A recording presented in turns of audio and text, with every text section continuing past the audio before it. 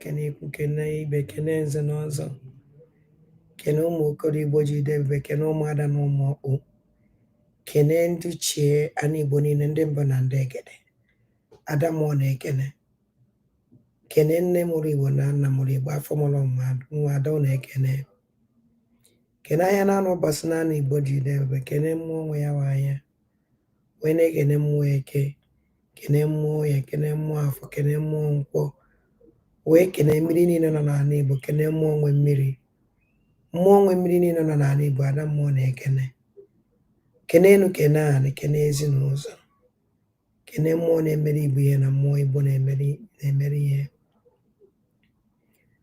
wee kene mmụọ Igbo ji ide ebube wee kene aja ana Igbo nna wee kene mmụọ eji wee riwe ana Igbo wee kene Chukwu okike abịa ezichi m ekene gị ụmụnne m ka eke ọnọdụ a na-emewekwe a na-ekwekwe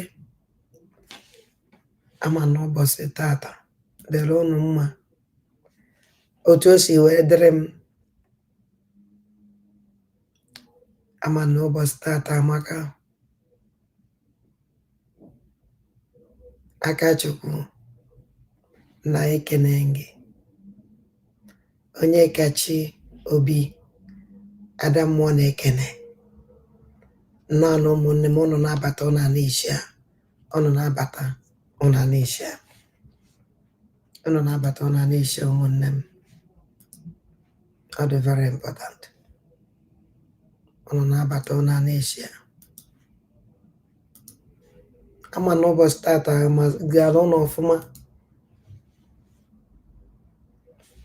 n'ebu oge anyị akụ egwu mana anyị akpọ sọmụ ihe ụfọdụ nwa eze ada mmụọ ekene Christiana CM MC ada mmụọ na ekene Paul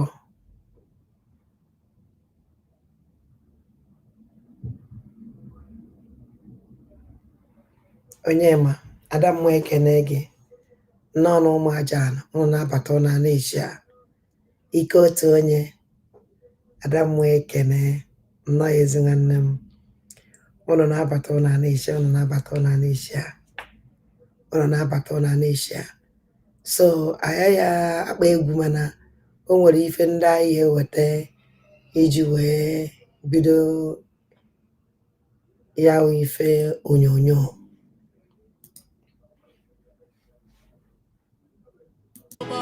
This is have come again. I want to you update. I got the land. Oh yeah, Biafra. I want you update now. I got update now. They get back to back. This is have come again. They get. But when I'm again man to man so. One day the worst thing you man why throwing you again. They get now. The worst thing you man why. The worst mistake you man why throwing you again. Boy, I took on you to go because it's on you to get body. I'll get back in the way where that is why I always for one day they fire them back to back. They get now, they fire them back to back. They fire them back to back. Biafra or nothing. Chukwu or nothing. One we personal was the Biafra gathering one they get and even on you go the Igbo man one day every name just never break as Biafra and I believe again I know man I got I would update one day. Ewe he kariri Biafra. Desha ike yalam atomia Biafra or nothing. One Biafra.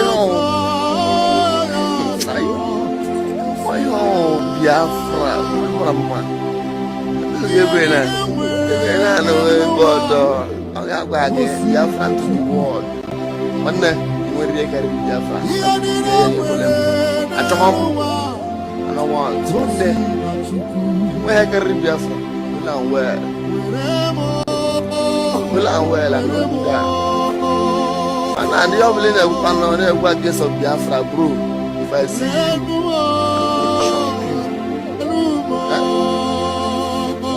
not by me. If I grab you, one day I go buy you. Biafra or not Biafra or not one day is in the man. I got a wish. I very she get to get away. She would do it. Biafra to the world. I would have ever done the boy. One day, Biafra or not I quote the name. Easy have come again. Na ihe agbalụ ọsọ gị n'isi iwu ka ọwụ na ihe agbalụ ya wụ ọsọ n'isi. You can never stop on the way. Whether na-ede ndụ whether na-enwere anwụ ihe elu ebe ahụ ị na-eje iwu na ihe elu. You can never get rest of mind. Enwenataghị ike izu ike. Onwere ife dịka ezumike. Unu ọsọkwa isi were mee mmụọ. Ha nwere ike ibulu anụ ha gụ wee mee ife ọ sọrọ ha mana mmụọ gị fa ahụ ejidete nwunye ọ dịghị possible. Fa ahụ ejidete mmụọ gị because ihe anụ ọgụ enugo nke iji wụrụ mmadụ ihe anụ nke iji wụrụ mmụọ. Iwulili iti na ụmụnne gị iji maka ha wee nwụọ na ihe azọpụtalele fa. Ịzọpụta ha na ndụ ihe azọpụta ha na mmụọ. Iwu ka ọhụ and ihe emezu ife ikwere anyị na nkwa that Biafra or nothing. Ihe emezulile ya iwu and we are waiting for you. Ihe complete your job. Ihe emezulile ya nkwa ahụ ikwere ụmụ Igbo, nkwa ahụ ikwere ụmụ Biafra, ihe emezu ya iwu ka ọhụ. Ugo ahụ itu ihe na ndụ ituo ya na mmụọ. Ebe ha ekweghị ka ituo ya na ndụ ihe etu ya na mmụọ. Biafrans ahụ echezonata gị. Ọ dịghị possible. Ọ dịghị possible.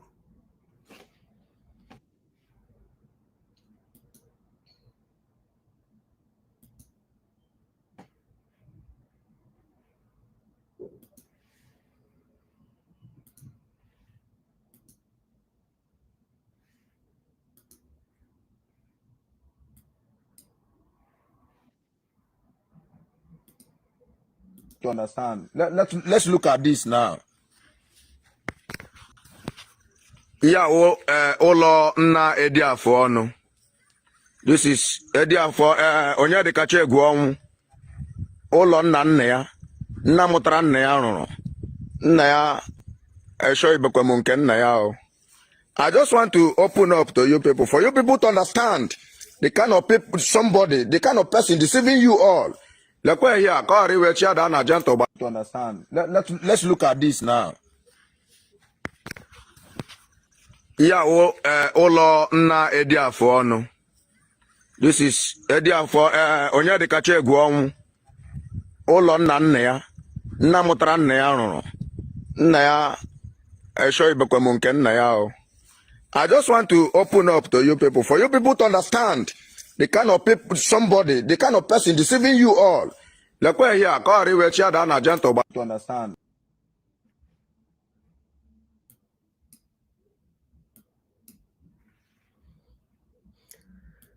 This is our angel. That wonderful unto to hata that in a Fulani take our land. That wonderful uptarandafa. Ulendofa chuaja. That in a fire no ani buanana kande Fulani. Etalo we me umibo. Alu melu umibo that in I will end the Fulani. Tiko in a struggle. With hope no ndị Igbo maka na ha na-asụ Igbo. Ha wee betray Ọbatobie wee vow na ha ya eliminate ụmụazị ya. Since ka na-fight ụmụazị ya n'elu na-fight ha naanị. Since Ghana fight Omazia. Since Ghana fight Omazia. Since Ghana fight Omazia. Hence na Igbo dindo. Hence na mo Igbo dindo. An Igbo can never go na can the Fulani. Although possible.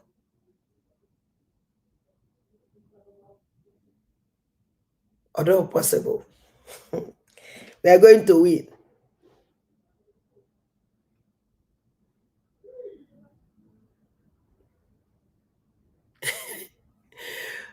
Emesa mama na na bụ ye Yezuzu ebe a.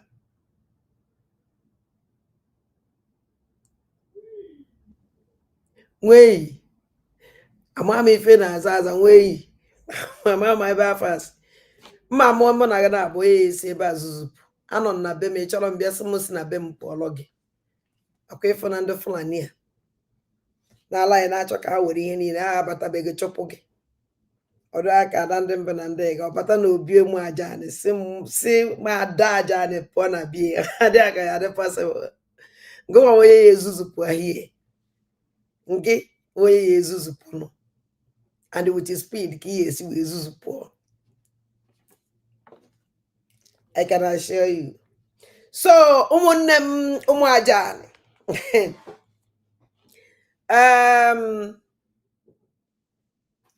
Ono na abata na na-eshia na like. Ono bata na na-eshia o na like be anwe enyi gaso anwe yi. O na like be this program like o ni share be share anya o is o na bo o no we nke chọrọ imi say ba susu because we don't need useless people at this platform. Platform ụmụ aja. Okay? So if you don't know, let me tell you. Wow, ụmụnne m o nwere ife m ewetala unu go the first. Ebe ọdụ. O nwere okwu nọ nso nkwa kwuru. Although egechabekwa m that program nọ nso nkwa ahụ because enwere m ike dokwa supplies na njedebe because egechabe ajọsụ ngetu ya nwa obele gba break. We move kwa. So achọrọ m ka anyị ga-enu ihe a nọ nso nkwa kwuru. Ọnwụ na ono o si wee bido ka o si wee end ye. A man ọ dị very important. Geenụ ntị.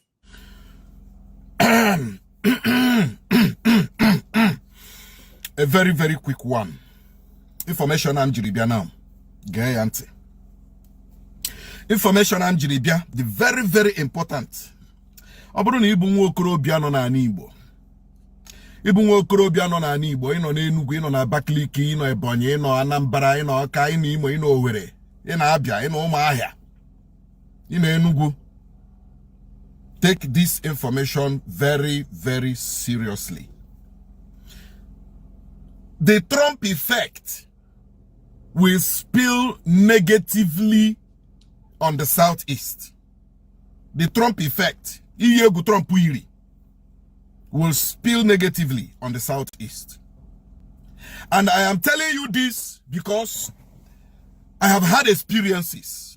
I have read this country called Nigeria, and I have read the way their security agents and agencies operate.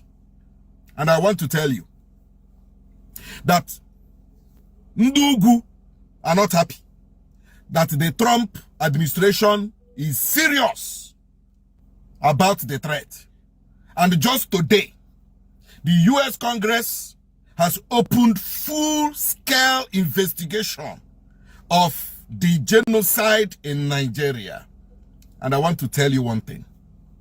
On the hand by and I say, omekotam omekotag. Yeah. Omekotam omekotag. No bo so sa anyiwa ga ata afufia. In parenthesis, so sa anyiwa ga ata afufia. Maka ndị a na target, maka ndị a ndị na-asị na enwe ihe dị otu ahụ dị na enwe ihe dị otu ahụ dị na. Gị bụrụ nwa afọ Igbo, be very, very careful from now onwards. From now to Christmas. Ndị abụrụ gị Nda Brugi atochochag ige aka confess yani a terrorist. Exactly. A place here side by side. Say, Obro so Sunday anon bundi de bundoka. Ndi anon wa habu terrorist. Okwasi so Sunday bundi terrorist. Ndi ane shikwe na mbada tu gweba or wanya mo Nigeria bukunde terrorist. Hey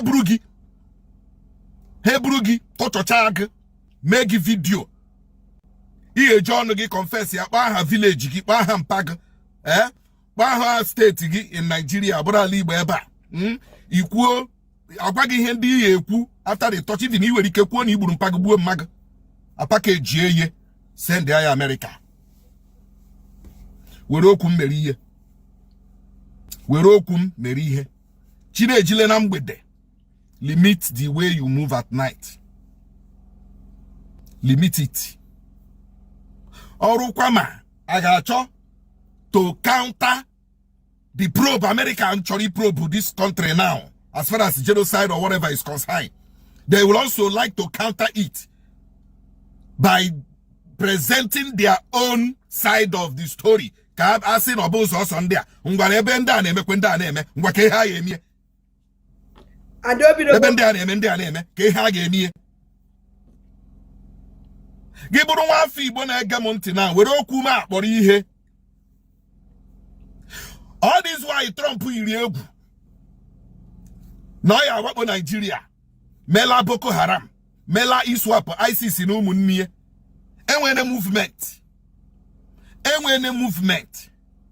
Unfortunately, our leaders and our governors are not they don't think straight.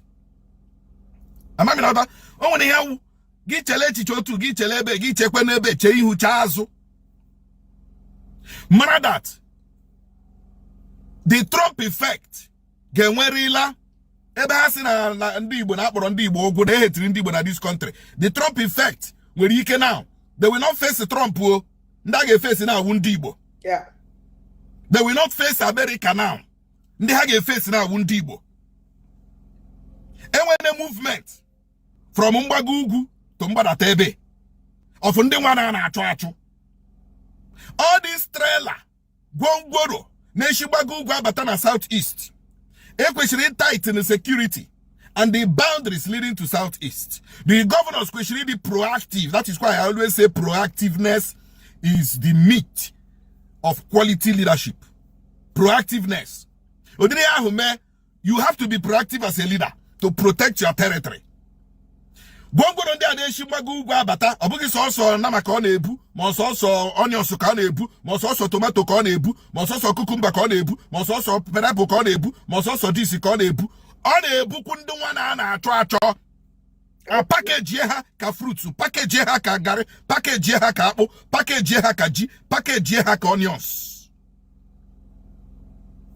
Our leaders echele like that. Our leaders in Alibo, hey, tell like that. Nande ana church werike, they are now migrating.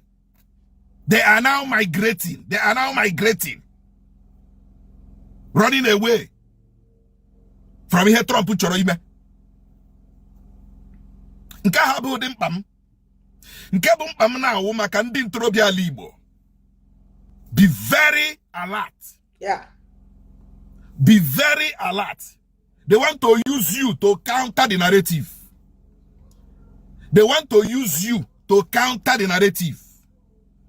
Eburu ga touch ogi. Ige John gu kwuo na ogu gburu mpago. Ama m ihe m ji eji Igbo ekwu ya ka ịghọta ebe m na-eje. Maka na ebe nwata na-ebe akwa atụ aka nne ya anọghị ya nna ya anọrọ ya maka na akụkata aka n'obi egosi ndị mmụọ ebe dị mmadụ. Oke ya na-akwana anọ n'ụlọ iwe amụọ n'ọbụrụ. Ọkwada m furu ka m na-ekwu. Ọkwada m nụrụ ka m na-ekwu. Iji zọọ ọgụ ndụ. Protect agụ. Yes. Ka anya gị wụrụ ọkịrị. Exactly. Ka anya saa agụ. Ka ị mara na this Trump effect. They will not fight Trump.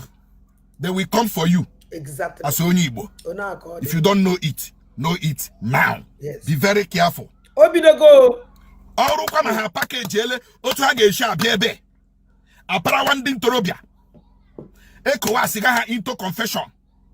Ha jikwa ewuru terrorist. Ha jikwa ewuru this. A package ye. I am in the media. And I know what I'm talking about. They will package it and it will look real. Yeah. Hey, use one or two persons in the same US Congress. I said, okay, you people are saying that it is in the order. Look at this. Look at this video. A place here on the screen where an Igbo boy is confessing of being a terrorist and doing this and even bombing Hook and the Muslim. And we will see divergent, confused views and opinions. No. Hey. I'm not going to shocking. Otai siri mata this thing ha plan ro. I got her shocking. Otai siri mata. Mana ekwuru na onye je na Chukwu okike abia ma na eso na aga na aga ije. Chukwu okike abia ma zo ya azo. Onwe ha ala ekpugheri. Ọ bụrụ na ị nwere nwanne gị bụ onye Igbo nọ na military. Kpọọ ya na phone. Put to call. Kpọọ ya na phone. Put to call. Ekwuchakwa m onye mara asụ ya sụọ dị ikwe onye la amaghị asụ ya sụọ na yakwa ala sụọ mana ezigo m ozi okike abịa masị m zie mana n'oge awa dị ka nke wana Eke Orie Afọ Nkwọ chekwaba ịbụ ndị Igbo otu aka ọ dị ise ọ dị n'ọfọ ọ dị n'ogu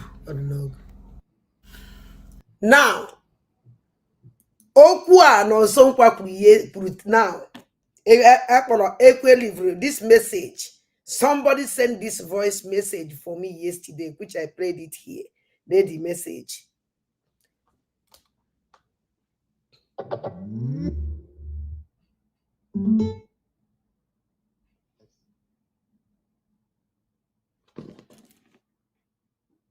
And then unaguda youth progress ugoke youth progress ndenwo una good afternoon onye kwuokwa bụ onye na-akpọ Chukwu ma ụgwọ onye ndị ụlọ agha ịnamanta ma bụ gweke msiki udodoro na ịbọdụ mbamba dị dunta ndị mbere na nwetu announcement nchọ ka imetụle this platform now maka ele Nigeria nji aga onye mere m ji chọọ ka nkwute okwu ebe a Berunu from Monday anybody ngaro hebo garo ya bere ya gwal hapo before 7 ka ọ bụrụ ọ beru salary ibe latest 7 maka anyị nwa nọ na barak anyị devu information nchọrọ ime maka ihe a chọrọ ime na abụ ngene ejire sibe ndị mmadụ atọcha onye mvure move to not onye a confess web a terrorist ka e gwere eme ngene ka e gwere egosiwo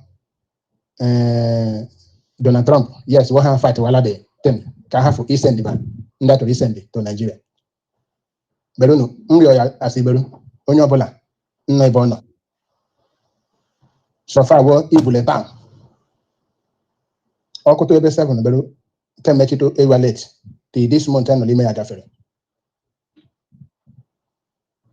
Onye anokwa no this platform. Onye nwane ya no this platform ya biko ya kpote ya the phone okpere. Ihe a bụ ozi ndị oke mkpa and all ụmụ okorobịa bụ ndị apụla na iji doo ha achọrọ m ka nwa Ugbo Eke soro n'ime ya. Thank you. Ọdamara anyị mara for Jesus, amen. Thank you. Ọkwụ nụrụ ya the same message ka our brother Nonsonkwa live kwala about this issue and agwara m ụnụ na that na-ebidogo ọrụgodo na fejide hall ha ya ejekpọpụta ndị Igbo niile nọ na prison. Ndị Igbo niile nọ na prison kịta ka eyi akpọpụta dress efe like Boko Haram gbọba na ha nche niile Boko Haram terrorist ka ha wụ na-ejidewe gofa ọ ndị Igbo ka ọ dị ibido kịta lezie at that alarm. All these Igbo bloggers ju na social media ha fe egusi ya agba ha kwesịrị ịgba na-agba egusi ọzọ. Ndị otu Onowu Igbo na ndị otu ye Nneka Chimezie na-akụ asịrị na-ejegharị hapụ ọkụ na-egba n'ime unu ye jee na-agba achọ akụkọ history. ife anyị na-ekwu okwu ekịta wu reality ife na-eme kịta mana Nneka Chimezie chọrọ ka anyị je na-ekwu maka history ka anyị je na-akọ maka history. Our house are burning. Everybody na-achọ ka fires will protect themselves. A woman call herself Igbo woman Nneka Chimezie na-akpọ ndị be nọ na blogger ndị bloggers ndị Igbo bloggers ndị Igbo jee chụba history tafala belewa kedu ebe gasị Musumanda Fodio ndị Fulani na-achị complete mission Usumanda Fodio that history Usumanda Fodio olive urufa ka ndị Fulani chọrọ incomplete. Nneka Chimezie wee na-akpa wa bloggers nọ na social media kabaje gụba history Usumanda Fodio instead ịkpọ ndị be anyị ka mara ka esi were protect ye stop that history Usumanda Fodio. Ọkpọfa faje fight ndị Yoruba fight ndị ihe fight ndị ihe fight ndị ihe enwebe m time maka that woman because I will come again. Mme wetere that message wezie ya ozi mana nke ha wụbeghị my problem. Our people nọ na prison now under ya kafa ya use eje kpọfta ha ncha niile dress efa ka ndị Fulani tag ahụ terrorist na-ejidewe gofa ndị Igbo ka ọ dịrị ibinyi kịta wee dibo nke ya madness. Ọwụ na ndị Igbo ebinyi forget all these useless governors and senators. Ịma that na eji anyị were gwoji. Ịma that na ọkwa ndị Igbo ya ndị ahụ ụmụ ogbe ya ata afụfụ.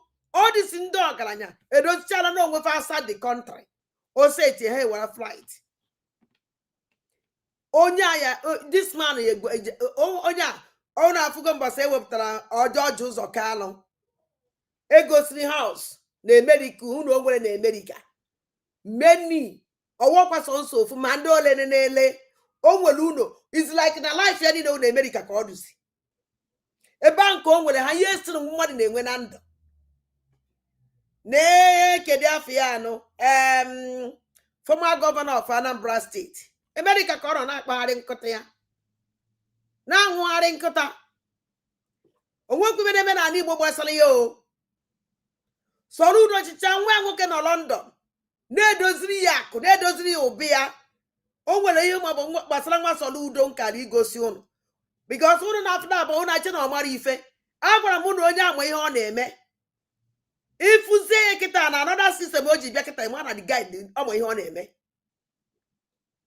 ọzọ na the very intelligent kama na ọ chọrọ ije wee confuse ndị mmadụ asị na nwa soro udo nara n'iyi ịma na da boy ma ife ọ na-eme na ọ just were ife a ka o wee wepụ unu uche and ọ succeed anya na-akpa ya na nwa soro udo nara n'iyi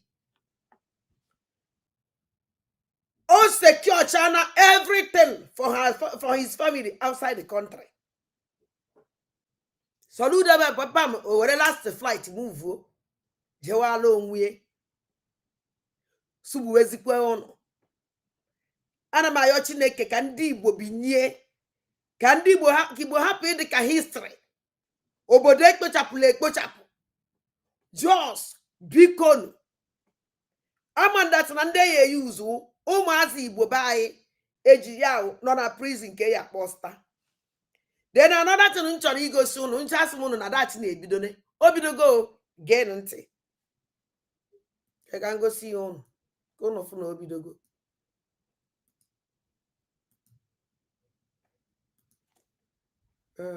Kedizie okay mba what time ya ba nene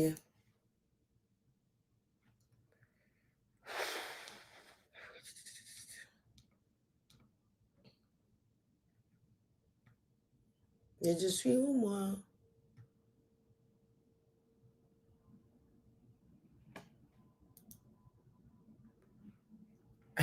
nene obidogo mma egosi unu ya ọdụ ụzọ na-aba kịta mma egosi unu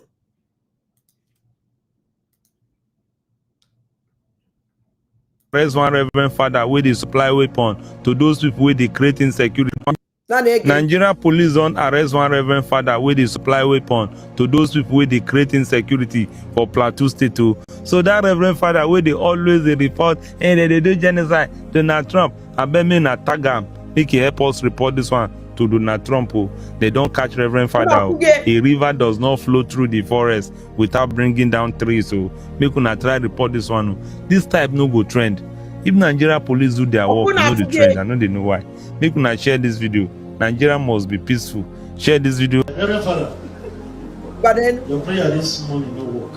This is what we recover from the Reverend Father. The fabrication and supply of locally made dangerous arms by illegal arms dealers from Plateau State has continued to pose a threat to national security. you see, The police has over the years busted and arrested several syndicates from Plateau State who often produce and supply arms to criminal elements in surrounding states like Kaduna and other states. Paraded here arrested 8-man gun running syndicates arrested by IRT operatives in Plateau State for fabricating locally made AK-47 rifles and other caliber of arms.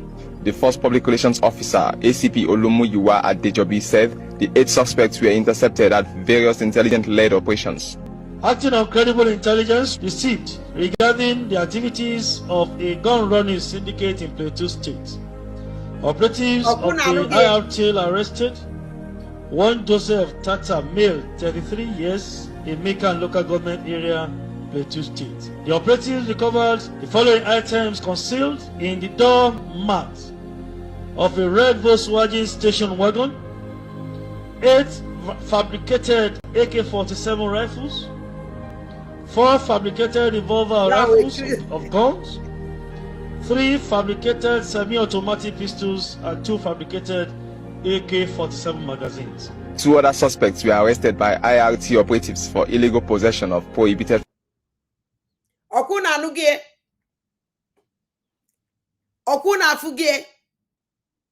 now even as a chimekanda malaze no and ikawasi no ndu reverend father and no Christian won't na supply ndu buku halam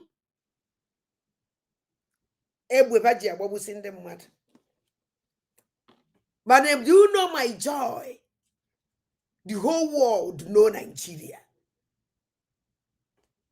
So see if Nigeria na about the mazin na the can neje go through. You go see the whole world can the country they far. A very useless country. Unu ya una alphabet chezenu kono fun ozo. Chere? Obidogo. Obidogo. Umunne mo obidogo.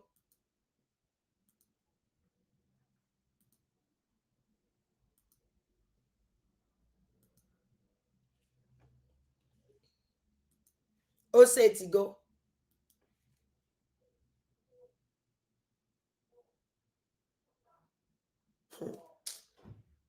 Oh my God. Then I know another one. Can name any more state.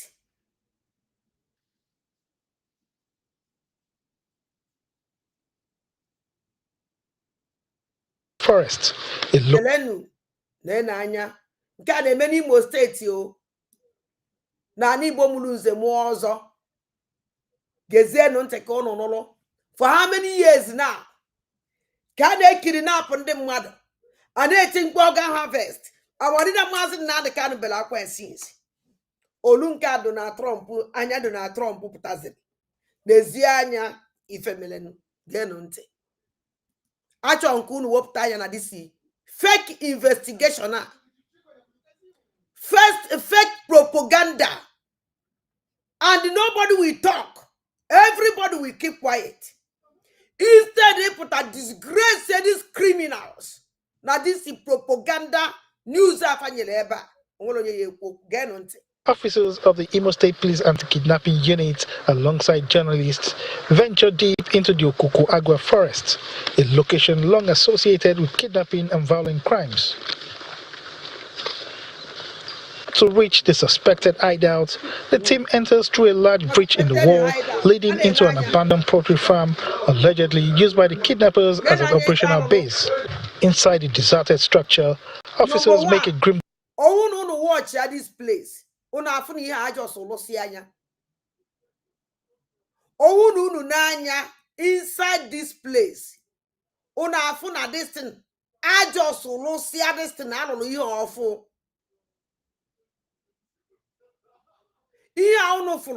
We've had just to Russiafo.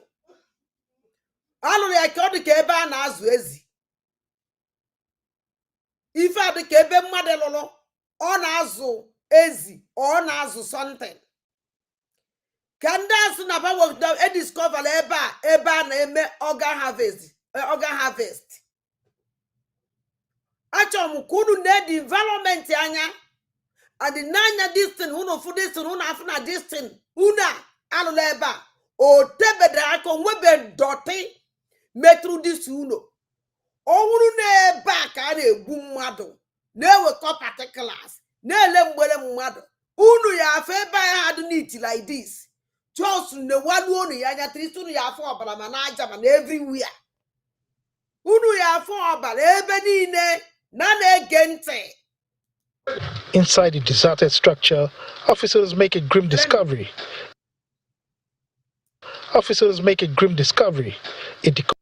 Inside the deserted structure. Okono fruke bad. Amanda to no na fife na egosi unu. Achoro nkunu wele anya unu meloche wele ntu unu meloche. Okun nafu ne na anya otu bad. And all these our people won't okay ekwu okwu. Onwere nke ye wopta. Thank God. Do you know my joy? Aka Chukwu Di Ya. Hey, na mungo adande bonandegede. I will be investigator. I just school nunca. Hey, thank God got them one of my certificate. England, my diploma. Diploma. Come on my England diploma.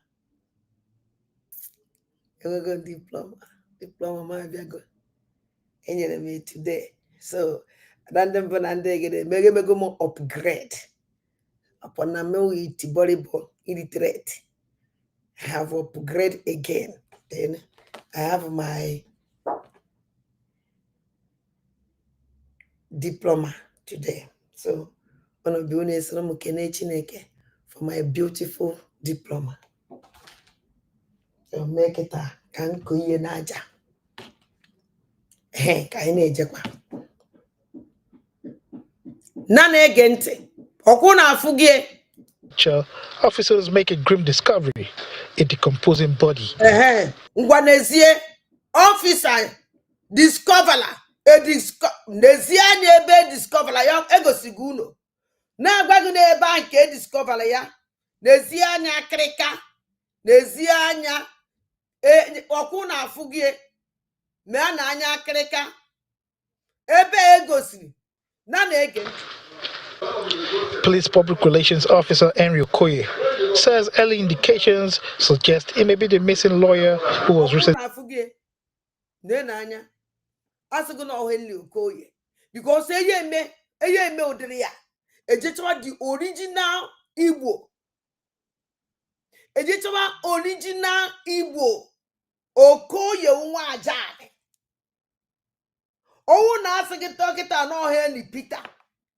A man on ndom biara because if I will have Igbo, no matter the email baptism, any name baptism, that's your Igbo surname. You can't take it out. And I change in about baptism name.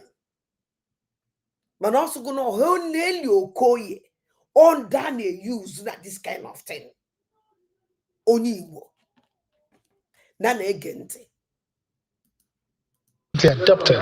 However, he emphasizes that forensic analysis is required for full confirmation. Ebe discover even more. Ama uchu no dia. Ama nanyu no die. Ne nanya ebe duzu government. Ndu investigators. gbalagu n'ebe a na-egbu ndị mmadụ na-ele particulars mmadụ o setie na o bidone nwere ihe niile akịtachi ndị Igbo n'isi no ndị Igbo and obidogo and nobody is talking, nobody na na-ege ntị. On the 14th of October 2025, we received a complaint from the Nigerian Bar Association. Idiot. Nedi criminal. Owu na in fact kwefuru nda unu ya akwụrịrị ụgwọ ife unu jiri ndị Igbo mete na na-ege ntị. Henry Okoye na-enya onye yuzu wee gbuo nwanne sọsọ Henry Okoye na onye nọ ya n'azụ ndukwu mask o nwere ike ndị ọzọ ibe niile na-ebe ozu anaghị esibe. Association regarding the kidnapping of one of their members, and since then operatives of the Imo State Police Command anti-kidnapping units intend to send some samples for further DNA analysis. A relative of the missing lawyer expresses anguish over the discovery and urges authorities to ensure justice is pursued to the fullest. We have seen one decomposed corpse, yet to be identified whether it's our brother or not. But we believe and we are pleading through further investigation, through DNA or whatever, maybe it might be discovered. But for now, we are still pleading with police to continue on their investigation to make sure that the culprits are being brought to book. Okoye assures that the police remain committed to dismantling kidnapping syndicates across the states, adding that operations will intensify until criminal hideouts are eliminated and public confidence is restored. The operatives of the Imo State Police Command anti-kidnapping units, they are working tirelessly. I want to work tirelessly. I have to say, what's Okoye?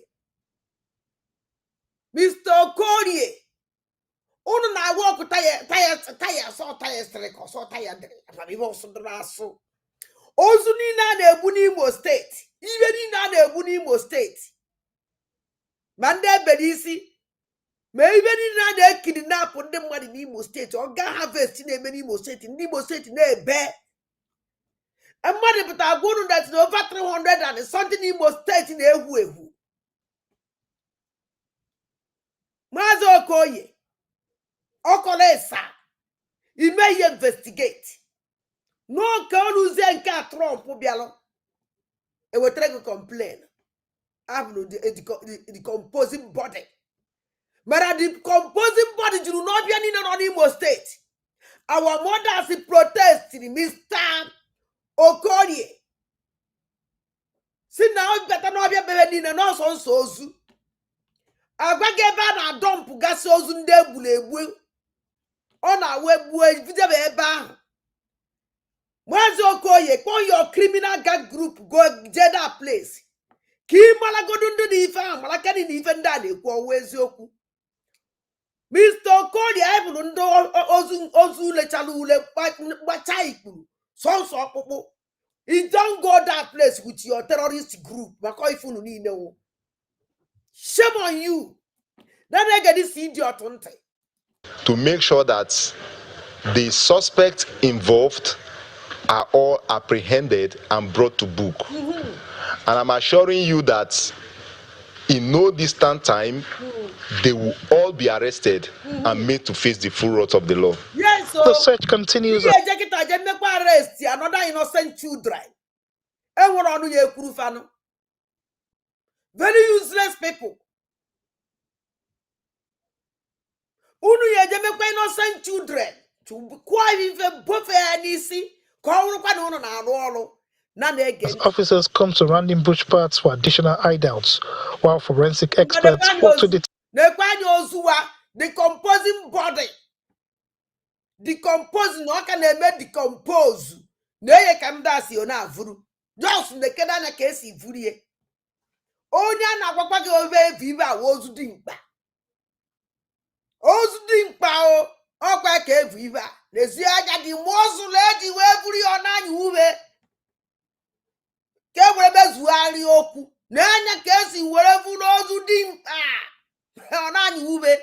Determine the identity of the recovered remains.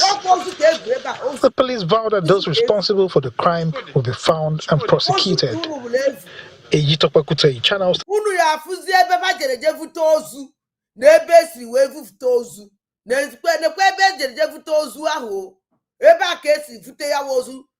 Nke waterproof no nke ka ejiri vutezie n'ezi anya ebe sizi wee vuta ya ozu Finding bush parts for additional hideouts, while forensic experts abana gate cut and join nenie from that place o abani mu no be mmado from ibani mu no be mmado esime no onu ewi were sita with ozu ibe bafu na akpa kpọ ozu ka ọ wụrụ na a na-epenti ndị Igbo bad name kwari mpụ niile na-eme n'ala Igbo oge harvest niile na-eme n'ala Igbo kidnapping niile onwebe nke disi Maazị Okafọ ka Okorije Okoye jeje vute jejide ndị mere ihe na from here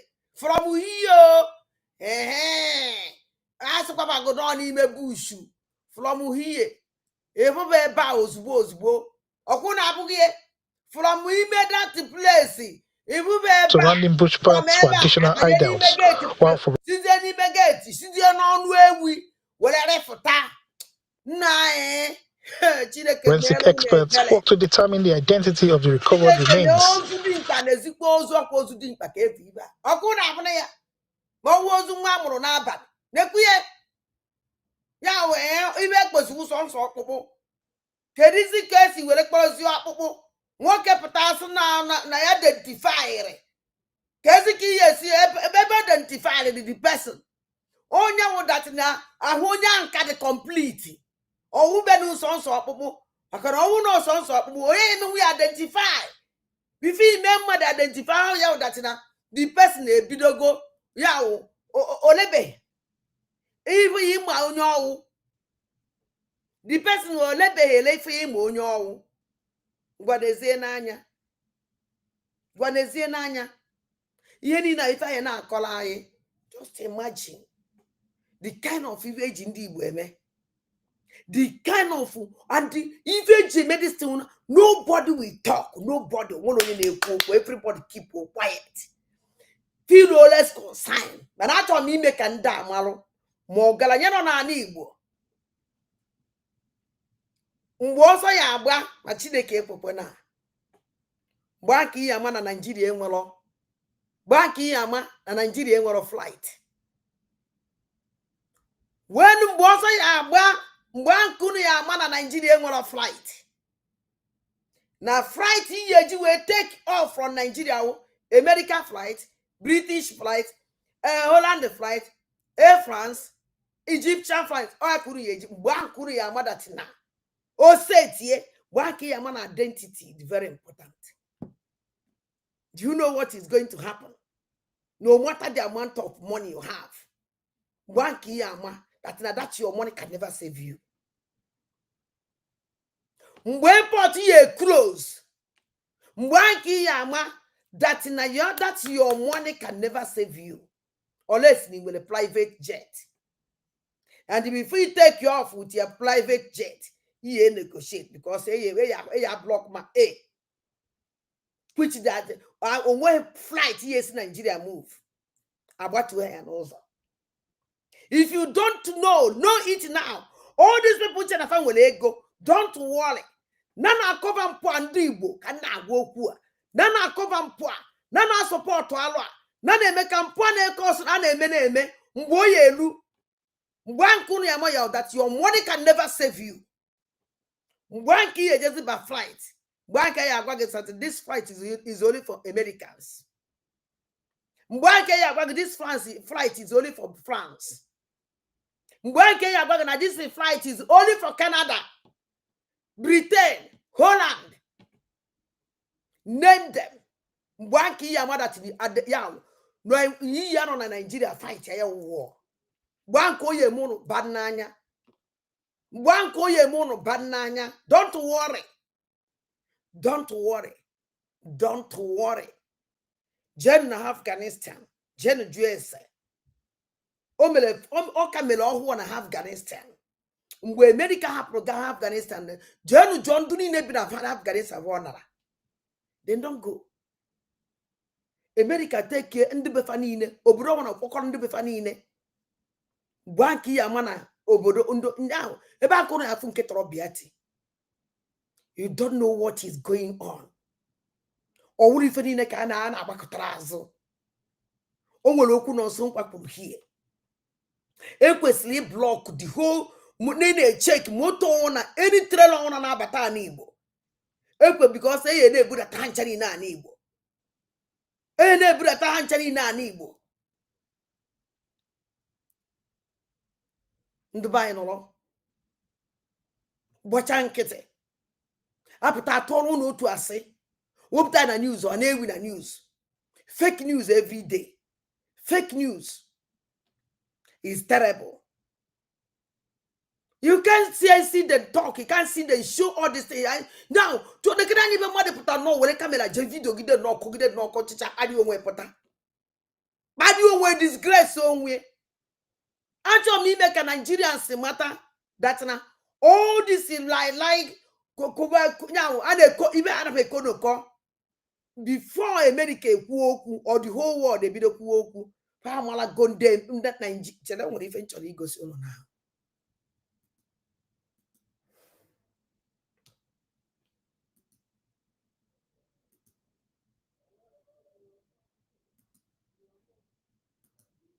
Okay, body. Mad.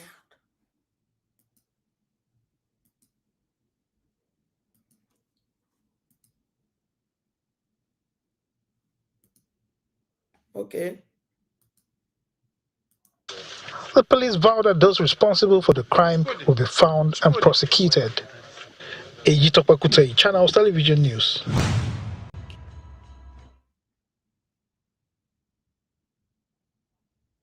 Okuna forget.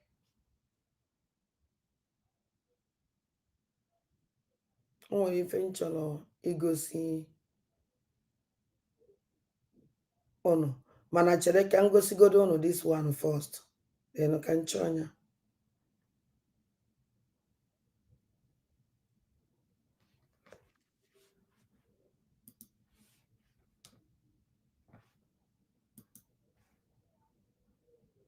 I wish now our people here understand.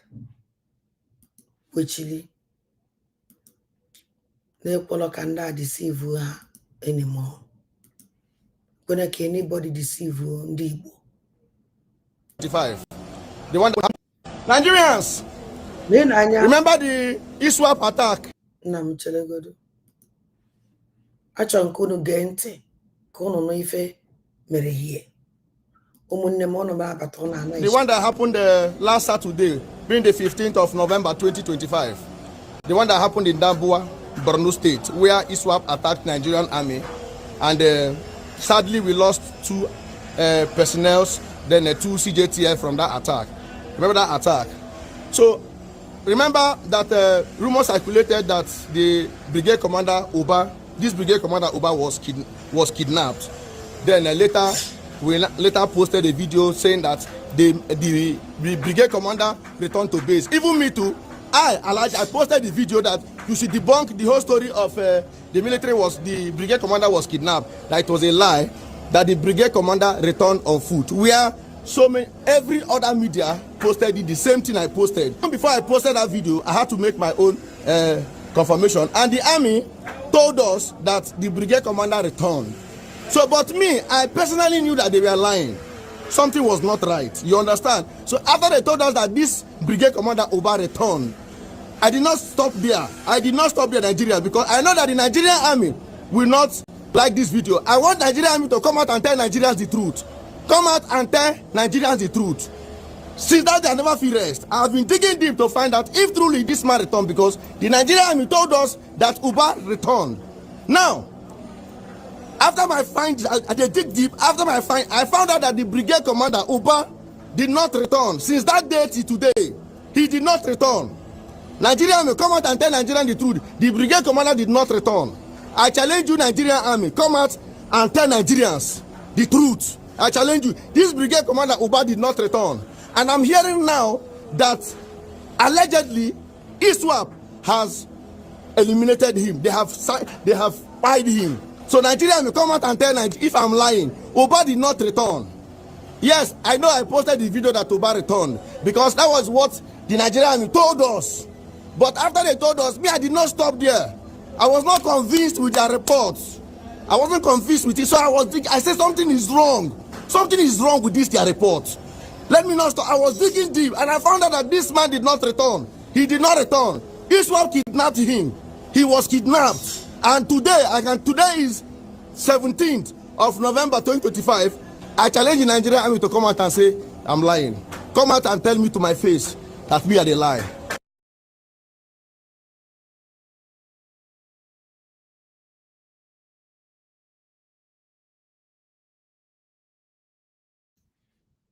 Okuna Anugo, and the reason why for this man eji onye Igbo ka ọnwụ.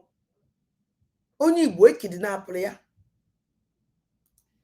This Nigerians is an Igbo man. Remember the ISWAP attack, the one that happened last Saturday. Ekidnap ya.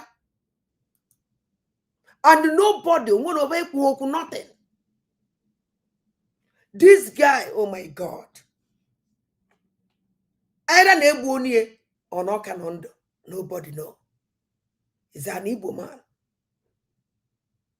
Can you get what did this thing? Being the 15th of November 2025, the one that happened in Dambuwa, Borno State, where ISWAP attacked Nigerian army, and sadly we lost 2 personnel, then 2 CJTF from that attack. Remember that attack? So remember that rumor circulated that the brigade commander Uba, this brigade commander Uba was kidnapped. Then later we posted a video saying that the brigade commander returned to base. Even me too. I posted the video that you should debunk the whole story of the brigade commander was kidnapped. That it was a lie. That the brigade commander returned on foot. Where every other media posted the same thing I posted. Before I posted that video, I had to make my own confirmation. And the army told us that the brigade commander returned. So, but me, I personally knew that they were lying. Something was not right. You understand? So after they told us that this brigade commander Uba returned, I did not stop there. I did not stop there, Nigeria, because I know that the Nigerian army will not like this video. I want Nigerian army to come out and tell Nigerians the truth. Come out and tell Nigerians the truth. Since that, I never feel rest. I have been digging deep to find out if truly this man returned, because the Nigerian army told us that Uba returned. Now, after my find, I dig deep. After my find, I found out that the brigade commander Uba did not return. Since that day to today, he did not return. Okay. Nigerian army, come out and tell Nigerians the truth. The brigade commander did not return. I challenge you, Nigerian army, come out and tell Nigerians the truth. I challenge you. This brigade commander Uba did not return. And I'm hearing now that allegedly ISWAP has eliminated him. They have fired him. So Nigeria will come out and tell Nigeria if I'm lying. Uba did not return. Yes, I know I posted the video that Uba returned because that was what the Nigerian army told us. But after they told us, me, I did not stop there. I was not convinced with their reports. I wasn't convinced with it, so I said something is wrong. Something is wrong with their report. Let me not stop. I was digging deep and I found out that this man did not return. He did not return. Israel kidnapped him. He was kidnapped. And today is 17th of November 2025. I challenge the Nigerian army to come out and say, I'm lying. Come out and tell me to my face that we are the lie. Nigeria. Now, Opo metolu tugie. Ema a brigadier call. A brigadier.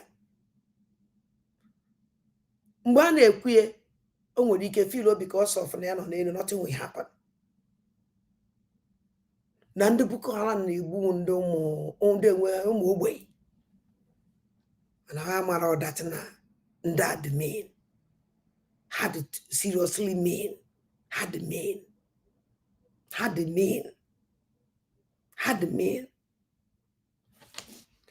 Now, This man,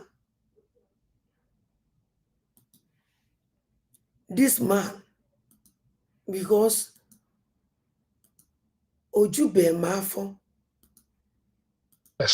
We have seen one decomposed corpse yet to be identified, whether it's our brother or not. But we believe and we are pleading through further investigation, through DNA or whatever, maybe Napping of. Now, actually, this man, Kede Afia,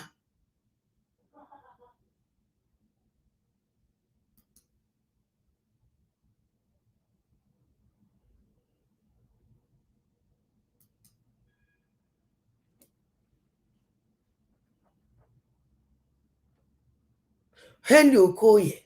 Complaints. Shut up. Actually, Henry Okoye, be why. Upon even in the name Imo State. Ochunina na-egbu n'Imo State. Ndị Imo State, ụmụazị Imo State, Okigwe, Imo State niile as a whole. All the hotels in Imo State. H&C, non-Imo State. Henry Okoye, and a kidnap on what Jenny made the hotel, boo the person. Ages, most of hotels in Imo State, not all of them. Man, a majority. And they may organ harvest inside. You did not go and investigate those hotels. All the killings in the Imo State. You never one day carry your team, go and investigate. Never. Or when you see a tata, you borrow your team. A basket of food. In with a report. No food. Manine with a report. Na millions of Imo State indigenous. Nane woofer, they will call their particulars. You borrow your teams. J. You don't investigate your bubago. Everybody in the Benea Piana Twaka. You don't investigate all these men. Edia Forno, Anabe Benatwaka, Nebuano. Eze Simeska, so Chimeska, so Gene, Nando Tie. You don't investigate them. Ebe Kodike, don't investigate them. All these criminals, they wouldn't them what in Imo State, which you know them. No. But in call. Kiwa blackmail on Dibo. Kiwa sukan in a lot, but over a fan alo. Monique Paddy, you waking up pota. You disgrace yourself, my brother. You disgrace yourself.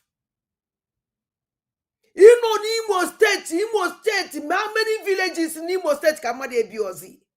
Nobody. Umozi. And you don't investigate to know. Can even push those our people out from their houses? Can you not burn the house of our people? They let them homeless. You don't investigate them. You don't even check because you don't care. But he said, "What lie? I'm not no way. Murumakiba unu veba. Awulozu. Iba unu veba awulozu mother at all. Awulozu mother. Be like that. I'm very sorry. Unu will a problem. Very big problem. If you want to walk, might be very happy that they stand up. Fish out all these criminals. Nebunde mother. Name organ traffic. How can Imo State and you know them? Look all the hotels and they use it for organ traffic. You don't go that place. Don't to pretend that New West bomb mother. I'm very sorry for you. Very sorry. Jisike, in fact. If you would tell that Nas Nafagu Onjibo. onye Igbo iwere n'ụlọ that place a na-egbu ụmụnne gị iwere n'ụlọ ebe ahụ ikpodatara gị Fulani terrorist n'afa ndị amị a na-egbu ụmụnne gị onwe ndị nnụrụ kịta batara n'Enugu yesterday asị na akpọrọ ndị wa n'ofeso ndị wa si Abuja gbadata ọkọ nlesivru na asị na akpọrọ na so anti court ka so anti gịnị amara anti ibe wa akpọrọ ndị ahụ akpọ na-akpụkọsị ndị mmadụ na asị na afta ka asị n'Enugu na ha ya eji Anambra asị eji Anambra ha na ya eji anụ Igbo niile a na-akpụkọsị Igbo youth fra Enugu ka ha bidogodo yesterday onye akpụrụ nwanne nke kpọrọ m na-agwa mụ na-ekwu ihe na-emenụ na ada n'ife a mụ na-ekwu na ebidogo ha kpụkọwa ụmụ mmadụ n'ala Igbo ana onwere onye na-ekwu okwu ayọrọ m ya sa ka okwu okwu ọsị mma m biko for security reason kedu ụdị ife dị ife a ebe ka anyị na-eje anyị ya na ebe a kịta abatakwa n'ala Igbo na-akụkọsị ndị Igbo hafụ ndị terrorist na-ebubatara anyị terrorist a na-akọ nke awa land a na-ebukọsị awa youth na-ebusisi na-ekpu usi a na-egbu usi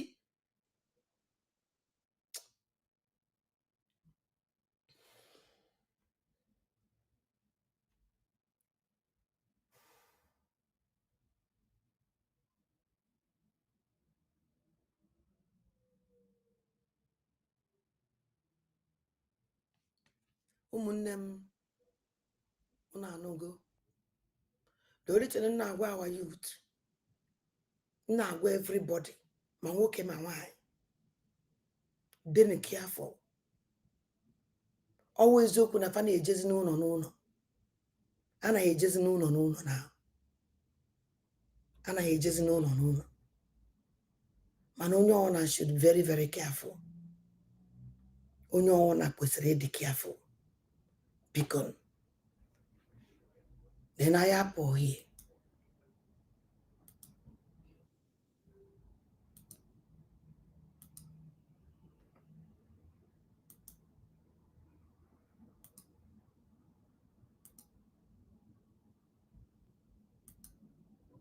Oh, na agwala nwoke a achọrọ ka ndị be anyị gee this thing very important. Very, very important. You're a soldier. If you be soldier, where they serve Nigeria, where they in the Nigerian army as a soldier, this news, where they bring now, this particular news, supposed to make you resign as a soldier. Because if not me, I go resign. Personally, if this news come when I was still a soldier, I would have resigned. You know, get because this news is very, very demoralizing. I love it. Very, very demoralizing. You don't understand, see? 390 BK boys, like BKH boys, 390, they graduate today in Gombe State. They graduate, like today in their graduation. The federal government, they tell us that these boys now don't be repentant Boko boys. Right now they are okay and they are good to go. So now they are going to be installed into our community. They're going to install them now to the community. Not just that to now come close, because this is where this story gets very interesting. Not just that these people will be installed into the community, into the society, free. Go. No, the federal government gave them 50,000 naira each. 50,000 naira each. They give them one bag of rice. They give them oil. They give them bag of salt. Oh boy, to be bandit for this country they pay. To be a bandit in Nigeria pays, bro. You see. And you that is a soldier, see you they die, they murder you for nothing, they unalive you for nothing. But see them, when they unalive you, they get credit for unaliving you. This is what the federal government is telling these boys. You unalive these soldiers, you get credit for unaliving them. You buy them, we credit you for buying our soldiers. You understand? That is what the federal government is telling them. Buy our soldiers, we credit you for buying them. Unalive our soldiers, we credit you for unaliving them. See them, they get 50,000 each for buying you as a soldier. They give them bag of rice each for buying you as a soldier. For unaliving you as a soldier, for murdering you as a soldier. The Nigeria federal government is giving each and every one of them 1 bag of rice, 1 bag of salt, 1 bag of oil, 1 gallon of oil, and 50,000 each. Not just that, they even sew uniform for them free of charge. Their uniform is free of charge. They are all see them. You see them with uniform free of charge. You that is a soldier, you sew uniform from your own salary. Like your salary, you take from your salary to sew uniform.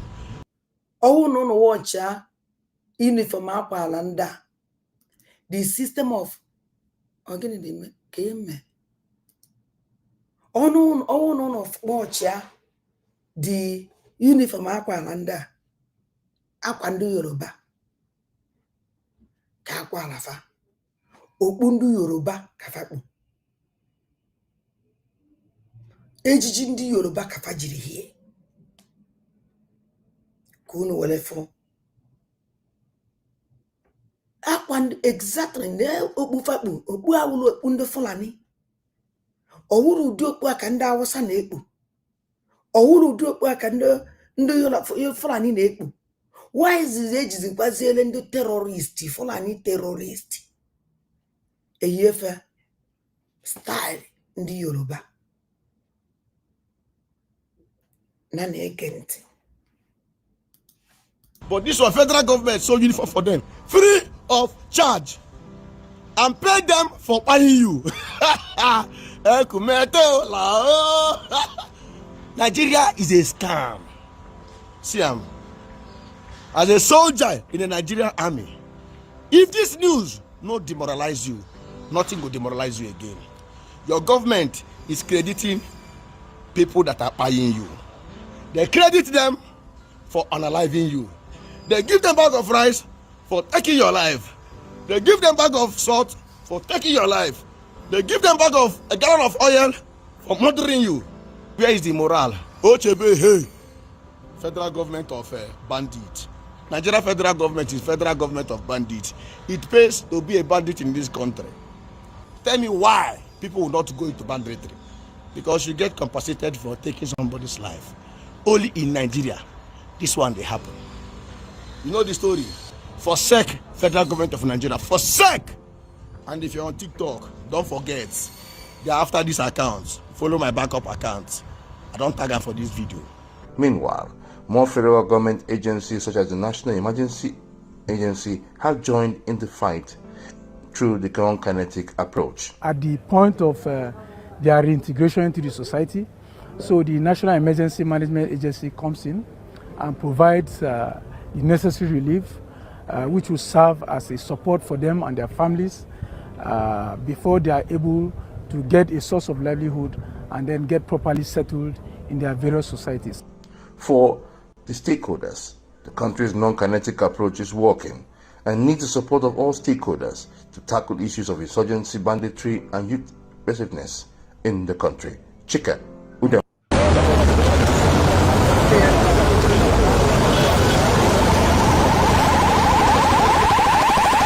Nigerians,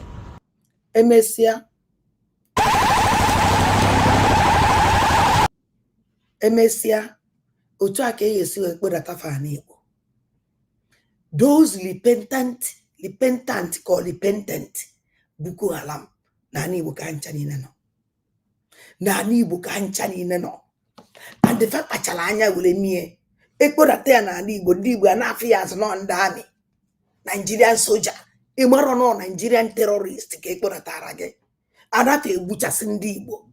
All this repentant Boko Haram ha ncha niile nọ na Igbo nwụrụ nze mmụọ ọzọ na-egbu ụmụ Igbo. Na-egbu ụmụ Igbo.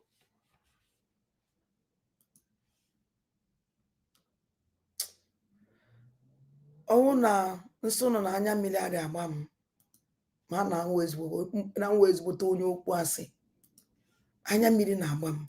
Okay, achọrọ m igosi unu something. Ịma na ife na-eme like this. A terrorist.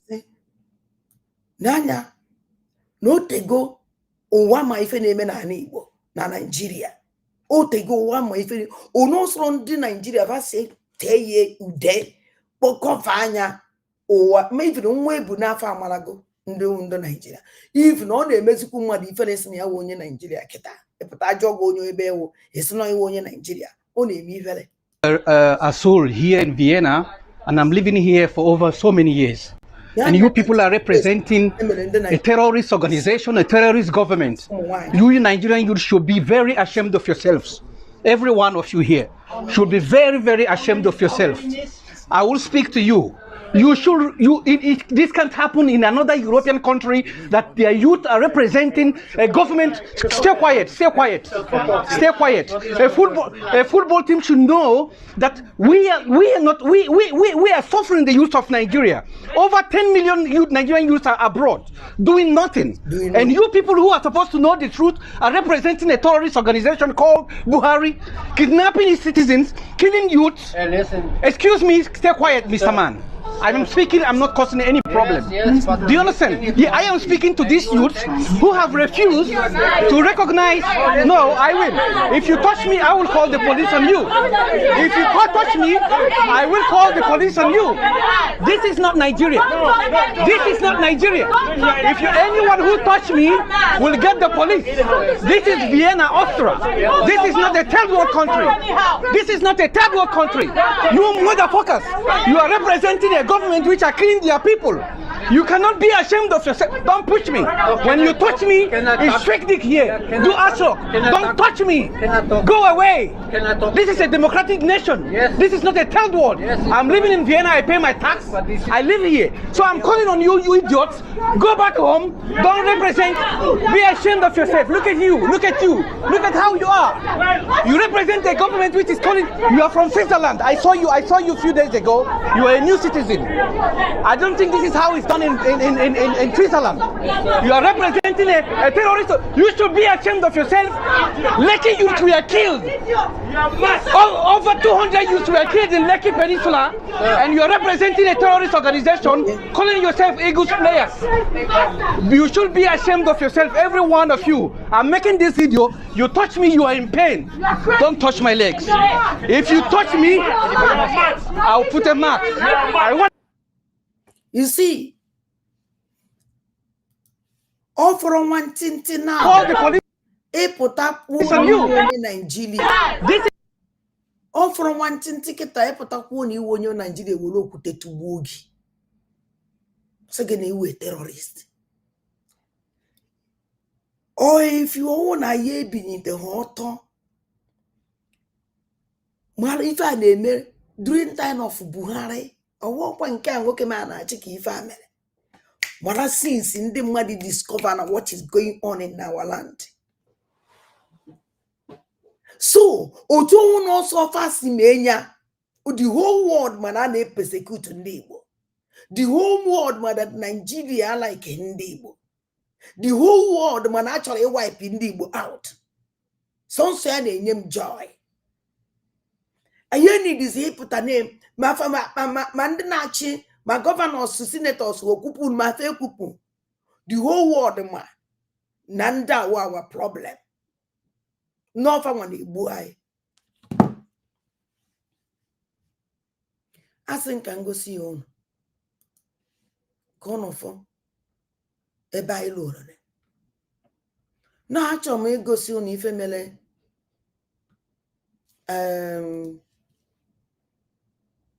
Genonte.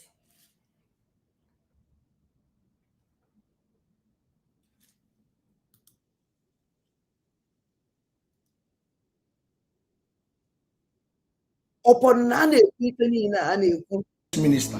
This is him visiting Zamfara State. So I want you to watch. Defense minister. The defense chief visiting Zamfara State. The defense minister.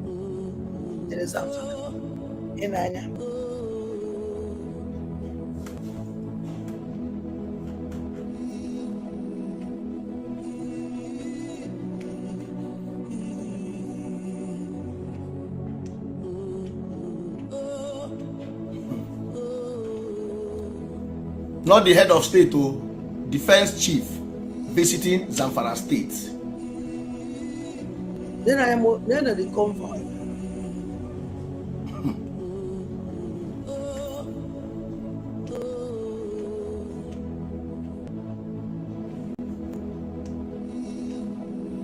The convoy. The defense minister. I remember this man was once the governor of Zamfara State. Remember, he was once the governor of Zamfara State, where he failed woefully. He failed the people of Zamfara State woefully because it was under his watch that banditry and poverty worsened in Zamfara State. But now watch him entering Zamfara State. This is his entourage. If you don't look properly, you think that this is the entourage of the president of a nation. You think that this entourage is for the head of state, but this entourage is Bello Matawale, defense minister's entourage. Watch. You see how they make our communities and our society vulnerable for attacks. You see. They remove the person. They remove security operatives that are supposed to be defending lives and properties of Nigeria. They remove them and attach them to themselves to protect them. Thereby making our communities and societies, making our communities and villages vulnerable for these people to attack. Watch. This is the defense minister of Nigeria.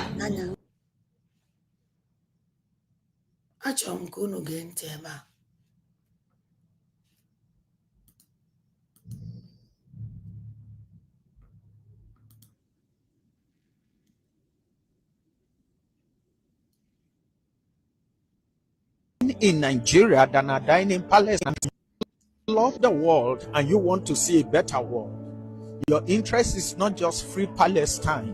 I mean, there are more people dying in Nigeria than are dying in Palestine.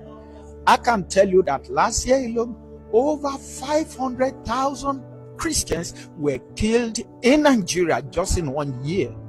And nobody's protesting. The activists are not saying anything. Okay. For me, that's hypocrisy. In the north of Nigeria, Christians are being killed daily because the Islamic militants don't want Christians to exist in the north of Nigeria. They want to see a world where there are no Christians at all. And they want to conquer not just Nigeria, they want to conquer Africa, they want to conquer Europe, and they want to conquer America. The younger generation who want to live in a better world must speak out today. And I'm calling on all advocates of a free world to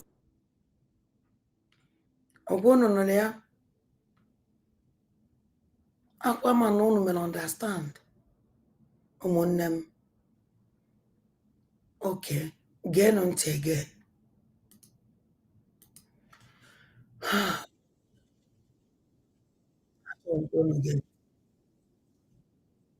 Projects in that app.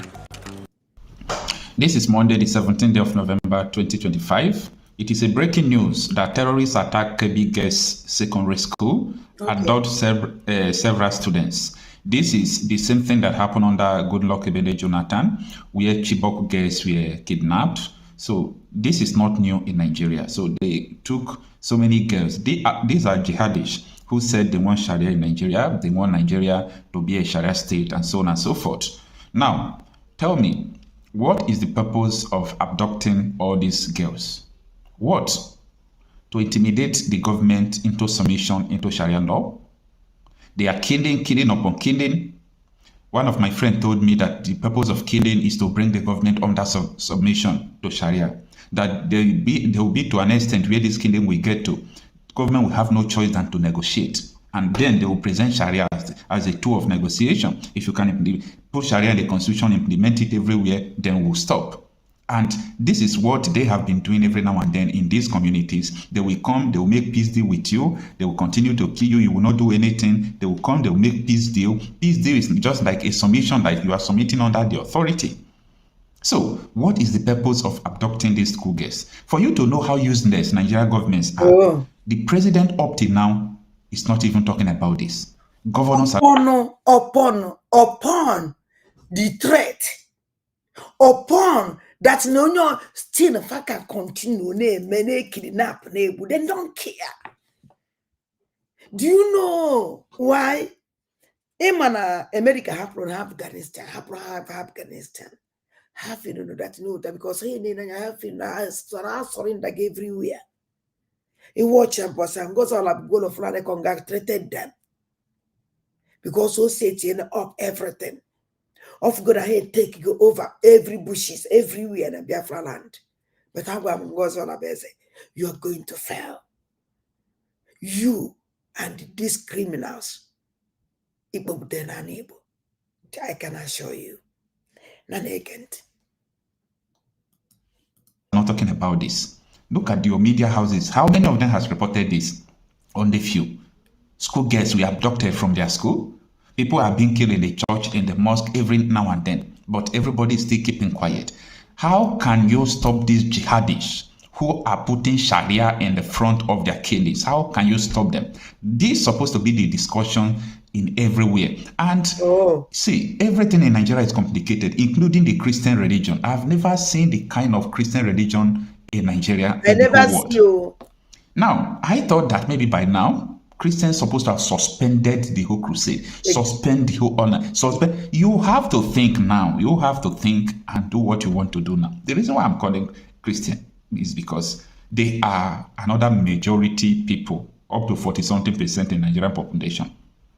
The Muslims, why I don't call them so much is because half of them, if not more than half, believes what these people are doing. They believe in Sharia. By the way, early this year, the House of Rep members, some of them sponsored a bill to make Sharia not to be just personal, like everybody will be under it. The bill is still in the House of Rep, so this thing is not new.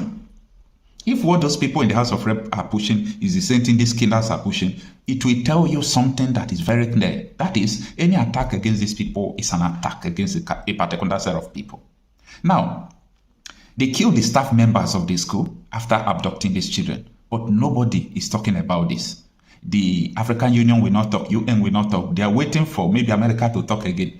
They will also come out to say what America is saying is not good. Like, where do we get here in the world? Where do we get here?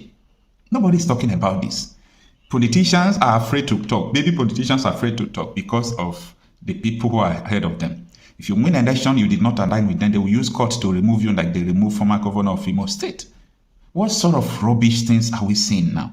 Now, terrorists in the early hours of Monday stormed the MAGA Comprehensive Girls Secondary School in Ikebi State, abducting an unspecified number of female students and killing at least one staff. A school guard was also injured during the attack, which occurred around 5:52 a.m. That is today. A school guard was also injured. Okay, I've read that. The attackers invaded the school compound while the students were preparing for morning routines, launching their assault with sporadic gunfire. Do you understand? So, these are the issue on ground. What do they need? They said they want Sharia. They want a Sharia state. So, the question I'm asking you, are we going to fight perpetually?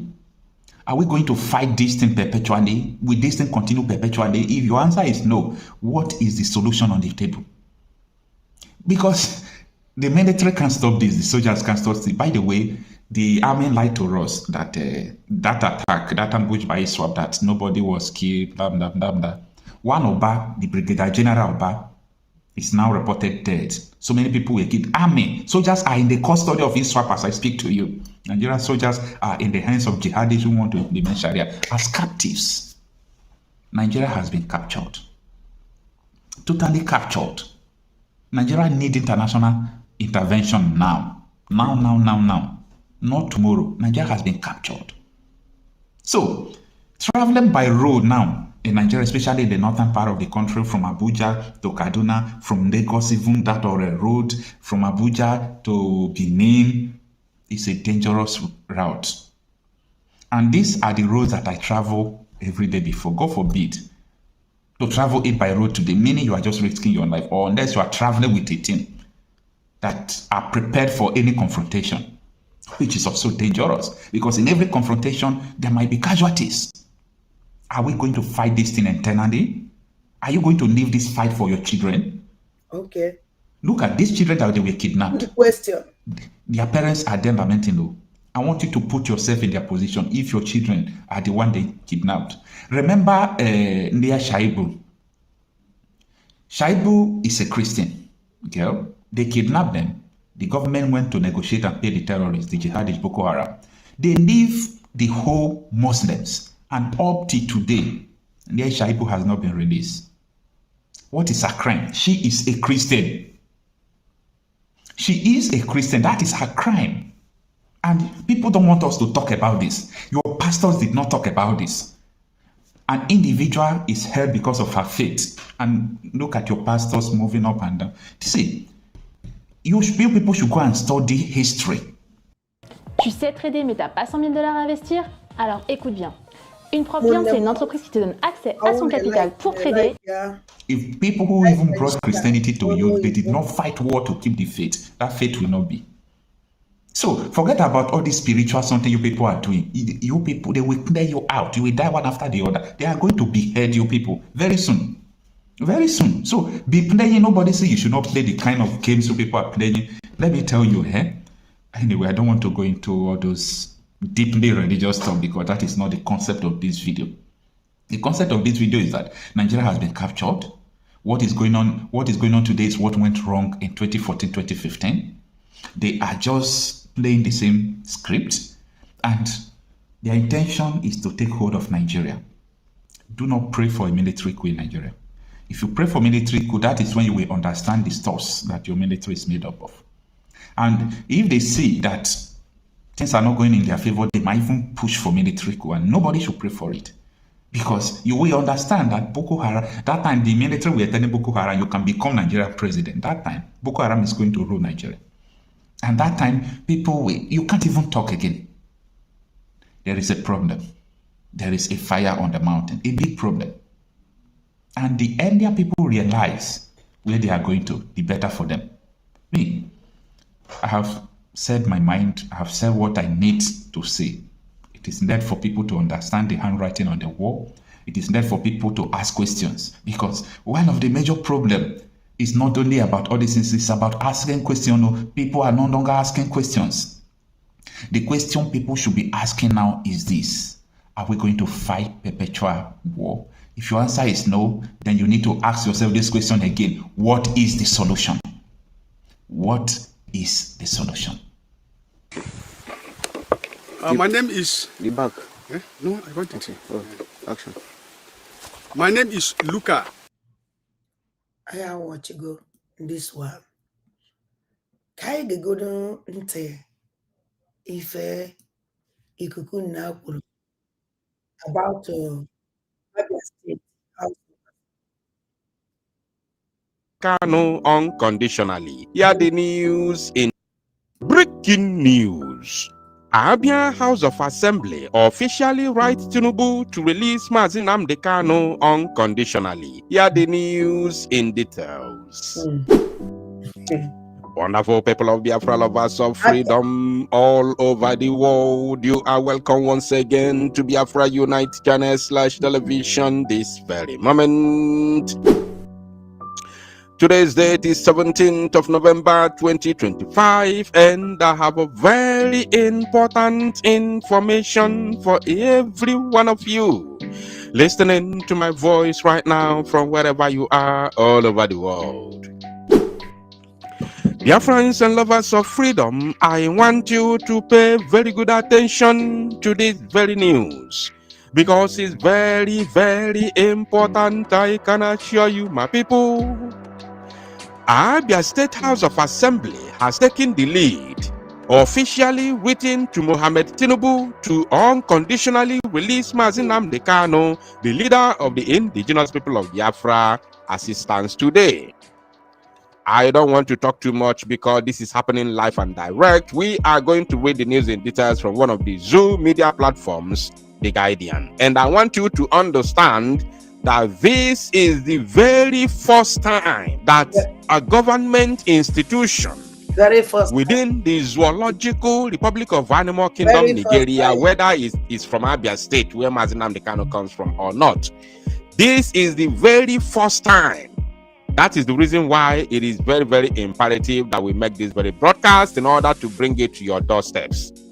The very first time a government institution within the Zoological Republic of Animal Kingdom, Nigeria, is officially calling for the release of Mazi Nnamdi Kanu. And they are not just calling, they have officially written to Tinubu to adhere to the appeal court in 2022, which discharged Mazi Nnamdi Kanu and equally ordered the federal government of the zoo to compensate him and beg him for apology. Now, according to the title from The Guardian, a Zoo media platform, they said, Abia Assembly writes Tinubu 6 Kanu's unconditional release. Unconditional release. I love that. Of course, you can see the date. It is today, 17th November 2025. It is, of course, a breaking news. The Abia State House of Assembly has formally written to President Bola Tinubu to appeal for the unconditional release of the indigenous people of Biafra IPOB leader, Mazi Nnamdi Kanu. The appeal follows a resolution passed by the House on November 10, describing Kanu's prolonged detention as a matter of urgent public importance. As a matter of urgent public importance.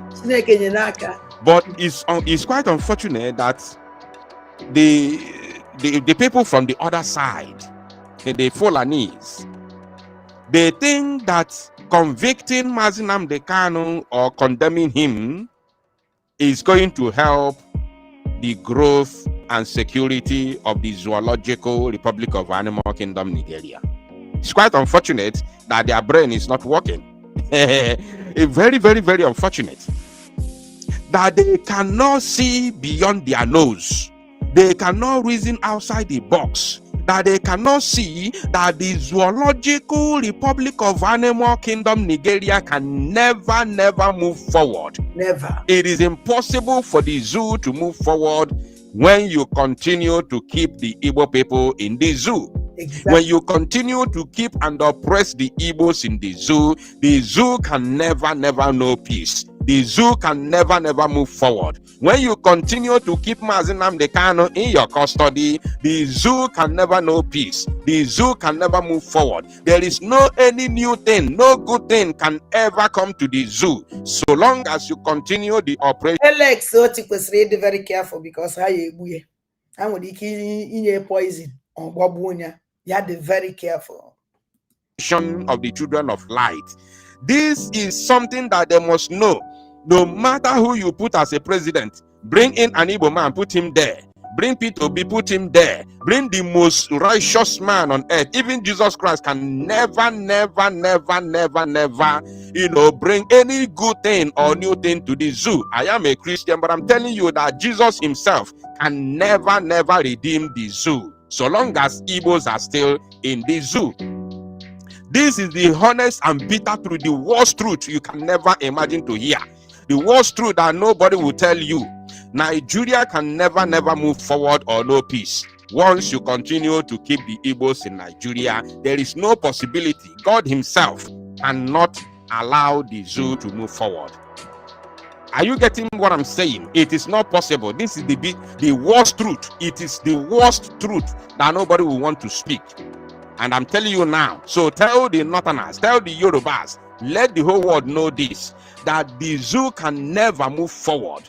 The zoo can never know peace so long as you continue to keep and oppress the Igbo people in Nigeria. Igbo tribe is a very big tribe. They have large number of people worthy of making a nation. So you cannot have such a huge amount of people. You can't have such very big tribe in a country and you think you can suppress them and everything will be, everything will be normal and things will be moving forward. It is not possible. There is no possibility. In fact, let me tell you the truth. The Igbo people have the capacity of collapsing the zoo. Whether you like it or not, sure. If you like, continue to argue with your keyboard. If you like, continue to dream that something good will happen. It is not possible. The Igbos as a tribe have the capacity of collapsing the zoo, completely collapse Nigeria completely. So the earlier you understand this, the better for you. And just allow them, let them go. Let them go so that you can have peace and maybe you may try to move the country forward. Exactly. This is the bitter truth that nobody will want to tell you. The earlier they understand it, the better for them. You cannot continue to oppress the Igbos and think that Nigeria will move forward. It is not possible. It is not possible. I'm not telling you because I know I have power. No, it is not by me. This is the reality. It's not possible. I had some people, some idiots. Another one called himself a cleric or a prophet. He said that Igbos are the problem of Nigeria. Oh yes, that is the truth. People are cursing him. They are throwing tantrums on him. You don't have to. You don't have to throw tantrums on him. What he said is the gospel truth, although he said it in a way to mock the Igbos. He said it in a way to continue to downplay the capacity of the Igbo people within Nigeria. Oh yes, I understand. But the reality, the truth of the matter is that he has spoken the truth. So long as you keep on keeping the Igbos in the zoo can never move forward. So the Igbos are the real problem of the zoo. And what do you do to the problem of a particular people? You remove the problem so you can move forward. Let the Igbos go. You cannot wipe the Igbos out. You can't wipe us out. You do not have the capacity to annihilate us. So long as you fail to annihilate us completely in 1967 to 1970, it is not in this modern world that you can annihilate us. This is the bitter truth that they do not want to hear, but it's here now. That truth is here with you. It's on your table. You can't annihilate us. So let us go. Let us be so we can move forward because we are the problem of the country. The more you continue to oppress the Igbos, the more Nigeria continues to go down. So allow the Igbos to go and be free from this, this chain that all of us found ourselves into. I can't say it better than this. I cannot say it better than this. Now let's read more. The Abia Assembly resolution moved by the Deputy Speaker Austin Meregini, Umuahia East State Constituency, urged Tinubu to invoke Section 146C of the Constitution, which empowers the Attorney General of the Federation to enter a non-prosecute and terminate criminal proceedings before judgment is delivered. Even this one is going too far. They don't have to enter any null prosecute or whatever they call it. I'm not a lawyer. Tinubu does not have to activate or invoke any section in the constitution of the zoo that they do not even respect. The judgment is there already before his table. In 2022, Appeal Court discharged Mazi Nnamdi Kanu is on record and thereby made a pronouncement that there is no court in the zoo that has the jurisdiction to try Mazi Nnamdi Kanu, given the manner in which Mazi Nnamdi Kanu was brought back to the zoo, which amount to kidnap and extraordinary rendition. So you cannot try him in the zoo. The law is there. So he doesn't have to enter any, because if you say enter, invoke or whatever constitution or use whatever, it looks as if he want to pardon Mazi Nnamdi Kanu. No, the law is there. The judgment is there. It's still relevant. Nothing has touched that, no matter whatever they say, stay of execution. No, because that stay of execution does not exist in law. So therefore, that appeal court judgment is still invoked. Is still relevant. You understand? That very appeal court judgment is still very, very relevant till tomorrow, until Mazi Nnamdi Kanu is freed. Now, the House also cited the recent presidential pardon granted by Tinubu as a precedent for compassionate intervention. In the open letter to the president, the 24-member House highlighted Kanu's detention history, noting that he was first arrested in 2015 and detained for over 2 years before being granted bail. Kanu later fled Nigeria following a military invasion of his home, which reportedly resulted in multiple deaths. In 2021, he was transferred from Kenya to Nigeria, an act the House described as a violation of his right and international law. Thank you for stating the obvious. Thank you very much. The letter appealed to Tinubu to consider Kanu's release as a gesture of goodwill. They must make, you see, this is where they got it wrong. How could you forget that Mazen Nnamdi Kanu has been released already by the appeal court? You don't have to forget. Of course, I know you're forcing yourself to do something because all of you are still under Tinubu. So I understand it. But you must remind Tinubu, in case if he has forgotten, you must remind him in this same place. You see, as you made it clear that it is against his, in fact, it violates his human rights and it violates international law. So this same place under here, you must state it that Mazen Nnamdi Kanu has also been discharged by appeal court in 2022. So they must obey that very order by appeal court. So you should have stated it here, but it's okay. I understand. You are still under Tinubu, all of you.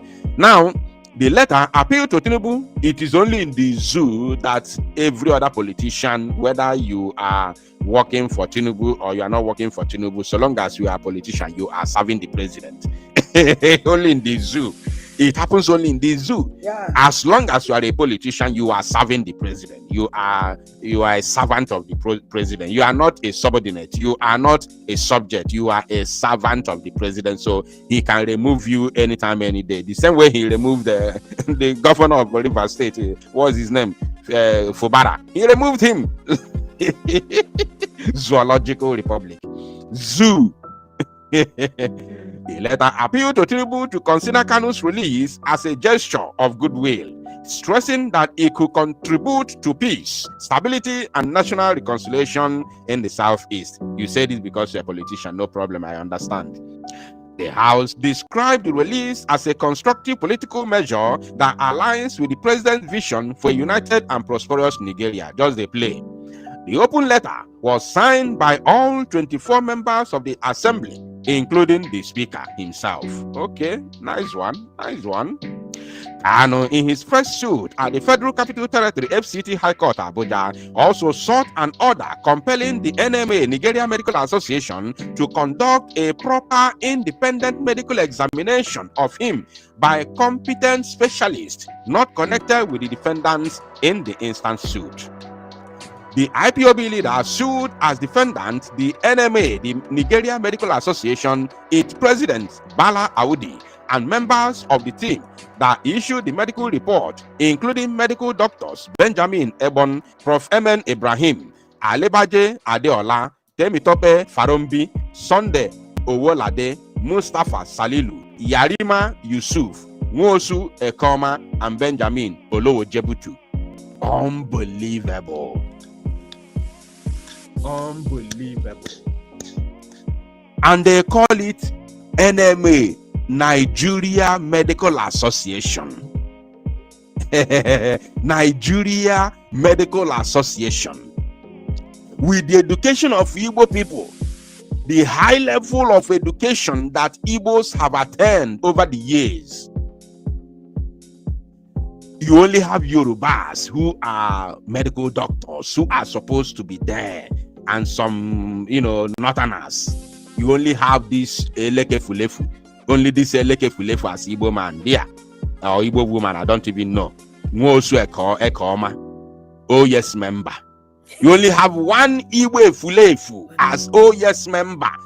Among all the names of the board of the Nigeria Medical Association, you have only one Igbo Fulefu, oh yes member. And you call it a national thing. Nigeria Medical Association, with all the medical doctors that Igbos have produced over the years in the highest levels. Go to America, go to London, UK, go to Europe, all over the world.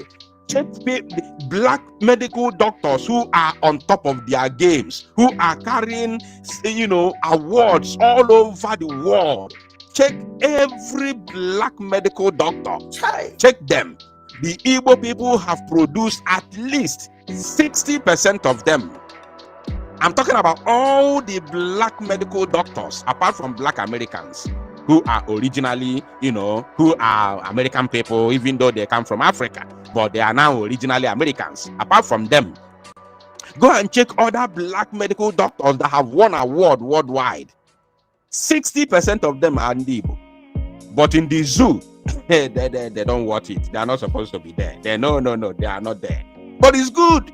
It's good as they are the ones excluding us, removing us, so that they don't say, hey, we don't want to belong. Yes, we don't want to belong. And it's good that you are the ones excluding us. So can we please go? Can you please allow us to go? Can you please withdraw your armies and police within our Libo? Oh my goodness me. In fact, there's no need of reading this junk anymore. You ever go.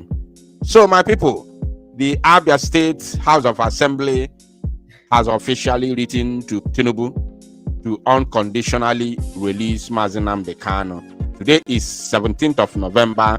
We still have 3 more days. We are waiting for the outcome of his suit in the appeal court and of course the Supreme Court before the 20th of November, which was scheduled by the criminal judge. The notorious Justice James Omotosho.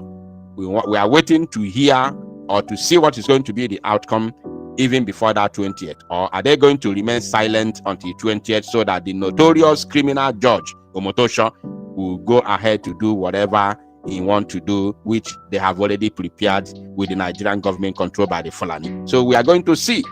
And from there, we'll now know where we are heading in this whole matter. Thank you, my people. To salo no mozia. Many And make it go viral. There's one. No matter anything, we can never trust these people because Hana the good na man Hana kosi if you na ask na fan me something when no one fan me. Yeah, propaganda. I can never even trust them.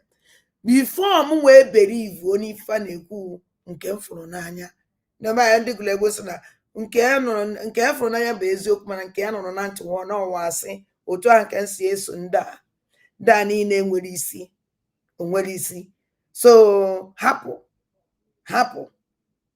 ịma na gọvanọ of Abia steeti ekwubugo okwu o nwere mgbe a jụrụ ya ajụjụ okwu ife o kwuru and ifo ka o si wee kwuo ya so ka anyị na-ene anya ọkwa ndị ọhaneze ndị Igbo youth so na ha ye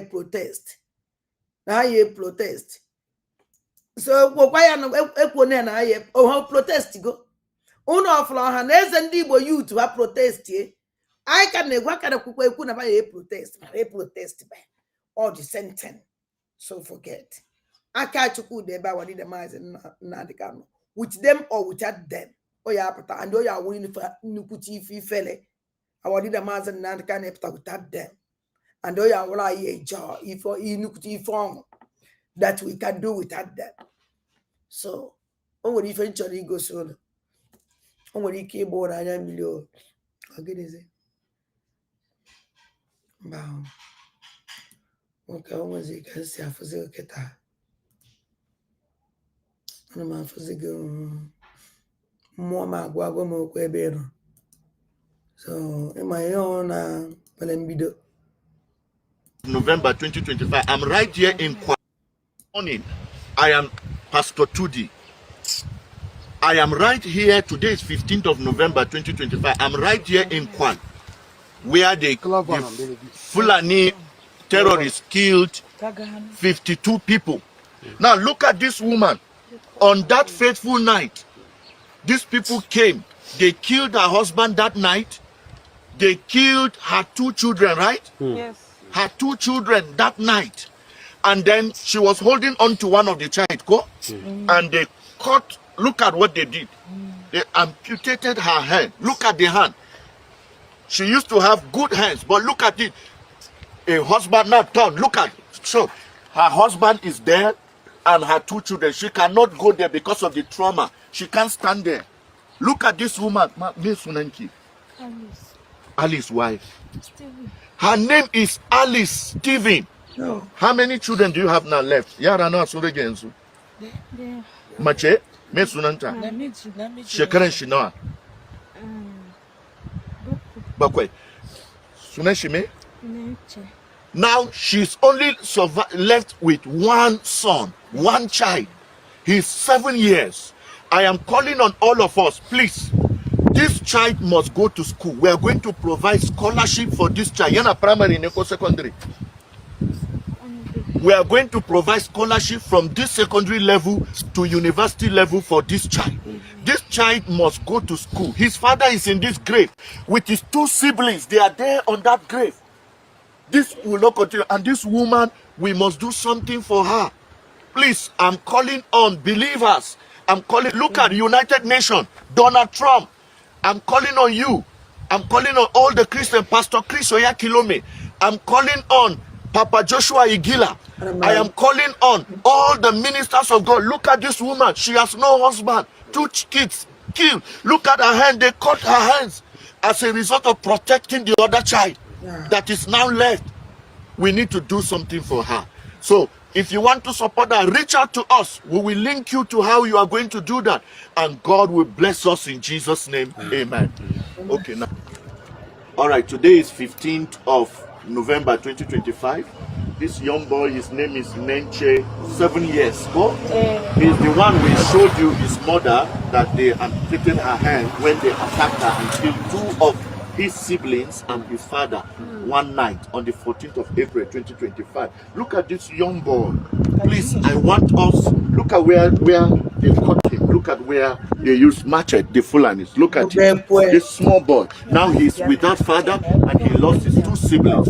This boy must go to school. We are going to make sure we give him full scholarship from primary, secondary to university. If you want to be part of this, please do something. His name is Nenche. He's 7 years old. So I traveled all the way to Jebu Miango, where he is now, and to the glory of God, I found him. How are you?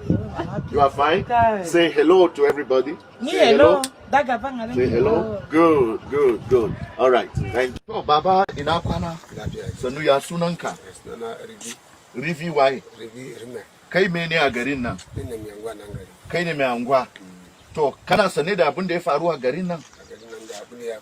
Wani rana ne abin ya faru? A wata 4 rana da kwana 13. An zo an tashi mu a ran ana neman 14 of nan ke. Okay. Da sun zo su tashi mu a musayi ba ma fada da su. Sun zo su tashi mu wata 12 sura mu. Ina an kara mama ni ba ne kwadon kamar ya jawa. An yi kakashe. Yanzu mutane nawa ne a kasa anan? Mutane 52. 52 people. That's what he's saying. 52 people are here. You can confirm that 52 people are here. What is today's date? Yo, Rana Nani. Yo. Okay. Today, 15th of November. Oh, that means this is a recent interview. This is a recent broadcast. So we are not talking about something that happened 5 years ago. We are talking about recently. And this Baba here is a victim and a witness. Yaga da idonsa. Ko baka gansu rana ba? Baka gansu suna harbi ba? Wane irin mutane ne? Christian ne sun zo suna harbi din? Okay. Okay. View where? They followed here. Look at it. They followed there. And they started from the district heads. Did you see them with your eyes that night? Suna rike da bindiga. Kristoci ne suka shigo ko su waye ne. So, and main target nasu to kill Christians, to kill the people. So this is a witness and a victim. We are telling you that this thing is real. So may God have mercy on us. Mungo de Baba. Mungo de Sose. Thank you. Now, look at it. We are right at today's date. This is November 15, 2025. Today is November 15. I'm right in Plateau State, John. I am in Kwan, where the attack took place recently on the 14th of April 2025. We are about we are killed. Now, when you say there is no Christian genocide, what do you mean? When we have children, we have pregnant women, we have mothers, we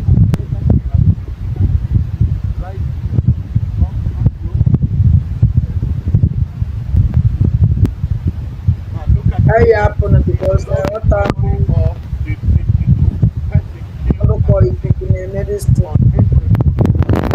why didn't you go see all these things? Or here name now.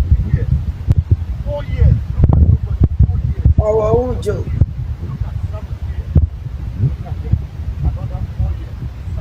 Only your phone. Hang with a lock. Hang with a lock. Well honored. Ndị Igbo home well honored. Ihe niile a na-egbu na Igbo home well honored. Onye nwa the worst part. Ihe niile egburu na Igbo today well honored. Where the ndam and the found. Where the ndam ebe fana. Just like that. Just like that. Ebede ka ihe ebido.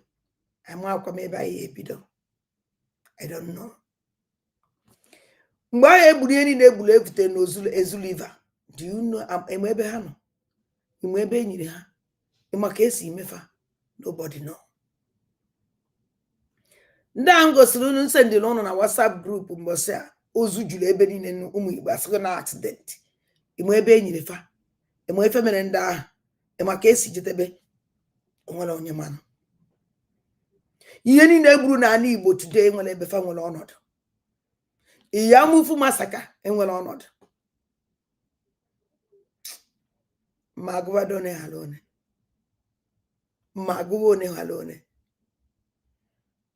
Iba n'Imo State, ihe ni na ebe obodo ni na mmadụ ebi o masaka egburu mmadụ egbu ha ji wee gba ọsọ from their places. All the community ni na efroketa mmadụ ebi ozi. Genocide that community ebe a dị too much ha ji wee gbazi ọsọ. Ihe niile ahụ egburu ebe a ebe kafa nọ. Nobody know. Nwere onye manụ. Ndị a nwere ọnọdụ. At least. Mana nke ndị Igbo enwere ọnọdụ.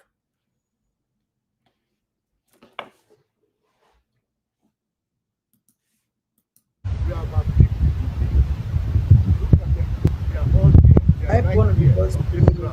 counting on where they were buried. And do you know, 2 days after it,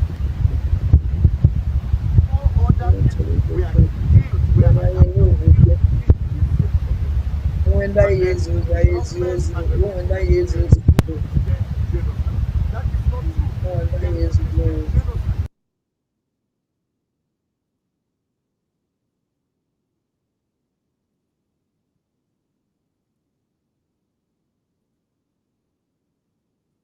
Because and the man who's here on you. Achọrọ ka unu gee ntị. This our brother. Kenny for okulu soludo chọrọ ime. Upon ife niile a na-eme na everybody na-adị careful. Na-akpachi befa. Obodo nwụ na na-akpakọ n'ọtọ onwe fa ọrụ kịta. Na-ede agba ka ha esi wee protect their indigene, protect their life. Genu ntị. Soludo said, according to the video, I will pray here. Ndị Igbo, if I have ụmụaka and if I have egwuregwu. Governor Soludo said, according to the video, I will pray here. Na ọ ga-enye ndị na-achị efi ana na Anambra State. Listen to me. Last 2 months or 3 months ago, somebody gwara m na ọ nọ ya na radio station na Governor Soludo so na ndụ ga-enye ndị Fulani ana ndị na-achị efi na Anambra State. But I don't believe on that because only couple na asị. But mgbe m watches video ka nji ma na-eziokwu ka ọ bụ Governor Soludo ka m gwago. I want to ask you, or Luka, I'm not against ndị na-achị efi. You could hear the 10 plot of land, made their business there, something like that. It's their business. And I'm a Governor Soludo. Or Luka, is it Luka? You want to give Fulani husband in Anambra State? This Luka, where some governors in Nigeria rejected, or he may accept Governor Soludo. I want you to Anambra State if I believe how you have it's the time that Anambra people will rise up to say no to this evil.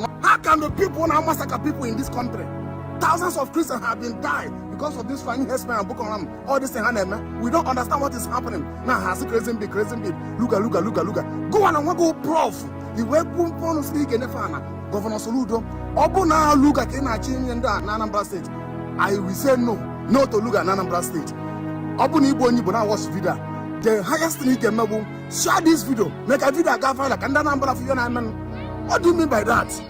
Many governors in Nigeria rejected all these through both Nigeria and some Europe. Nah, Omuna Soludo Anambra State. Mwa Soludo nkete. Ewe wete luga na Anambra. Emana nsogbude. Nandi madu samunda Anambra like le Soludo. Solution governor ka oso gini ki akpokpolo onwe. Soludo we wete luga na Anambra State. Emana Soludo chọrọ ikpochafu ndị Anambra niile. In fact, o declare again. O declare going wipe ndị Anambra niile out. Owu na Soludo nwamgbe ahụ. Wele nabata dis luga, wele luga, wele nye ndị Fulani na-egbu ọchụ. Na Anambra State. Ona ifesiri kwuru kita. Ona mpusi eme. Ona esibe terrorize na-ebuchasị ndị mmadụ. Soludo wee kpokpute. Oh my God. Ndị Anambra agba nkịtị. Ndị Anambra agba Soludo nwamgbe ahụ nkịtị. Oh my God. No na wudo onye na-achịdo. O wuruzie ya n'onye nwanwe everything. Obi nyomi ife soli ya nụ. Maybe can we that if Oji we kwe when we came, I'm only may allow go win.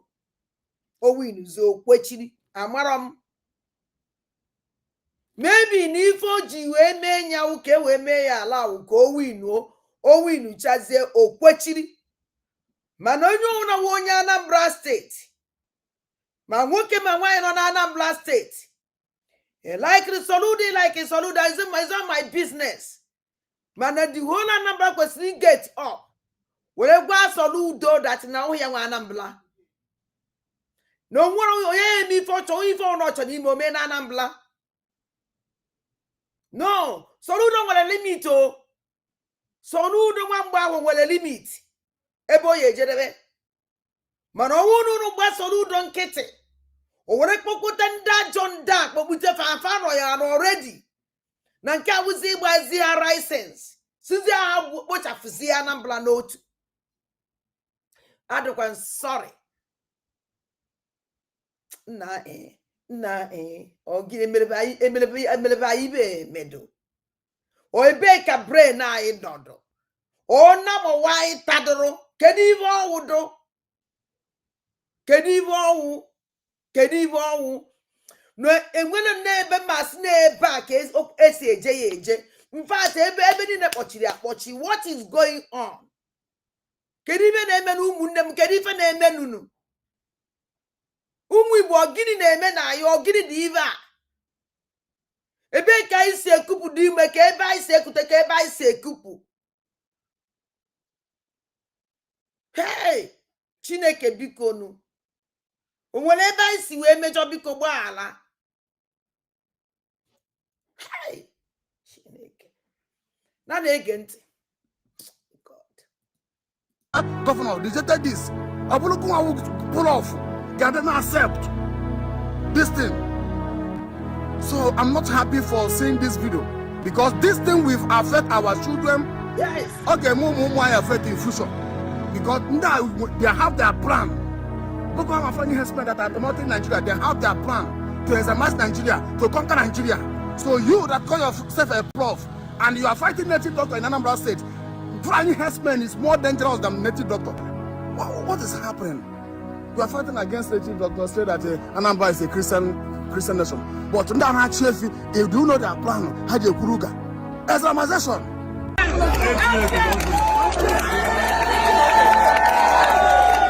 This is the presence surprise.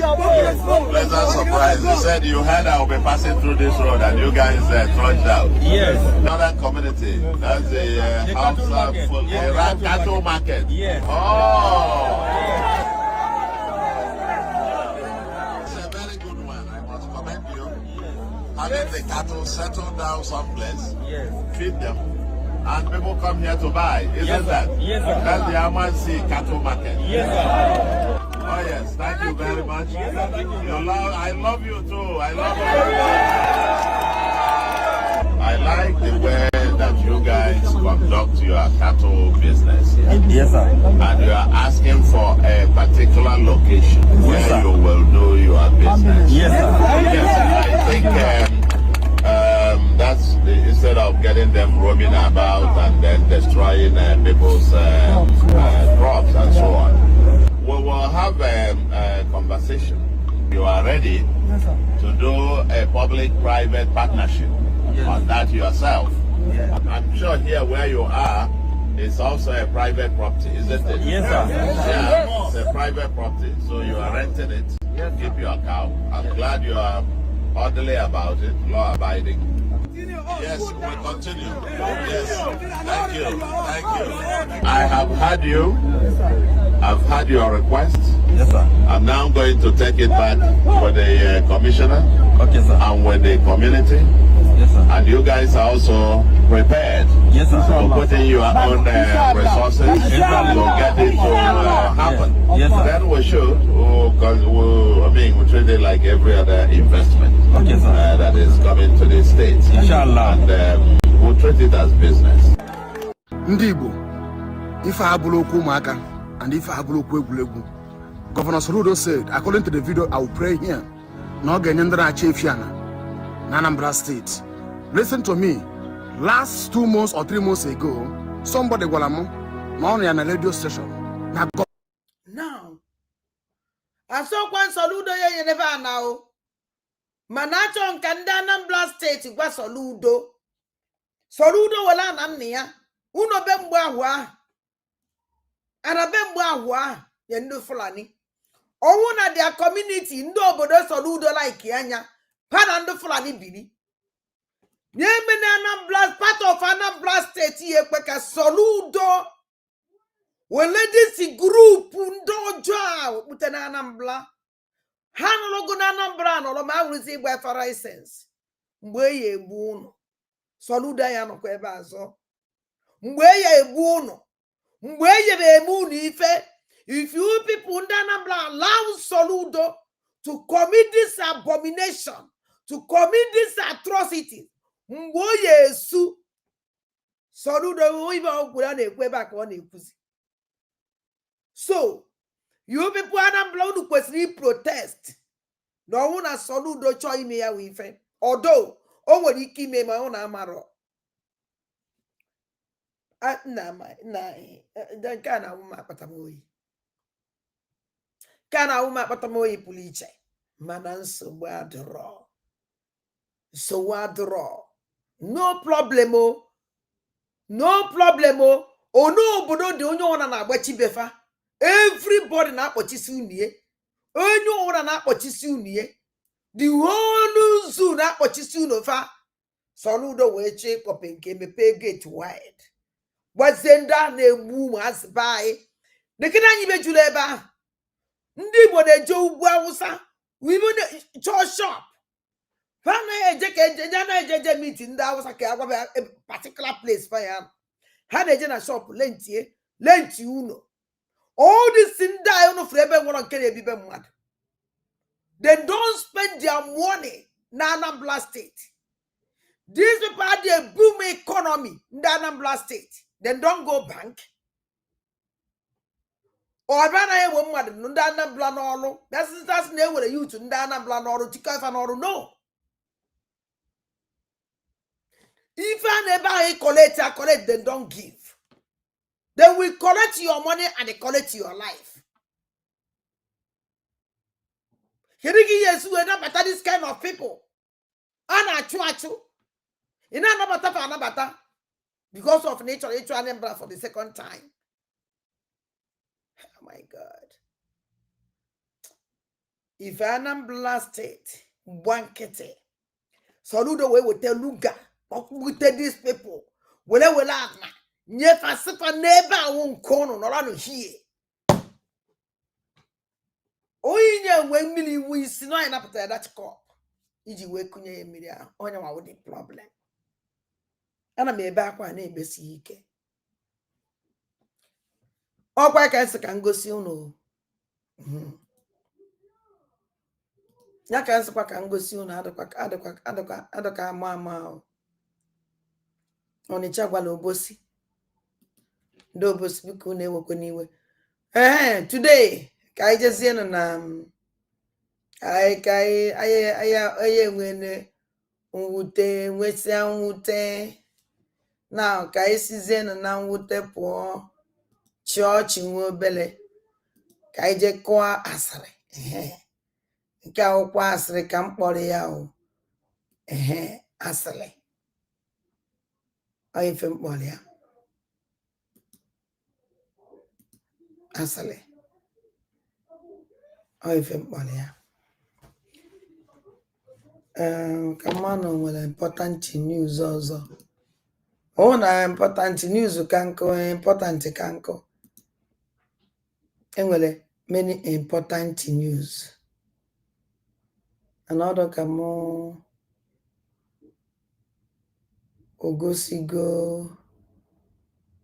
Kamala keni fe this man okulo maka this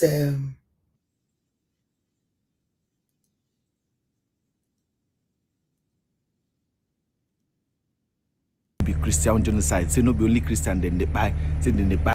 Since where this Trump invasion, since where they start to defend people, they can't defend now. Our politicians can't defend for Nigeria. Say no be Christian genocide. Say no be only Christian then they buy. Say then they buy Muslim too. Say not just buying things, not buying things, not buy be.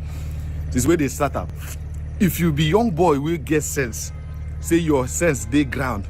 You there from south, east, west. You be Christian for the north.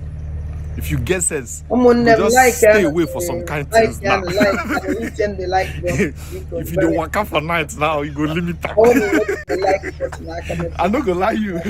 If you get sense, if you understand what they happen, if you understand what if it happen, if you get sense, you go just for night, you go just day house. Some kind of places you know go. Because these people feed they carry people. If they catch you, if you don't mind, they go beat you. Only you go agree, say, I be terrorist. Make it. They'll come parade you, present you. I don't tell them that say Christian they kill Muslim too. Yes. I they tell you. If you get sense, understand, you go just, if you get as you take the, if you be kind of person where get dread, can't draw tattoo. You stay away from, you begin the not suit, the not tie. Because they look you say, hey, like this guy fits the profile, you know. Then go catch you. I know say nobody meant people like police. Nobody torture like them. If they torture you, only you go agree, say, wait, I will confess. Are you going to die? I'm not a terrorist. So, if you be person where they, if you be Christian, in fact, if you there from south, you now the time to just be very careful. Because if they catch you, share recently now, share you see the video where they talk say they collect ammunition from Reverend Father for Joss. Say now in the supply, nobody know waiting they but now waiting they talk, now waiting they talk give us. Reverend Father, your prayer this morning no work. This one recovers from the Reverend Father. The fabrication and supply of locally made dangerous arms by illegal arms dealers from Plateau State has continued to pose a threat to national security. Say they recover ammunition. You no go blame me, I no be terrorist. I'm not sabi mention weapon. This guy they recover all those guns. Try. Everything they talk, say na Reverend Father. So even if say you they do once you be Christian, once you be from southeast. If you do southeast, in fact, people when they southeast now, go they careful pass. They catch you for nature or anywhere. Man, carry you, if you carry you, go just carry you go Medugri. Say talk say now you did. You go talk say at the bomb mosque. Sure. They careful. The thing I say, make sure they careful now. And our bloggers, if I was reading on social media, created the awareness. Can you mad? I don't mad mepe. Man, no one on Kaya Koko, no one keep quiet. Or no one keep quiet. This thing we happen because all Potago, every go and a meeting and they have passed and every go here already. Every go here. I am one kit and they boom me. You want to put on with okay, you will go where Igbo. Ndufulani and they wound down the terrorists and they are free of charge. And they boom me. Oh my God. Namasizeno knows go. Uzienu chim, Uzienu knows go. Life. Come on your hand from crime. If you want to do small crime, remember say the fee mend you go grease the terrorists. And that time you go to talk say justice for. Calm down now. No do crime. No do anything illegal. If you smoke before, come out from your hand. I dey tell you no.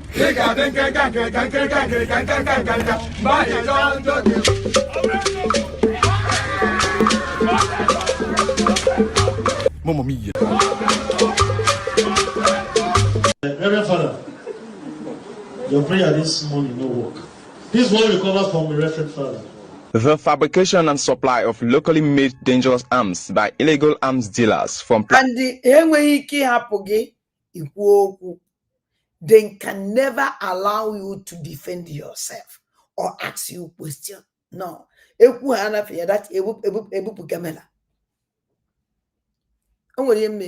now. How many minutes can this program?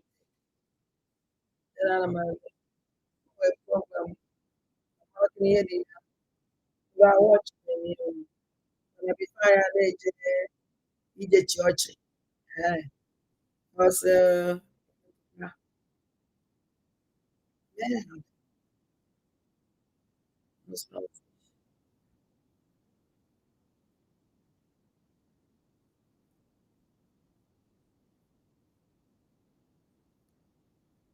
we don't give you time. Hello, time is running out. Time is running out for the Nigerian government and the terrorists in Nigeria. You know, say Trump tell the Nigerian government say, "Mokuna move fast too. We don't give you time. Mokuna move fast with this window of opportunity. While you are moving fast or you are moving slowly, we will be investigating more." For this class, I will show you say this week US Congress go meet on this matter. Many investigations, underground investigation, they go on. They won't meet, discuss some. At the end of the day, they go carry the file, go give Trump and other people where see they investigate the matter, where they give the assignment, they return back to Trump. Now I will show you for this class. Notice say they talk am, go relax. So you know say their own they go talk am, justify action. Don't be like how we say we no organize. See, they are not joking. According to Punch, alleged Christian genocide, US Congress begins full-scale probe into Nigerians' killings. So different people, organizations that have interest on this matter, even people that are affected, all the communities, they go to send their reports. They go to ginger. From the news, look, we break it down. What is happening? The US House of Representatives Subcommittee on Africa will hold a public hearing on Thursday, November 20th, 2025. Okay? The hearing is to check President Donald Trump's decision to designate Nigeria as a country of particular concern. They never forget it's still there. This is about religious freedom in Nigeria. What CPC means again, if the US Senate agrees to it, the US can sanction Nigerian officials involved in religious persecution. They know what you don't know. All the information where they hide from you, they know. Okay? The US can limit some assistance or support to Nigeria. It sends a message globally that religious freedom in Nigeria is under serious threat. Here the details. The time na 11 a.m. Venue room 2172 Raybon House Office Building. Chairman Rep. Chris Smith, who will speak.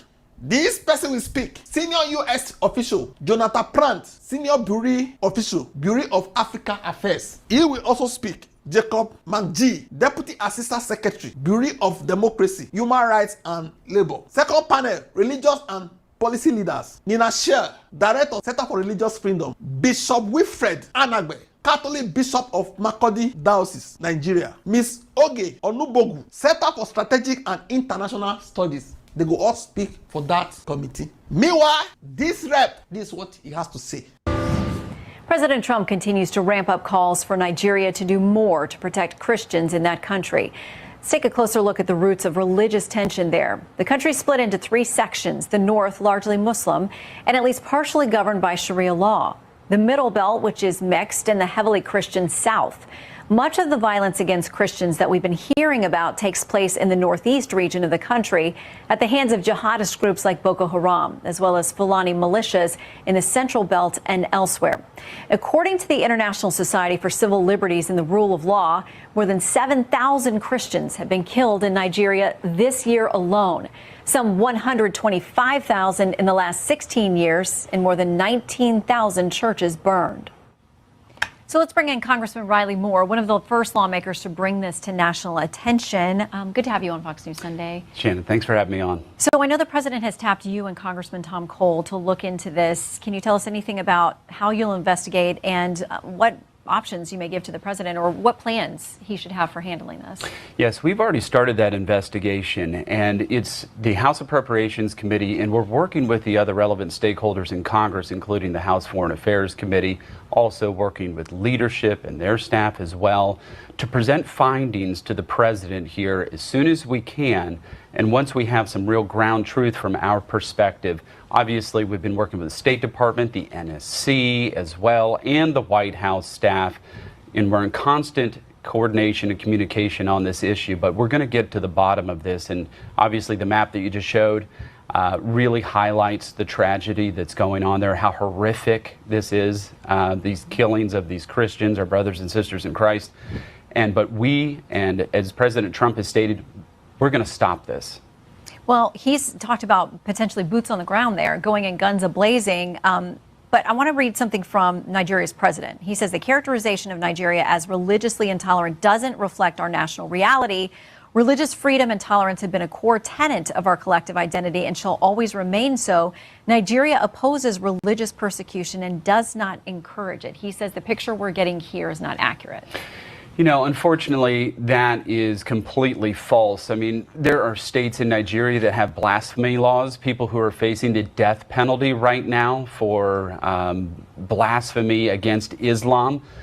There's a person currently right now who's held in prison for defending himself from attack from a Muslim militant from the Fulani tribe. He defended himself, and he's facing the death penalty. So, no, there's serious persecution happening in Nigeria. I know the president, Tinubu, is in a difficult position in trying to protect his interests there in that country, but they are complicit in this to one degree or another with statements like this. So the New York Times says it's not just Christians. They say attacks on Muslims in the country often receive far less attention within Nigeria and globally, even though they have also been killed by the tens of thousands, with groups like Boko Haram preying on Muslim communities. So is it fair to say that there are other religious minorities, depending on which section of the country, and you're a minority in that particular section of the country, that they are at threat as well? Look, there are Muslims that are being killed here, but the deaths that we have been able to garner from the facts on the ground, it's 5 to 1. 5 to 1 Christians versus other minorities, other religious affiliations in that country. Now, there are Shia Muslims there. These terrorists are Sunnis, Salafists, who are doing these attacks. So, of course, the Shias are going to also be targeted in this. But it is 5 to 1 Christians who are being killed in Nigeria. What can the U.S. do quickly? What should we do? Do we have a role in something that seems to be an internal dispute in a different sovereign country? I think we absolutely do. Look, we're a Christian nation and a nation that believes in values and virtues of standing up for people who are being persecuted.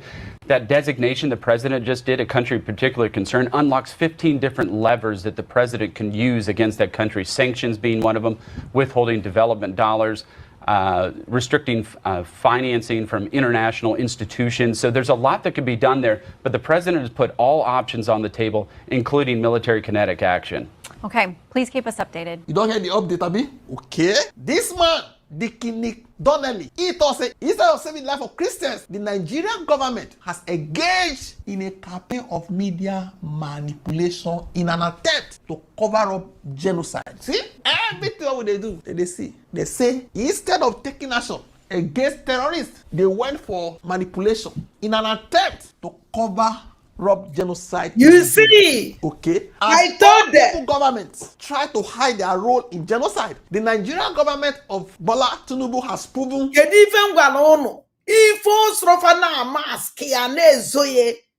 whole world have know these criminals. The whole world know Nigeria very well. And the whole world want the persecution and they persecute Ndibo. Also, Fajek not to me when you na prison, tag after not touch after tag after terrorist. The whole world know. They know. So, or they metum nobi.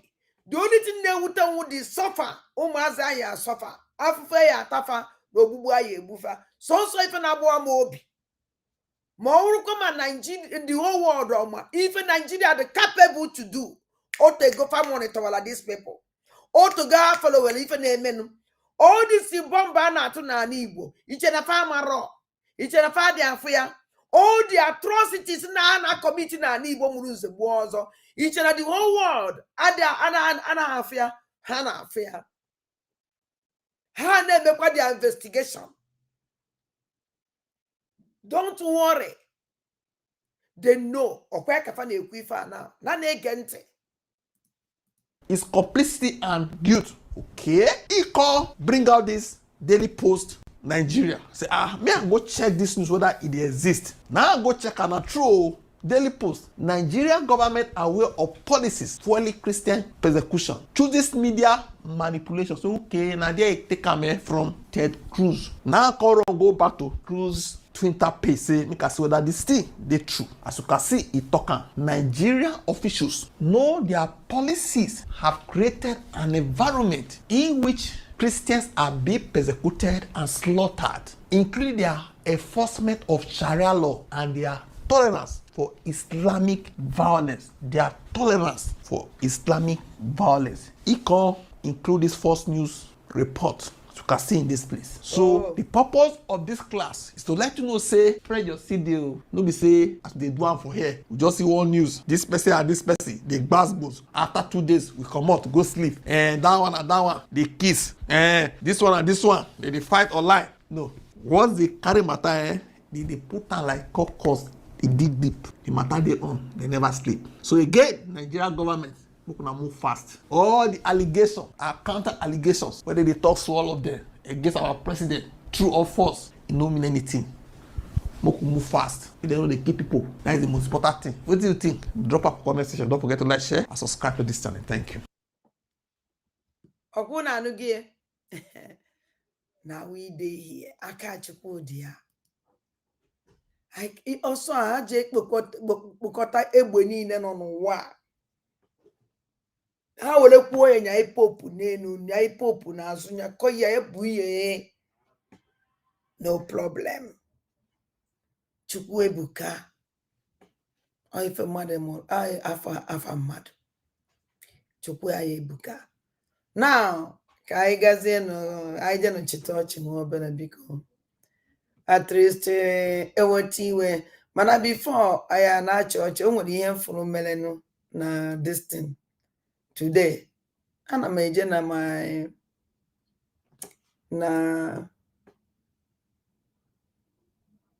my this thing. Well, for Mole for Angosi mono. Our kaichi ochi ochi kaichi olechi found. We want to laugh. Then Anya. Post half tago. Post election din kere kanti. Kele kanti. Okay, eba makali o kele kanti. Eba makali o poster wa. Wa na anyway, jabo we ya vote to wa.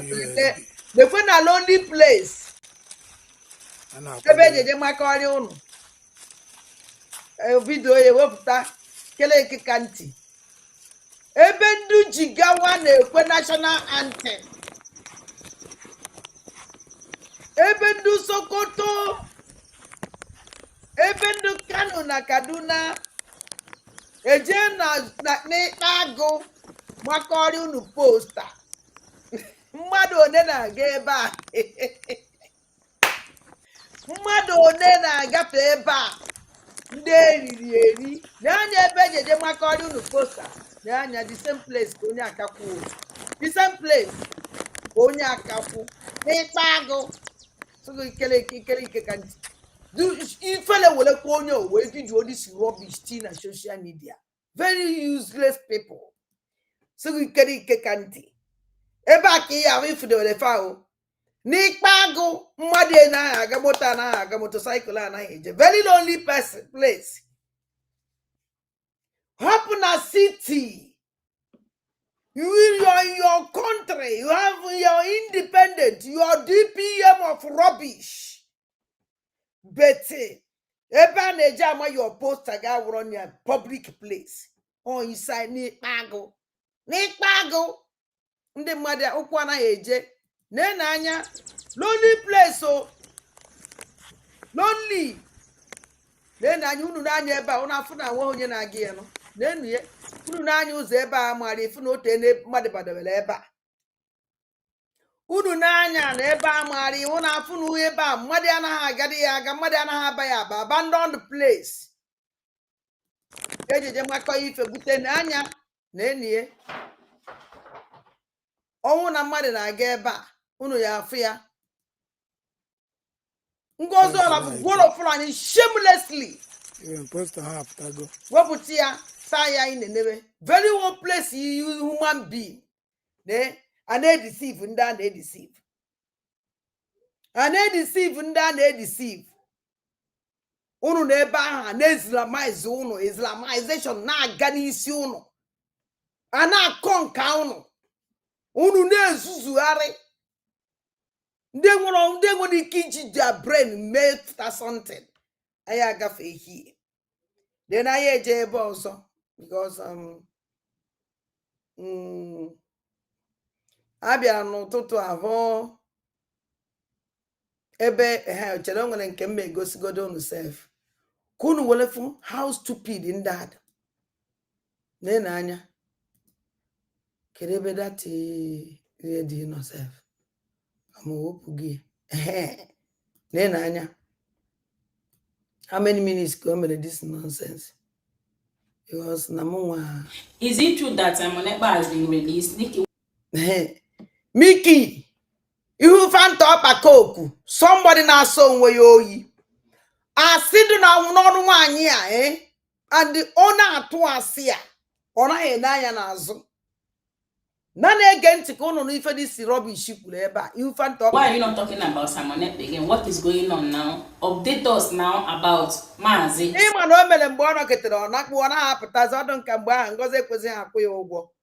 Because they got from expire on the content creator. Then you know when I met with money. If you pay them, they will work. If you not pay them, you not go see them. You found up a coke. Then again until Chelenu Kelon Ibasa Juria. Is it true that Simonetta has been released? Nikki, why are you not talking about Simonetta again? What is going on now? Update us now about Mazi Simonetta. Is he still in jail? Has he been released? Calm down, my people. Let's talk about our Prime Minister, Mazi Simon Ekpa. If you recall, I posted something recently about his endorsement. He endorsed Dr. Ngozi Orabeze. See how this useless people, this woman, no. Opatala no, the first no post to na Abato Obie Mbego Ngozi Olabugolo flying indoors. Post to Onya. Ngozi tweet here. Because as seen na to they were with this lady called a push the only tweet is enya. O for onya tweet o push ele onya tweet enya man no way tweet enya. Imana Ngozi Olabugolo flying intelligent. I just they love them because even now laugh on the most useless people. Ebe man okporo onwe nwoke chumu ya no. I were brain ye we nwo gari ka ezi nke fọrọ no o were brain ye we duwe tuwo sinkafa okunu de nunu amazibu brain nke fọrọ no ye ji we zo ụmụ ya ọ ajụjụ nna ajụ ngwa n'ezie n'anya this woman na ọbata obie nọ n'ime pleasing we me Ngozi Olabugolo Fulani indoors. Kwari na Ngozi Olabugolo Fulani commander-in-chief of terrorist state beje for Batobe even one day. Yana beku bedo. Awade Batobe na court. Kono West ni amara about this group called USB. And the name will anything jikora yana this group. Anything on na this group umele please. Niyamara about it. Naki out ya drea. Nam no na this court can no this group for the first time. Na group ya happen where poor Biafran government in exile. Na this USB ya maranda for no kaya where so this create this group. After call what has been done, I don't you and two where me use one brain on. Ima this idiot the Charifa and blankete. And I told him church this night. Can't happy when I go because he was course now some. So I told me you were when I go. So I can straight here myself and be happy before they get a bed. This is criminal. Robbie Shawn of Reba, who fat up a coke, could deny God wrong way. Somebody that don't happy of herself. Somebody when I saw you. Somebody that don't happy na. Oninya Chukwu Di Ya. Wake had you own way you fan top a coke. When I put about we sing after copper to be the night non a court we say Niamara about these people. Now come to be up Tazeni Basu. We may see the people on a court Niamara. No deny he deny that the reality call or Malafa on a prison we created this association. Or more than anything but this association. Now all you are not in prison. Ebe will appeal. We go kwa zeba na not in prison now. That association now has ni ya maro. All maro mbe create. Kwa ya anything now na this association name ni ya wa mara anya ya ni ya we so ni ya anything about it. There's the DPM and does inside the prison. Who is the fooling who? And it's some useless people they believe in a nonsense. Oh, na kandasi jesina. Van Nando say no bato bien Zoom meeting with them. Biakutreva na Zoom. Talk to them na Zoom. And the Biafran liberation not there. These useless mad peoples. Oh, Nandi Jenga no bodaj, the Jelenga, Europe, Jagwagi, that's na phone on an papa with 10 time and where. And the phone on they discuss, and they look out there. Mia somebody. None even caught to Ebemuwa than them, but they get no say. Nifia put on a social media name if you name on social media. Nothing known as social media can yes we create awareness. Now nature not the best way. Manakita no one apota. Now you're just in a diplomatic way, or was in a social media. All for to be equal. Now come to be can accusing a social media. That's not obvious in a meeting. Well, not in a meeting, which those people are. eji we tag anya terrorism. Mekwa meeting with them and you speak with them. Na uno makwa ibe na akodo. Kucho Batobie can never, although possible. And you will zoku or be anywhere at all when the idea never even do to her.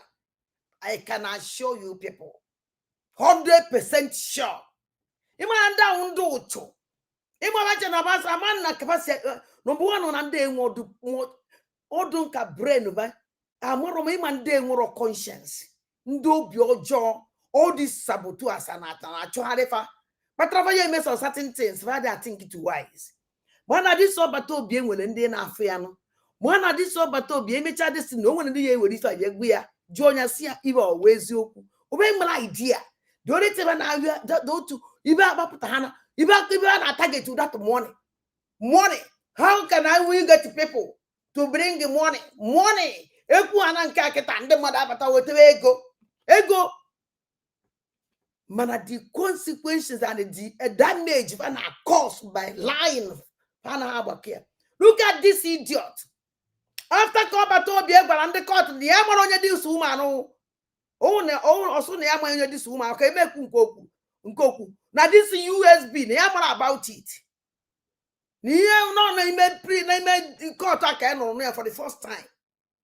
Now this association, they may go here. Anything this association they may count me out. I don't know them. I don't know about it. Or just say the person on a court will that Niyamaro anything about her association. If on a met with her association, they say endorse. Who is it fooling who? Oh, no, but you may open away manoba. Can you kiss a court? Sign name about USB. That in anything on and done, they meant count me out. I'm not about it. The only thing on how you government, different government in exile. All group no na poor. All go see. Apart from this group, I don't know any other group again. If you say no, please. Because the kinda is in a which means in our toss. Mum check go to near when you tune meloche. Just when no, just use to go to no brain. No. Where meloche no luna and any water. Kunu will down. You need an for goes all a base of zombie can't in the one of people thanking for quality. Where a qual of a quelle. If I can pay, oh, no one is the no how zombies. Or what was zombie, or what zombie came to the men zombie ma and a cook of zombie, one half of a zombie. General social media. Then no Haiti zombies. Kono focus keep the original zombie. But same for the but emele report about to zombie for 1 month. Allow more laban. Unfoje Haiti. Adima na yivo jinak up to that na suffer so because of that zombie. Obviously manya no chimonta. Amana this kind of thing may exist in this world. Haiti. A bank came with a zombie. So zombie who zombie in Haiti from Haiti. To be sincere to you. And do I KJ deceive you? None again to this idiot. As our deputy prime minister of the United States of Biafra. Some of you were surprised and were even saying fake news. Do you know that even Sonny Akbarawa, most of you know Sonny Akbarawa now, Sonny Akbarawa has started tackling our PM for that endorsement. You see? He has started saying that if Eba can do this, that means he's complicit. Like he has started a kind of trying to call our PM Sabu. You know? Sonia Talawa could info kuru because of na all these things to deceive people. They are fake court. Oh, get keleputasini abwalangozo la bugolo fulani akukwo na court. After my never. Imama da abosi. Nabane ekwoku na baya agbangozo la beze akukwo. Oh, kurie nanti. Oh, let me juice. Onyebuchi nwanne mu kwe nanti. Ikuku na owu na mu ke mama de abukuru na meeting that man na ekwu na ye abia maka ye sisa avo ya akwụkwọ anaketa oge nke reftasị na ya agbago ya akwụkwọ ha bụ akwụkwọ eji gba akwụkwọ o nwere dị ọdịtin ha na na oge nke resị na ya gbara ngozi akwụkwọ ọyịma mmadụ abụ abụ akwụkwọ ndị otu all of them nwere nke bụ sọsọ oge nke lewe onye bụla akwụkwọ wuchi that rubbish ahụ ewepụtara na social media ọ gwụsịa ọgụ na anụ na ọkụ na anụ na ya na maka na-ekwe because maka nọ together ụnụ wọcha mgbe a gbara akwụkwọ ahụ ịma mmadụ abụ ha nche niile ka na ọwụcha oge nke ebe ekewabe ka ezi ka esi gbazie akwụkwọ ndị gbara gị akwụkwọ ama ha na grupu gbara gị akwụkwọ sọnsọ ofu onye gbaziri gị akwụkwọ ọ gwazi ndị otie na ya agbana gị akwụkwọ na enyi agba gị akwụkwọ mbọsị dị otu a na enyi asaba akwụkwọ mbọsị dị otu a o nwere eritin ụnụ ma n'ozi na soshal midia ka ụnụ nọrọ nụ na-agba na akwụkwọ and the venture niile ka nọ by then mgbe unu na o nwere akwụkwọ agbara n'ibe anwale nji they can write anything wepụta na social media we don't even care na emesịa na unu ya amakwa after how many months fabiaze konu kwakwazie ngozi bịapụtasị bata bịa someone again get to withdraw the case rubbish ibe niile ahụ ka a na-etinye ọbata obi problem ka asịkwa na ọ nọ n'ime prison wee na-akọwa ndị outside ụnụ aghọtado the game ndị a na-azụ n'otu nail ọbata obi down ebe a na-achọkwa another witness ebe a na-achọkwa another proof ha ya eji wee destroy ọbata obi but the people ama what is going on. Somebody nọ na prison na command kwa na-enyekwa command na-enye order. Somebody na accuse ya incitement. Una ama dife na aka no. Na ndị a chọrọ ka ọbata obi hapụ isme ihu igwe again. Ha na-eme everything iji make sure na ọ nọ n'ime ebe ahụ apụta. So no mene appeal. Ha ya ejide aka fa na achife ya aga ya aka eji wee na-erie. O ife na-eme ife a. Mpụtakwa unu na onwe kwibe dịka adị mbụ na-agwa na onwe kwibe na-esere oge nke na Ngozi Alabeza mmadụ na-aba udisem. Ngoya na ọbata obi have told him he refused. Let us watching him. I just dey smile. Mecha oge nke repụta sị ọbata obi ejikwere sị for that na fe withdraw the case. Unu nọ ebe a na-ene these people a na-ene ọbata obi down a na blackmail ọbata obi a na-achị push ọbata obi to jail ka olu uso DC appeal ome. Ọbata obi have warned these useless people, take my name out from your mouth. Don't put me in anything on in a name. I am interested. Come out from social media.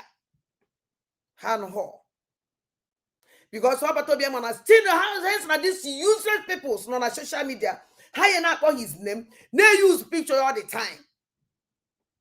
Don't use his picture. Don't call his name. Forget about this man. No. Every day nda aputana to ase. Na na-egente. Onye bank ba na-ebe kedafiano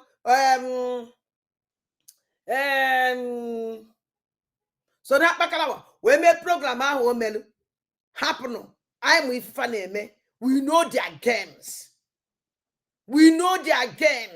because of what mmadụ ka a na-agwa because ọnwụ na onwe iwe ahụ o were onye agwara ụnụ na ibe aduzie ibe Biafra wa wee duzie ka ebe personal problem mmadụ.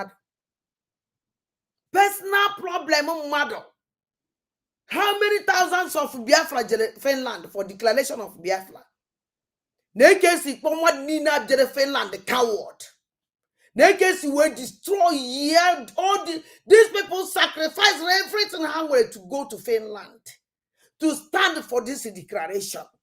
Uno man do that woman American and our mothers and fathers. But with we share a GJ. These people come out for this declaration. Over a one woman on Fentry Nime Hall. Heart problem. A mature survival. I'm on faith, I'm on spend the keta.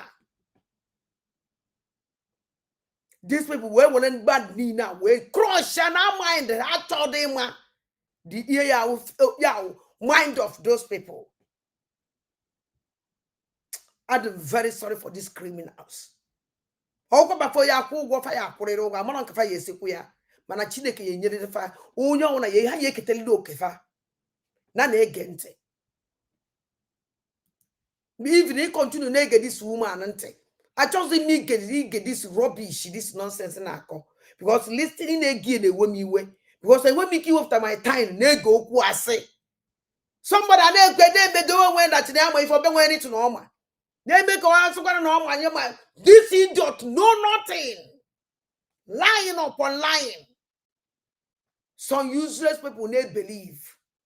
So they akpala waputara ku ife okwu. Agwara m unu na ikonda ni na yeju. So they akpala wan oge nkele ngozo la beze den solo batobie off. Including Vam also. Because hence na Vam putara po ebe kodike kenebe kodike. Okwa I can never forgive him. He's a propaganda man. Call. There is no time. Van like Robert Obie. Van come from mission and don't complete go that mission. But let me tell him something. Will end. No matter how no matter how Van pretend. Now go see no one. We day here Van. We know the game that you played. There is no tiny love about Obie. Ununina undu media team. About Obie. Government media team. Ununina saboteurs. There is no time on love about Obie. Look at how you people destroy everything. Very useless human beings.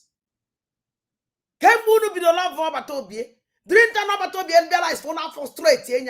Frustrated this man that's not just like honey one. Now I wouldn't let woman what Chineke buru ni no. Asukwa no ko obi do mwa iwe kwam. Ka put this infant up akokwa. Ibenji we wopete ya maka na believe nonsense. This man, this woman this rubbish na eku. Amana mo ya pa man. Mana mo ya pa woman. If you nature nwoke. Because onye eyi nwan. If you nature oh kwa na mo yiri nwan mo wan ekwu no. Ye na akokwa onwe na ye na akomane na akọ onwe gu odukwa egwu jiri ye nwayo ada ndị mbụ na ndị egede kai pọ na ebe a onye adịghị lili onye afọ mana ka ntiri mu ni ọ na-ekwukwu unu na-ege ntị ana m abịa because PM endorsed Dr. Ngozi Orabeze as the Deputy Prime Minister of the United States of Biafra. So now it is true that Maazi Simon Ekpa is not yet out. It's not officially out yet, okay? I can't come here to lie to you and say yes, it's out. I don't know where you get that information from. And I would advise most of you to mind what you consume, mind what you listen to. You understand? Social media is... Get out. You're an idiot. But before something. Anyway, I dey come. Before, because I told me ochiwe mechi this my program. Cho me we Chineke wepuru mi iwe no. Wepuru mi iwe no onuma. O nwere ife nchọrọ igosi unu before egosi unu this criminal. I want to show you people something. This today can na-eje na social media. We bata fo ebe vam ime ọ na-adị na-agbajebe nnọọ eje egosi onwe ya ịma onye onwụ na ana na-achụ ọsọ ọkụkọ nyụọ ahụ a na-achụ ya ọsọ ha na-agba eri ebe a na-agara abụ ka a mara datị oya asapụ onwe ya mpụ dị ya na arụpụta can never wash it out. But ihe mere ebe a laikere m ya yeso unu mana m nwa nwaada ndị mbụ na ndị gị na m ekwu nke ọnwụ na-emere dị m mma na arasị m ụnụ na ọdụ mma mana nke ọnwụ na-adọghị m mma asị m ụnụ na ọdụ na nsịkwa na ọdụ mma doesn't mean that na iwu ibe anyị si iwu na iwu ya no geenụ ntị ka ụnụ na ife mere hie geenụ ntị. Yeah, you did well. You did well. You know, I'm at work. Thank you for joining us. Yeah, I'm at work. But this conversation, even though it means risking 5 minutes of my time, to engage, I would do it. And I just want to appreciate you for what you've done so far, what you're still doing, because we will not give up until we see this freedom. And there's one thing Yes, sir. I want to. Can you still hear me? Am I still with this friend? Yeah. You're online. We are with you.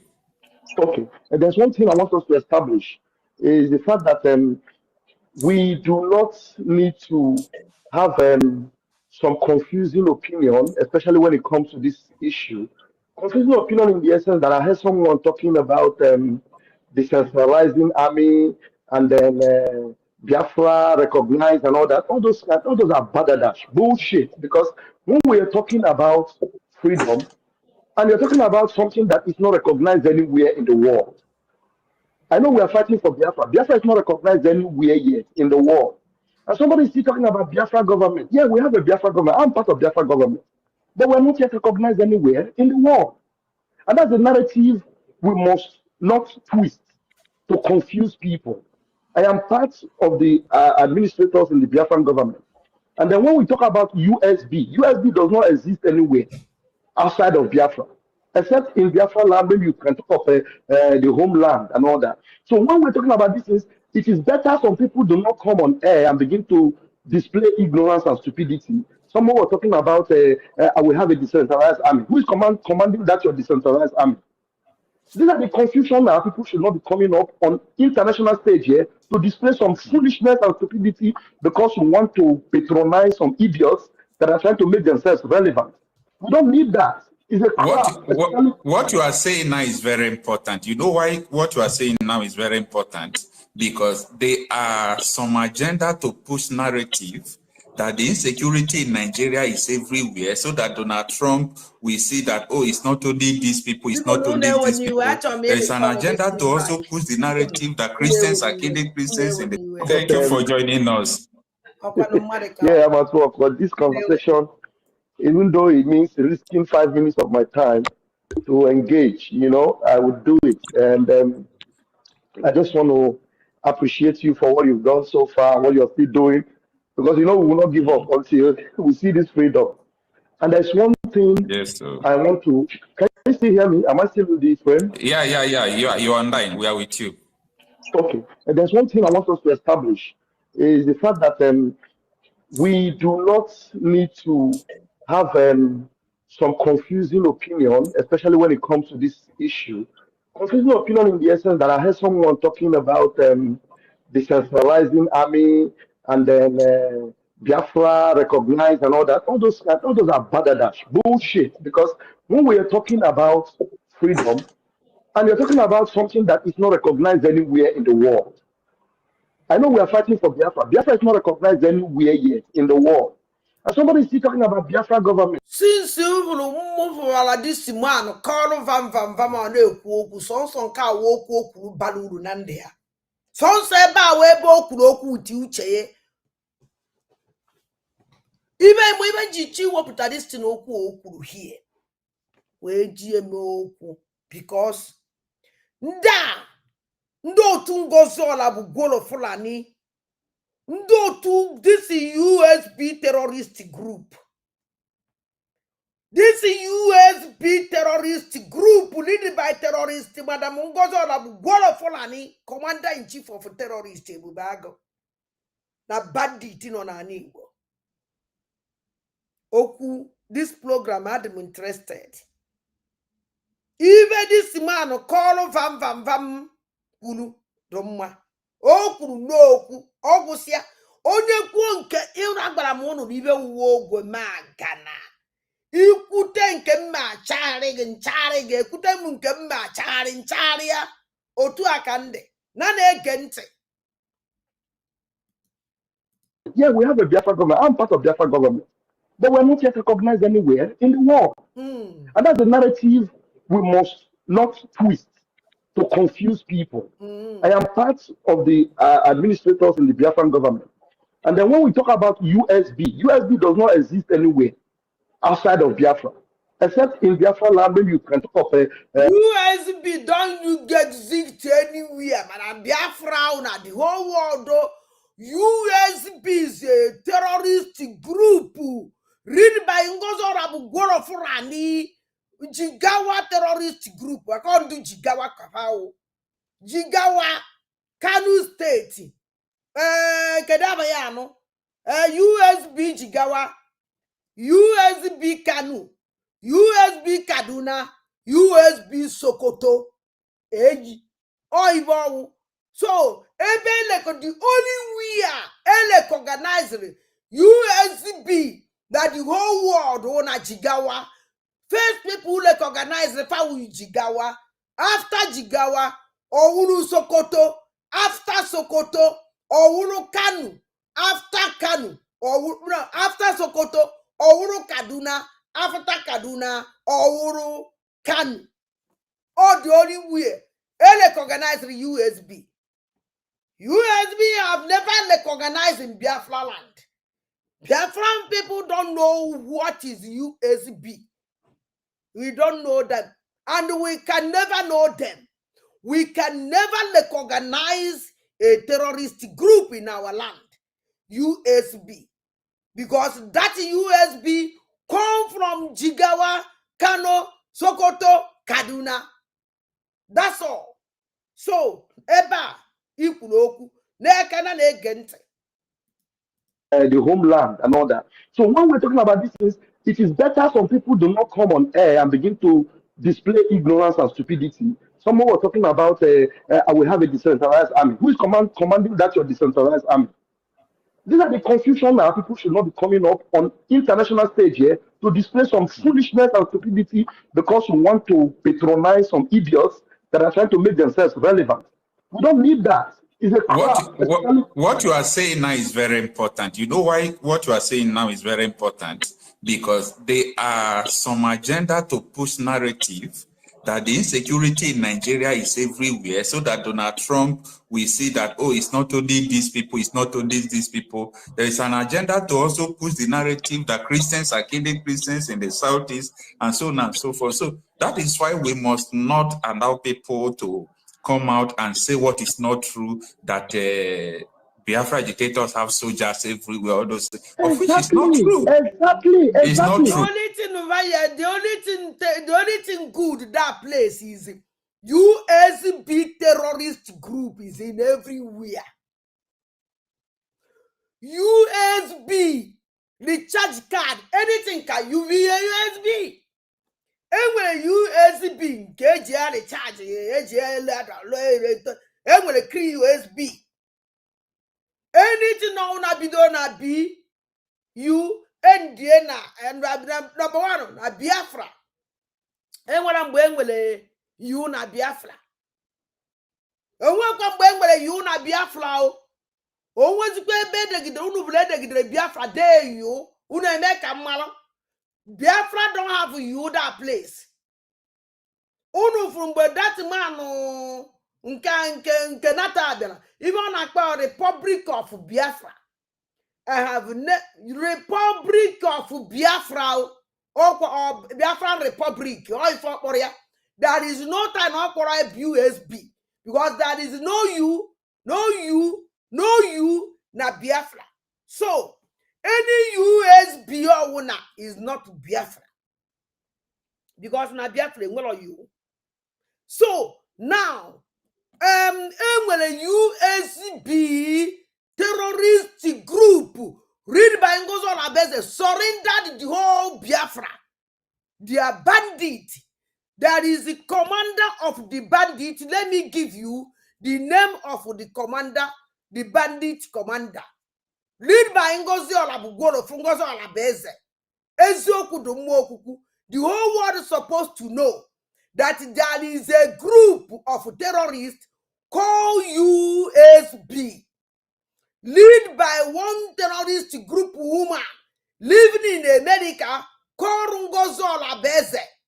Let America investigate that woman and see the atrocity and abomination the woman commits in Biafra land. This woman build a powerful terrorist group in Biafra land. The leader of this terrorist group is Adamu Bawa.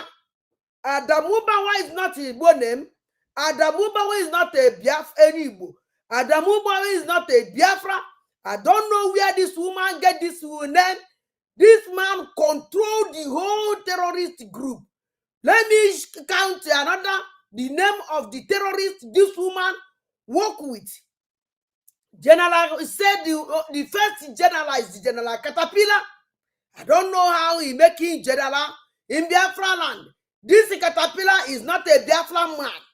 There is another man called General Chukwu, First Defense.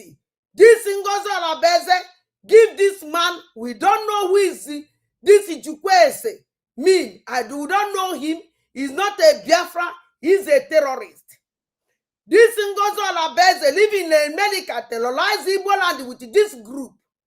There is another man that he said, but General Kill and Bury, this man have, you people should investigate this Kill and Bury.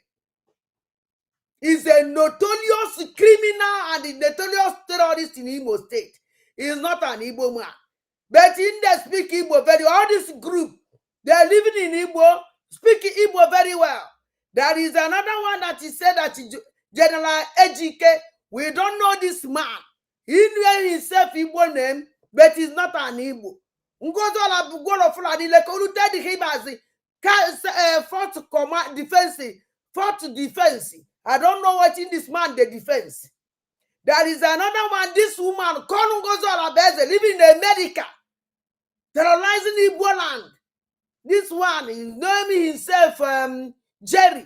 I don't know, he said that he's the fifth commander defense. I don't know what in this one the defense. Another one, General Igwe. I don't know who is Igwe or Igwe or Igwan. I don't know. So, this one said that he's in number 6 defense. There is another criminal where this woman said Dorothy. We don't know who is Dorothy. The only goes on God know what who is this man is. Number 7 defense. There is another criminal called Rabbi. Rabbi, this man. For this man, goes on God use this man to slaughter Indibo. And now, oh, this man will you to ebu. I put million on wele queer. Also now, see their defend Diana or Pufun court, I court. There is another one called Commander Adamu Bawa. This Adamu Bawa is a Fulani jihadist. I don't know. Now in the control, this man have surrendered all the distant bandit. When they bring in Igbo land, they have surrendered the whole Biafra with the Adamu Bawa. Now in the command all the bandit, all the Kedafiano, what be their name? Waiting be the name self. Boko Haram. This woman Adamu Bawa, now in the control all of them. In give him special for that. So, you people should investigate this criminal. So, this is my own. Now, It's not true, honestly. Please, I want to advise that whenever anybody comes on your platform and present that narrative, debunk it immediately. You understand? Debunk it immediately because we have security. You know, here is a public opinion platform. That is why we allow people to talk. You okuna no gota. Iye na platform mmadụ why ka oye esime. Iche na your platform in a kick him mad anyhow. I will kick you out. I will move to you. You not go talk because you're good to certain people up. You are good to not to give people chance to speak. That is what you people are doing since your life from the beginning. Now you go use you're living your own platform. Somebody get a chance for you to speak. na ihe agwa ka o yesi we on his own platform. You see, command and control. Do you think na ebe ni na kunu eje die nsia ogwagogo o ma anago wula owu ni kwuchara ife ikwuru zuzupu ebe ahụ ọka mma ije kwucha ibe idu ka gị na ikwuru emu afọ ọkụkọ onwe gị up o ma bounce kwa gị. This is the public platform. We give people chance to talk and they give you chance to talk. Nana against it. Talking will also share our opinion. That's exactly what is teaching. They try to use to nail our prime minister, who is actually fighting for recognition and fighting to see whether people would protect. That's your prime minister, which is the one that you have nailed. You have nailed him, oh. The nail where you nail your prime minister, nobody nailed him, oh. Did you mean it was your prime minister? Alajala fe la jalelele. It was your prime minister. Go and organize. If you love your prime minister, go and organize a protest for him. If you want your prime minister to come out, organize a protest for him. Ozu. If you your prime minister, or ebo wuni jeni na afa obatobie. Ebo wuni jeni in assignment want to nail your prime minister. You have nailed your prime minister here. It was afa. Go and do your thing and get out. Don't bring obatobie inside every all your criminality. You know you put obatobie name. You give your own opinion and get out. Una turn EG platform this man turn one into another thing. Anyway, you want your own opportunity. First, in the homeland, encouraging people in the homeland, just like Danjuma encouraged, that people should protect themselves. That's exactly what Muslim Kanu advocates for, and Simon Ekpa advocates for. Simon Ekpa is not leading any army. So when you are talking about all these things, and then there is one psychopathic psychiatric woman somewhere in Georgia. You don't need to curse anyone. Calling that Biafra army is not decentralized and all that. Look, if people are doing things back home, you can encourage them to protect themselves, but not for you to be presenting some narrative that will now be putting some of our people at some very important positions in what we are doing to get ourselves recognized, putting their lives in danger and whatever they are doing to get our name to the very important channels in this world. Mazin Mamdekani is doing that. Mazin Mamdekani is doing that. In fact, he's fighting for an appeal that will make a lot of sense, because right now Donald Trump has made it, relevant for Biafrans to know that look, what Finland did to him is a crime. Even in Finland law, it does not exist. What they did to Simon Ekpa, it does not exist. You understand? So maybe some other time I will try and schedule a time whereby me and you and some other people will have a very, very broader narrative on social media, so that people will not be changing the narratives as we are focusing right now on Nigeria going down because Donald Trump. This man can send a powerful message. My brother, we love you so much, yo. Hey, did have Okwado culture? Umunne na comment section. I have one Okwado culture. Nyen maka aba nwoke Okwado culture ka ọ na-aza. Nyen maka.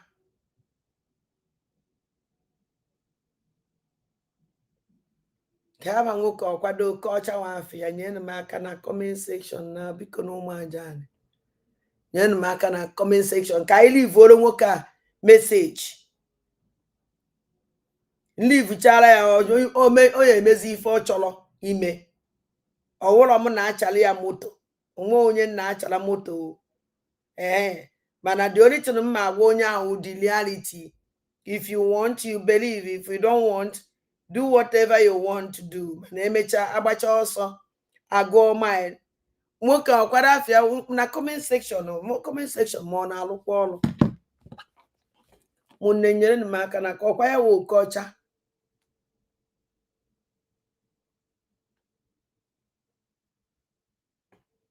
Anjicha program ya. Anwụcha afa ya. Ọdụ nke oke ọcha. And eji eme program ebe. Oke ọcha, yes. Adụgo m enwetago m ya. Maazị oke ọcha. Do everybody like you?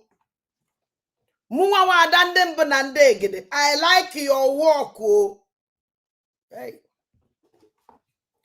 I like kwalamole na alo. Ọ na-adụ m mma n'ahụ because ị na-ekwu eziokwu. Your program, amaka. Wopụ aka ga-ebe these people nọ. Na ndị otu Ngozi Olabeze zelebe na vam zeleye na Sonia Takalawa zeliye. Continue your program or say your program. Don't enter into these people, then we destroy you. I'm telling you the reality. If you mingle with it, if you allow these people to come into your platform, you destroy, go yourself. I can assure you, today's date, 17th November, 11:54. Oh, that ni welo onwegunye these criminals. Then we destroy with you as a fano fire that as na bad rock fa they destroy yage. Ezioku kangwalage. Now the whole world like it again. The whole everybody now watching it. Everybody like Ojecho, ya share your program. But if you invite this idiot, invite Ndo Tungozo Labugoro Fulani, Commander-in-Chief of Terrorists, invite Ndo Tuogenkele, Commander-in-Chief of Bandits, a man you go yourself. I can assure you, quote on this my message, this man. Because on kono tagala mazo kocha. Nabai, continue your program, Otisemie, Omaka. Continue your program, Otiseme your program. We love you so much. Don't put yourself into these useless people mess. They will mess you up and they will rubbish you. Asikana na magwahage. Even you kwagwage makambi ebido nataban pare. Inata from Ndo Togi Nkere. Inata from Ngozi Olabugoro Fulani. Or inata from Chamaka Jele. Or inata from me. Jealous if I make a chance I watch your program. And you over the too much. Why I'll tell you lobby shige. Don't enter there. Continue your destiny. They way. Ezikwene ngozi. Ezemozi zio agalanye ezem. Asinje gwala avjivri mbahu. Ekucham. Need to come and do the needful in Nigeria. I have a lot to say, but I want to encourage you. You're doing a lot. Thank you for giving me this opportunity actually, because even though I'm at work, but you try to, stretch this your program because you want to give me just space to speak. Thank you very much, and I have to, leave it here. God bless you, my brother. Thank you. All right. Thank you, sir. Ekucham mfunke agwuna. Ọkwa ozi nke m ka nziri gị. Continue your program otuku na chigisi emie. Ọ na-adaba. Ọ dịkwa m ọkwa maka ịnata mkparị. Maka ị nwere ike mbọsị ihe ikwuo nke me ya like. Iwe ewe m. Ọ kakwa mma afụ ndị ụchụ a ndị azị gbalụ. Ka azịba buru ha na-eje. Ndị ọjọọ ndị betrayers saboteurs all of them. Forget about nda. Nọrọ ka isi nọrọ. Ọ dịkwa mma abakwana. Now I apple here. Get into this woman. Go no. Actually, I'm eventually go soon about this criminal. Go no for. Or to this thing. Actually, I'm going no for. Eventually go soon about this idiot. Oh, go see. Asande ba yisi. The system of this woman can nacho. He goes on here. Get on te. Deceiving either himself. Actually, me we end my program. Can use only we mechie program I. Tell na onwe onye nchọrọ iwepụtela ụnụ before I ejizie emechie program. Ọ dị tata ka nke a mee ka ọ dị yesterday. Chelenu.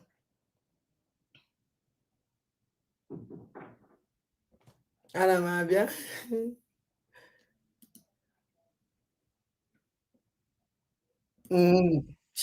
Shut up. I will give you time. You will talk.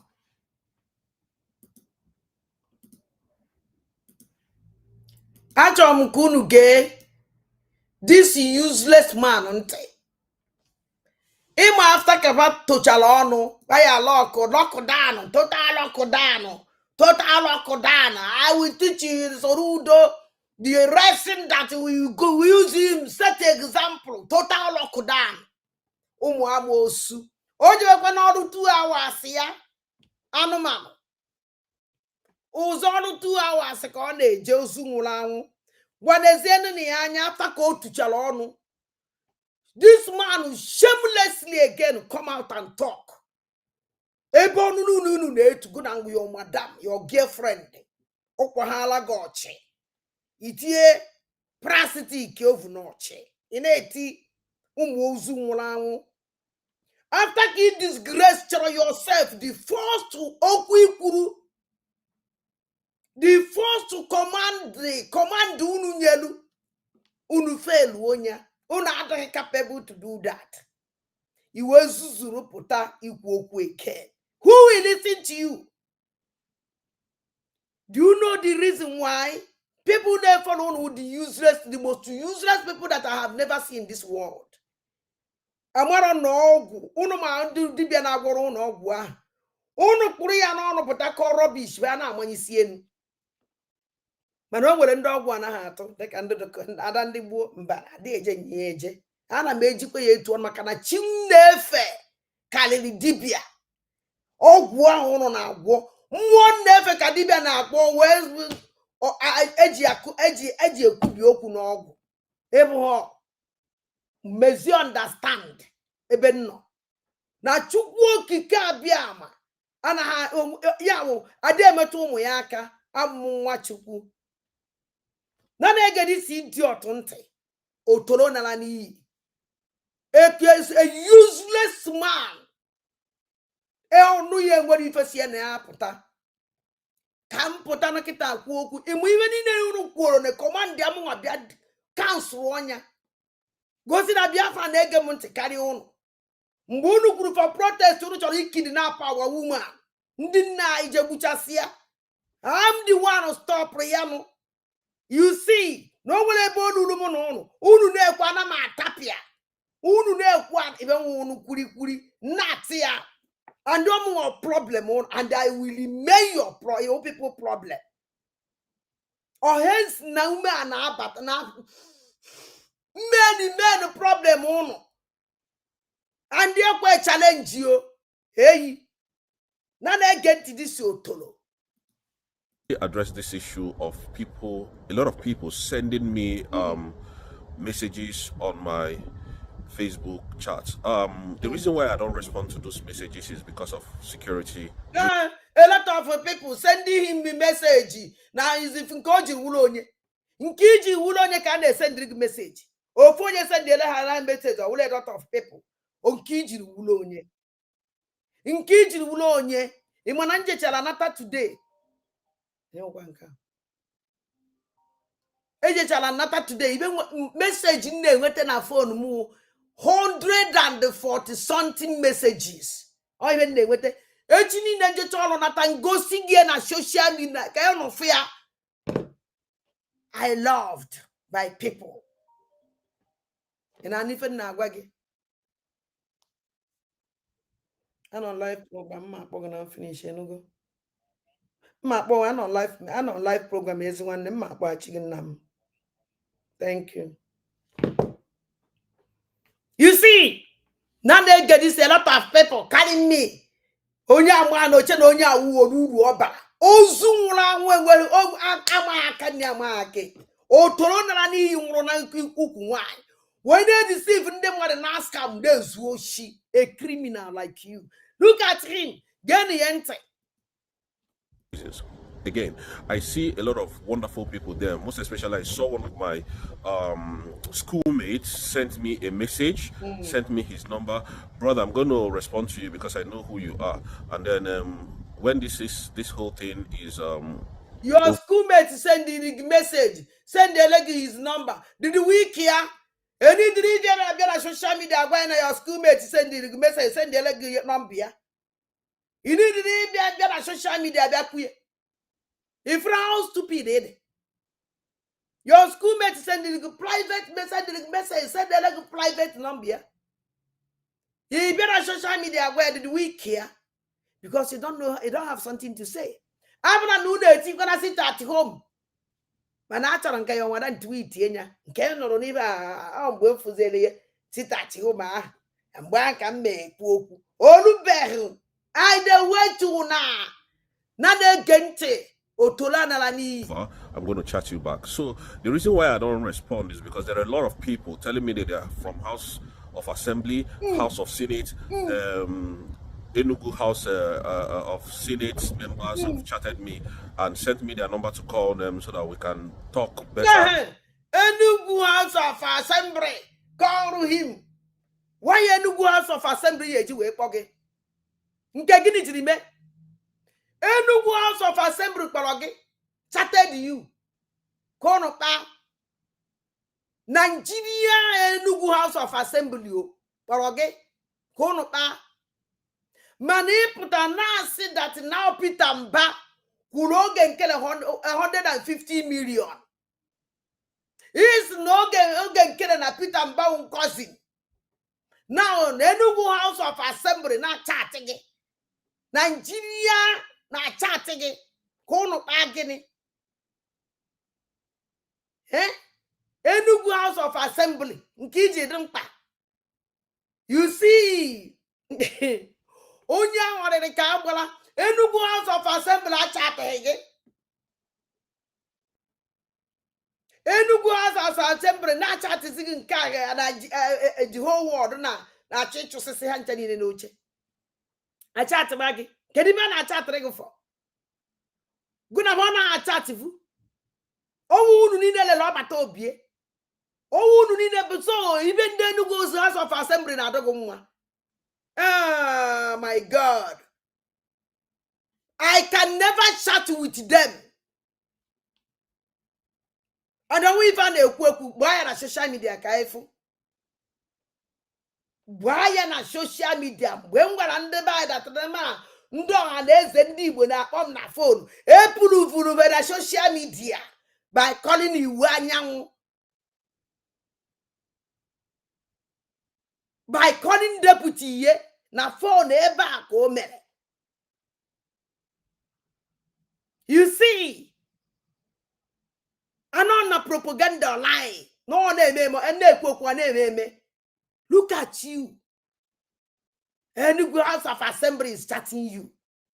Kwari your madam gwala banchani ne to go. What no your Enugu House of Assembly, Nigeria House of Assembly na chatting. Kono na bakuo. Kono na kuo gini.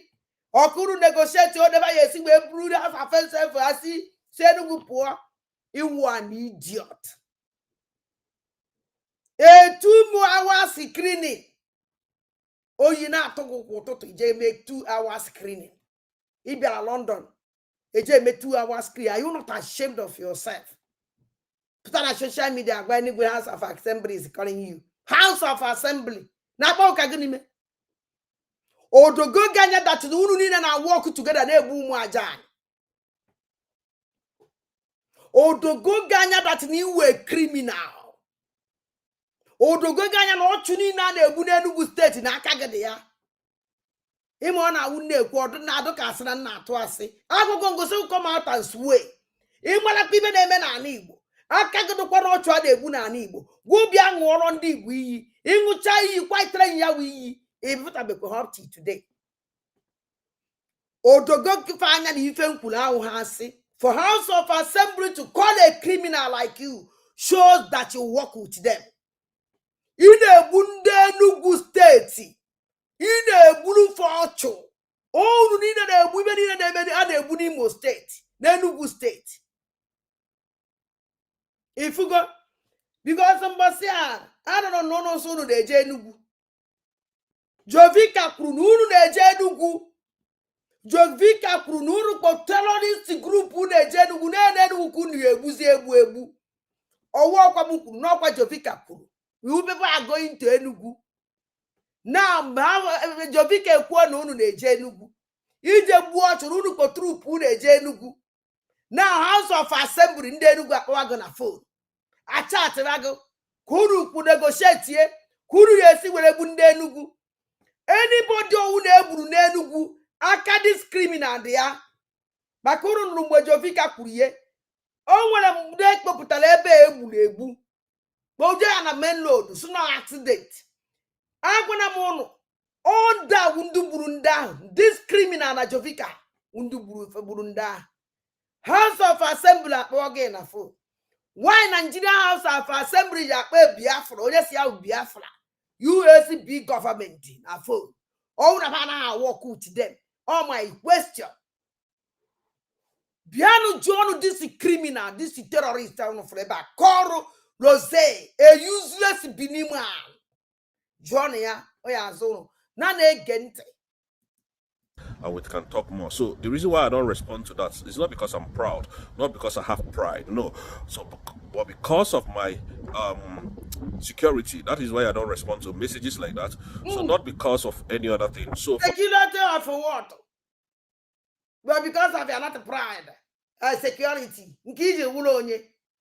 Haya chabatra yang kompiko. Security of who?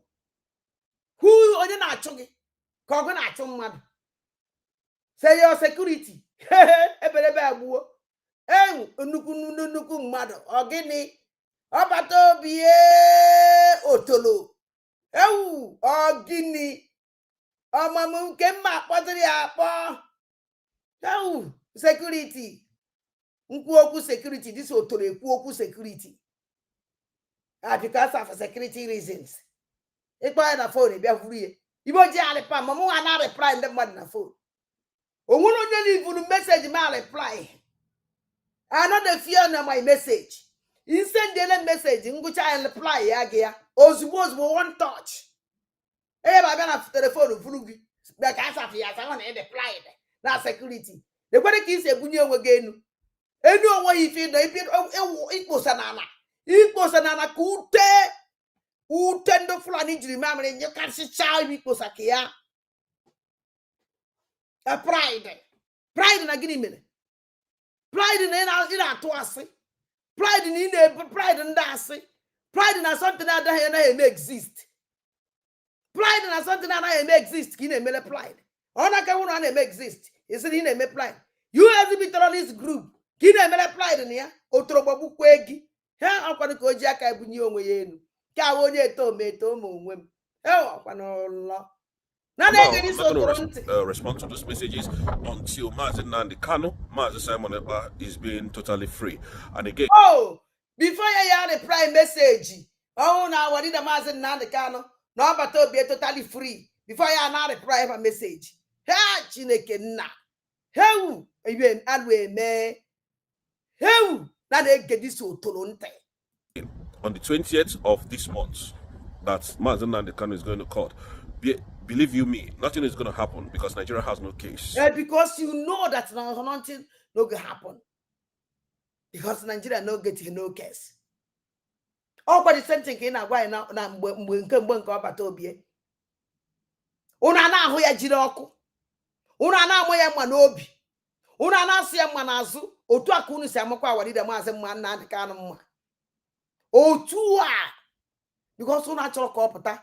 Una chọrọ ka unu esije gbuo n'ime ebe ahụ ụnọ. Ka your criminality and your terrorism continue na ana Igbo. Because no una awaride Maazị Nnamdi Kanu pụta oya ahụ oya ame ụnụ njabịa. Oya eme ụnụ njabịa organ traffic.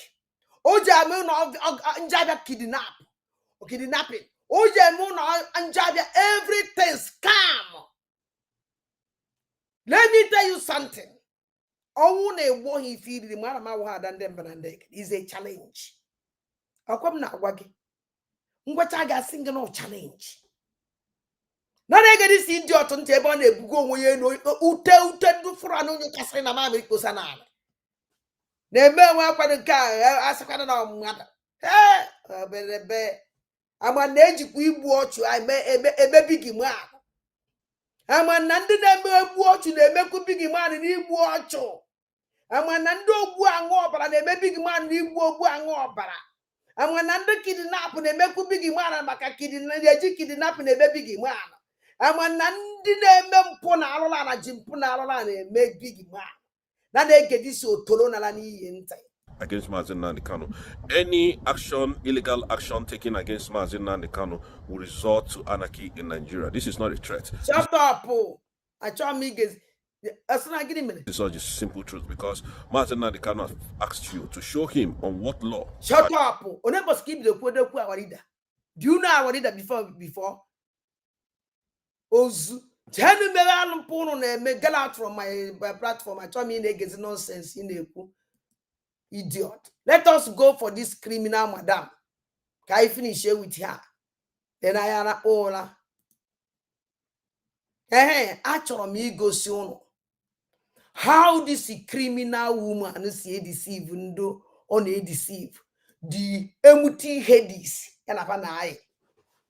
make even just to gain on for how foolish otunwa anyasi actually me go soon otunwa anyasi a boast to ya otu se menwe otu si ya otu se deceive otu se mendu zombie na follow you and follow you and they believe in nonsense on a no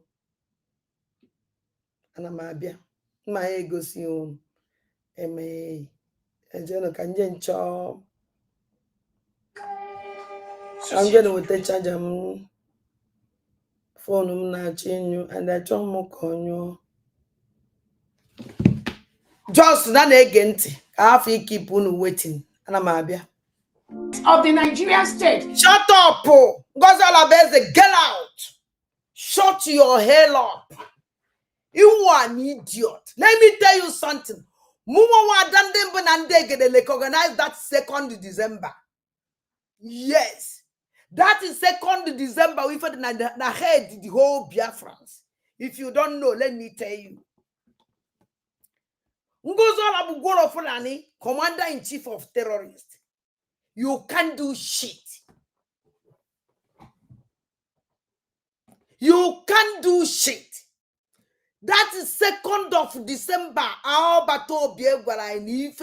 Not the sacred time. Don't know see so sacred time to cast so sacred can't and them banande get there. Nga wage.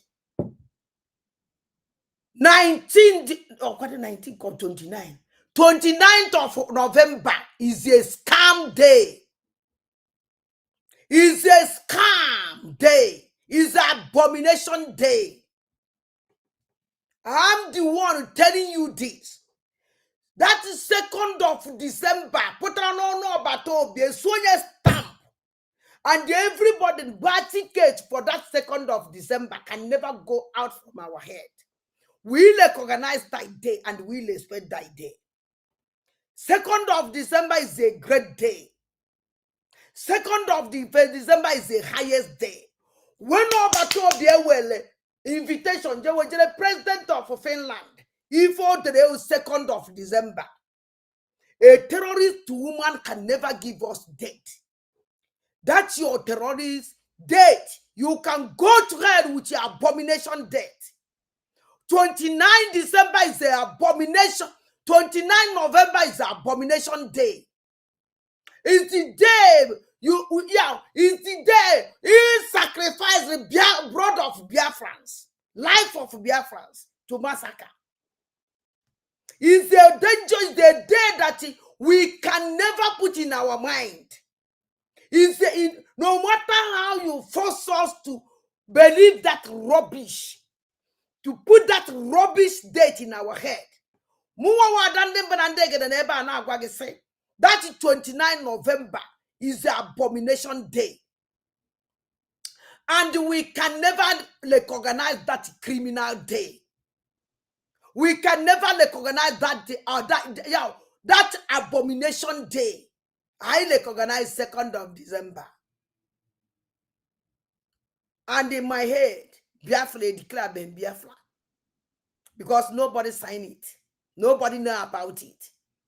It's like Nigeria, they made party in Finland.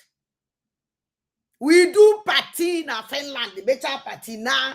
Oh yeah, in Finland. Because no international body. Even Finland, I made declaration about their raw. A witness here. How can you go to somebody's land, decree as you a Biafra, a nation? The country declared like your nation did not attend that declaration. They didn't even sign. Sure that this kind of thing, I witness that in something they declare that this nation in our nation. We want an honor. It's a very big honor. Biafra declared Biafra in Finland. It's a historic moment in Finland. Did the Finland know that you do something like that in their land? The answer is no. Finland have a 2nd of December date. The whole world have a 2nd December date, not 29. Now. You can deceive with the zombies in there, but you can't deceive us. That is 2nd of December, the day I am more Finland than Balando. Mbosanke work the whole spirit of the land, Biafra, all over the world. Mbosanke united the whole spirit, but you destroy everything. Take care that you will try your stupid 29 December. Chideke Borgono. 29 December, you were my the Mazin Nanda Canum Manobi. Side that if you were declared Biafra that near England Intel. That's now Nigerian government shall easy. Our leader Mazin Nanda Cano, Kobe destroy I feel him. Chideke Borgono bought 29 December. That is 29 December also na your USB terrorist group end. I can assure you, Biafrans don't know that date and they can never recognize it. And now you go every time you know when you can Kenny. 29 December we declared Biafra. You know what I believe? Nobody. Or 29 of this year, he made 1 year. He made 1 year he declare your blood organization. USB recharge card. Or if you declare that day. You declare your USB recharge card. You did not declare Biafra. Because when you declare your USB, what you're shouting is USB, not Biafra. Did you say Biafra? No, even the 2 USB. You go to hell with your USB recharge card. When Biafra declare, you will see the light. You will see the Funenu mepe. No muchineke. And when I go with that day, you will see the Fanema Gamenu. Oji Bwagoyocha. Do you see the blood? Yeah, do you watch the picture? Do you watch the video? Watch that your criminal scam. 29 November. You're going to watch the convention I made in Finland. Now 2023. Compare the two. Can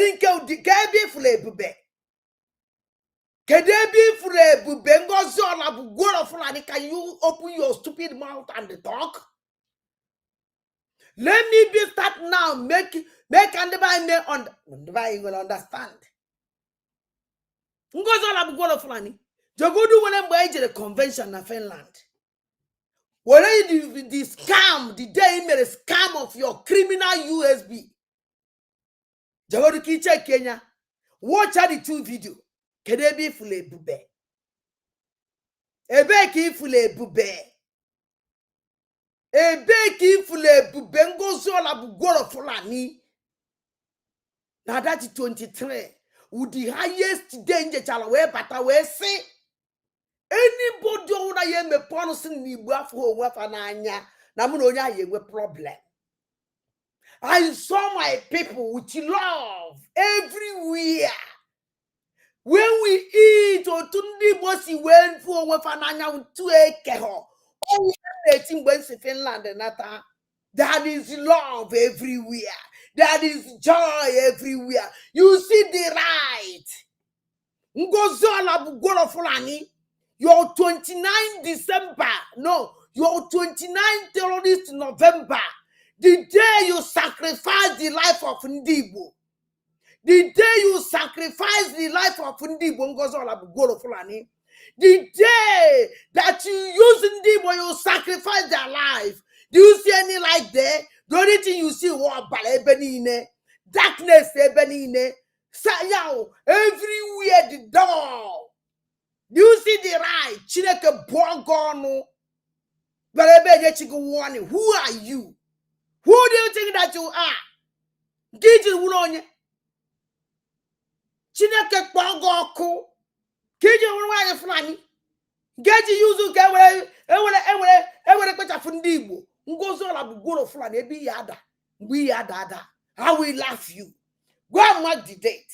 I tell you, say no challenge. As you're challenging them, I'm challenging you. I am one ya standing. Oh, look at what I want today. Goes on, I'm no to my life by all means. I want that no to my life by all means. But let me tell you something. Oh, look at that no take my life today. My open you will call. You are now with shame, you fella. You are now with shame, you fella. But in Monday, the zombies so ginu hope that no one will labor. On down the back window. Because then they faka. Now we day here. Do you think that Randy boy continue now? Should he continue now boom? Should he continue now harvest the organ? Should he continue now work for see or balafa? Ngoza la bugoro fulani. He can never continue. The only thing now last we former Ngoja their last is a promise. I told you that I will never back down. I'm going to singing now me tell you something, and you go and mark the date. Even one jar, 100% akumiri. Eji mogu no fon them nan namu bujele wene eje. Ofu mwajan or fon dibo, fake or for your fafo, our phone quo. Ofu miri no na ani ajani bona. Money ni boji deb, Benjamin for heje. You win all this war. What's all about God of Ranimana Maha Dibo? Is a promise. I wasn't go before like this. This is the first time. Because in Apiteba Nako, I am going to focus this woman is here. Not again. That are misinforming people. You need to stop. You must stop. What you are doing, dear friends already know, you can never ever succeed in that. Shut up! People is doing so at his. Shut up! Ungoziola Bugoro Fulani, Commander-in-Chief of Terrorists. Now me tell you something. Uno fugo kosieme. Oh no patani eti ua. The useless one, the zombies or to se kweketa. Asina oh one under, oh one offer. Na fa ye kuzioku, na fa ye meze anything. Name enaku enem. Okay, I'm gonna catch a fuck on life. God, each one la off my no. La off my one. What you see was a go for my big one. Just a monkey. I do my mom baby.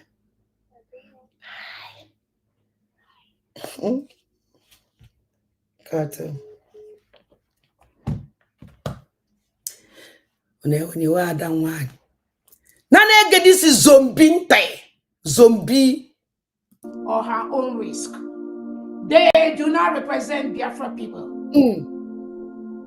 Again, we don't care who you are. We don't care who sent you. We don't care who you represent. We don't care where and whom you are working for. But as long as you have the interest of the Christian Biafrans at heart, you must talk to the right people. Shut up! Who is the right people? A criminal like you? Do you think that the world don't know you? Why this Kedafiano NATO this Pogi? Why would you make invite? Oh, man, Ogen can invite you to hope that Ogen can because I have some Biafran government in exile. Ochen Ogen can a woman.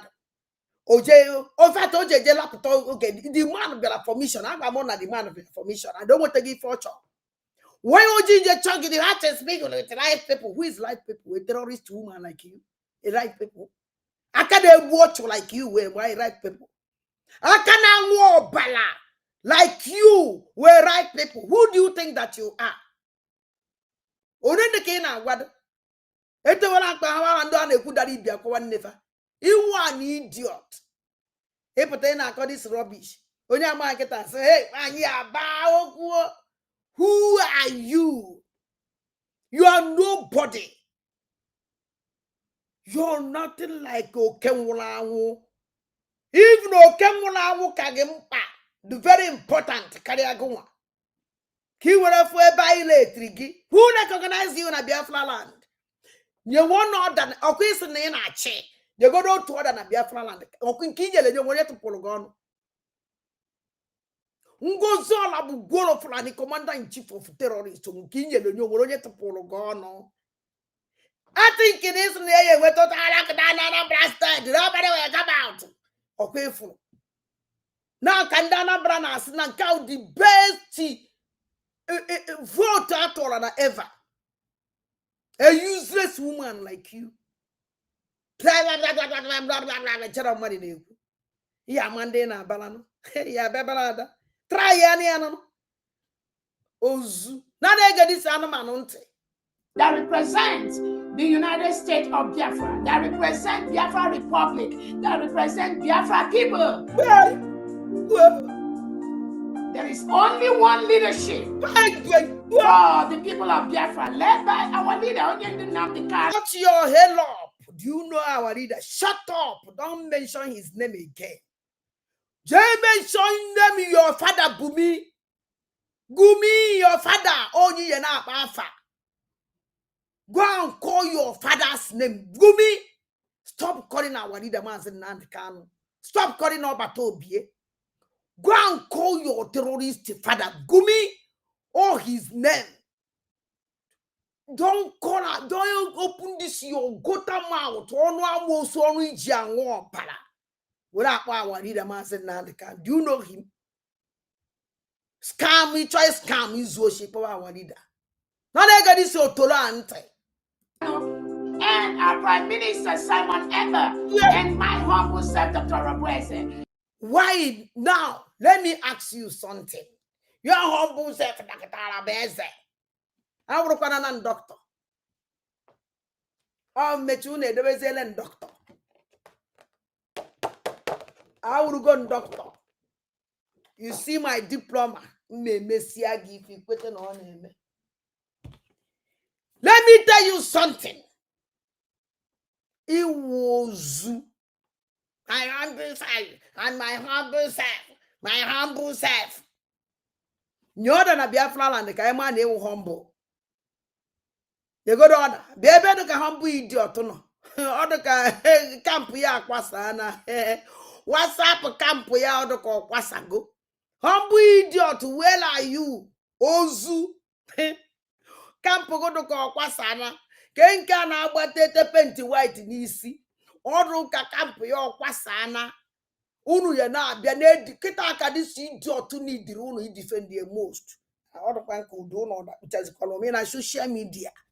Ana ma ahụzi unu ka isi bụ ahụ unu na ara afụtazi ka unu si afụtazi. Unu ya emechichicha kwete na ọ na-eme ụmụ amoosu. Na na-ege dis otoro nara n'iyi ntị. And the United States of Biafra cabinet, anything outside this is fake, is fraudulent, and we can never allow that to stand. Shut up, oh. What are you going to do? Onwere ebe flop layers afa. Chedo onwere ebe flop layers afa. Onwere ebe flop this idiot layers afa. Amazi ebe di ibe ahụ layers afa. Chedo no ya ka na akpọ ibe a. Ọ na-enye layers warning. Nke ahụ nke nchọrọ ịkpọrọ unu mme ka nchọrọ ya. Mma alaghị ka unu n'ebe ụkpara layers. Onye layers warning. Elias, mmadụ m ihe ọ kọrọ ebe ahụ akọ. Ke ka m esi wee nweta nke ahụ ọ kpọrọ Elias. Ọ na-enye Elias warning ebe ahụ ka m chọrọ ka m ji egosi unu that na nwaanyị a wụ anụ ọhịa. Nwaanyị a wụ idiot. because ndị na-efolo ya n'ebe ọ na-enye warning na asị hey onekwe ka o si abala ndị ọcha mba nekwe ka o si enye ndị ọcha warning hey ọ bakatara afa ma na ozu na-ekwu onye nweghị uru ọ bara na na-ege disi gafuga na ya ntị mfati agbaza uru ị na-ege ya ntị o kwụsịgo uhu nke ahụ nke m mere speti ụlọ nke a ka m chọrọ ịkpọ ụlọ nke a o nwere nke m chọrọ ịkpọ ebe ọ na-enye ele ya asị ndụmọdụ ọ na-abala ele ya asị na ele ya asị mama iwe na ọkọdịla akụ gbasara ele ya asị na nwaanyị awụ nnọọ anụ ọhịa jee ka mma nọ ya nwere nke a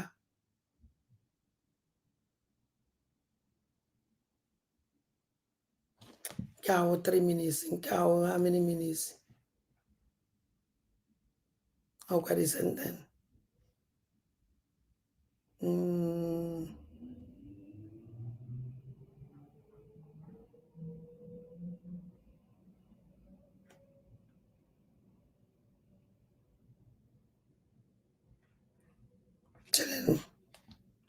achọrọ m ka unu gee ntị o nwere ife m chọrọ iji teach I want to teach something with it ha chọrọ nka ngwa nwaanyị a na ọwa iwu ada gwasịkwa na anaghị ihe mma agwụ ya nwe ọzọ ihe ọzọ m chọrọ egwu ya because na ndị be anyị si na etowere akpa ọwara ndị a na-ekwudara ibi a na-akwa nge nne ha ayacha bọtụlụ ya mkpọmkpọ iko ma o nwere ka ha si ike otu gasị ya ebe ọ na-aba sọsọ ife aka ihe afụ diski useless people na-efolo ya na-ewepụta ebe ọ bara ụdị mba ka ha na court wepụta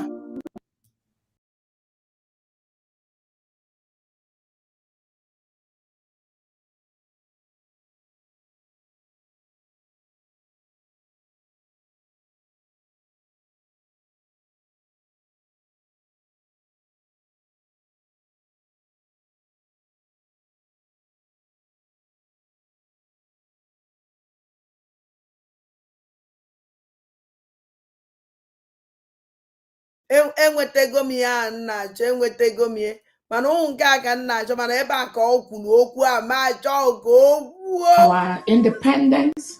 ya na-ege ntị disi otolo geenụ disi terrorist woman ntị ka ọ nọ n'ihe o kwuru geenụ ntị ụmụ aja.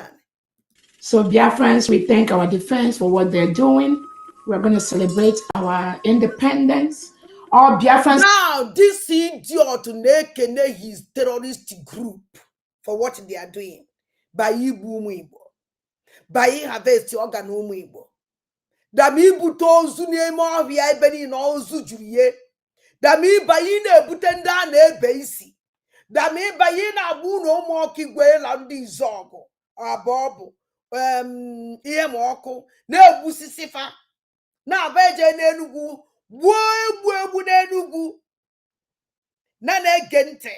Are encouraged on that day to celebrate the freedom. Celebrate your freedom. And remember the millions of Biafrans that were murdered by the Nigerian state when we fought the brutal civil war between 1967 and 1970. 29th of November, you must sit at home to remember those people. Inọkatakwa n'ụlọ nọtakwa chigu n'ụlọ. Sit at home for who? Which you sit at home for who? We never get independent.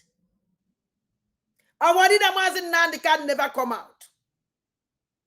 Obatobia never come out. Biafrans don't have any independent. If you want to celebrate your criminality, go and celebrate your criminality in Gozalabeze. If you want to celebrate your terrorism, go and celebrate your terrorism in Gozalabeze.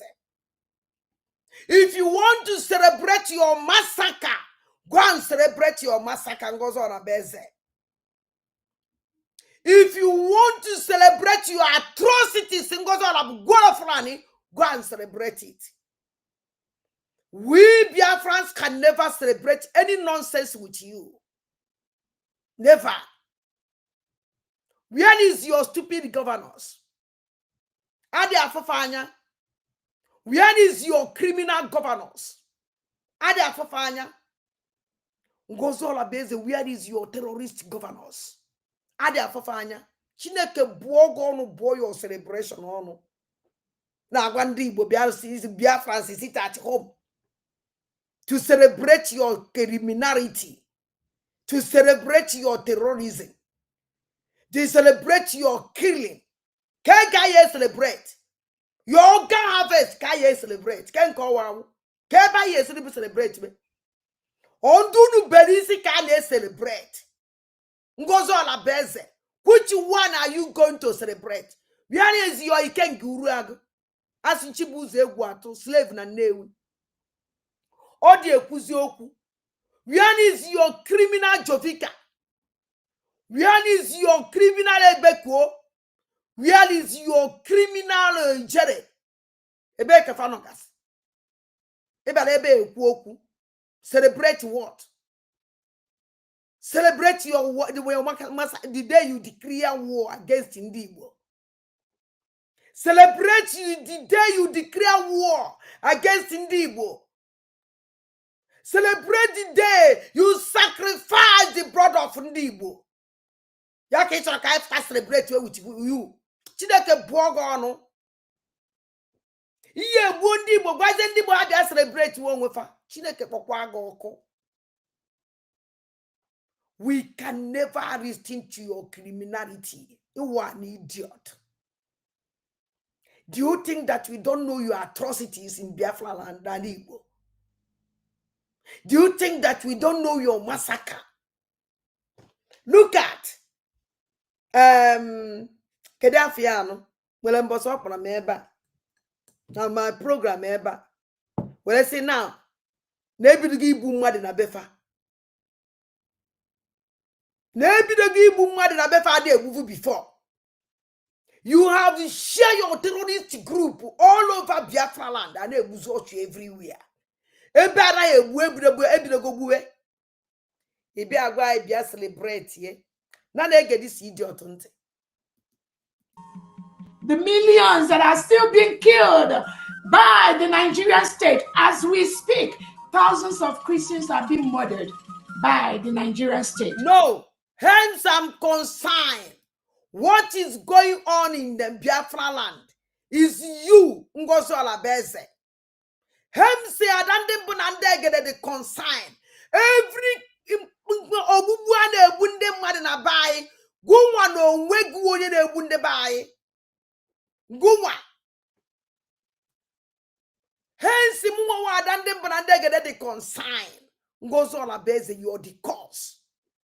Since this year, if I nebu na ani bo murunze mwozo ngo wa wonye na ebu yenu you champion the clean me na ebu obucho na ebu bai ogu wa na ebu ngozo ala beze go wa na ebu nde bai because since how many years nde bai zuru ike everybody na eju ugbo since this year our people know they go farm again Ouch everywhere kidnap everywhere. Atrocity for them, maybe be no again. Inside there, celebrate here. So I sit here at home. Can I sit at home? I thank God the neighbor of an continue. As you're talking, I can watch you. Never gonna go gun.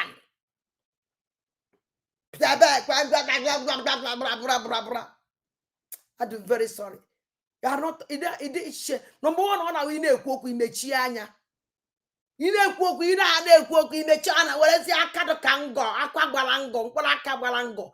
Instead, I cook a pencil like this.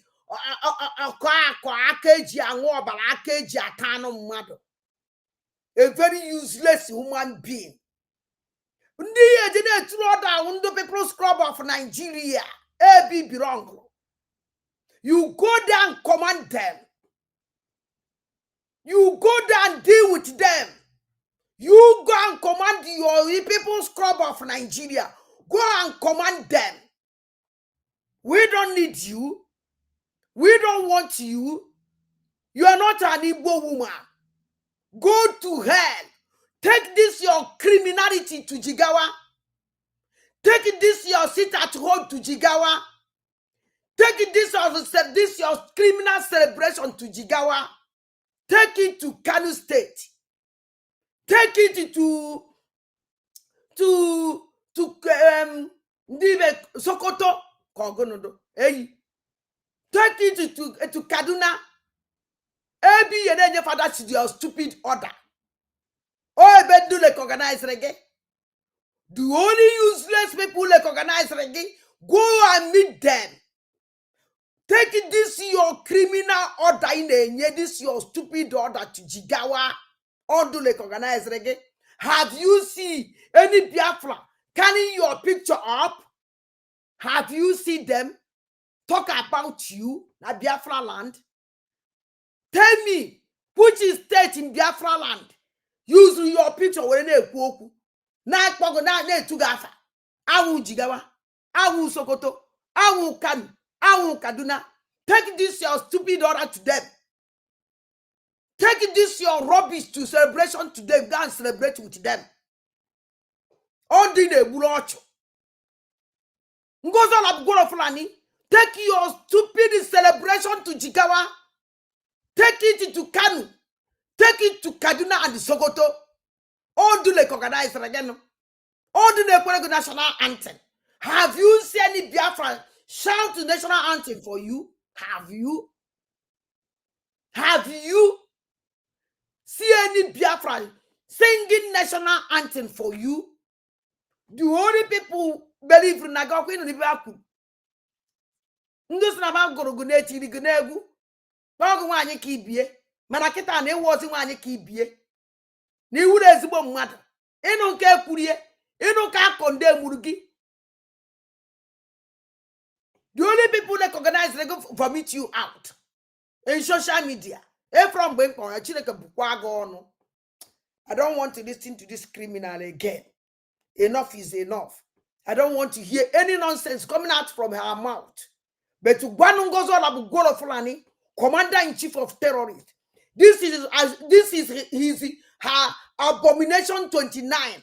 Let her carry this abomination 29 November to Jigawa. Let her go and celebrate it with Jigawa. Let her carry her abomination 29 to Sokoto. Let her go and celebrate it with Sokoto.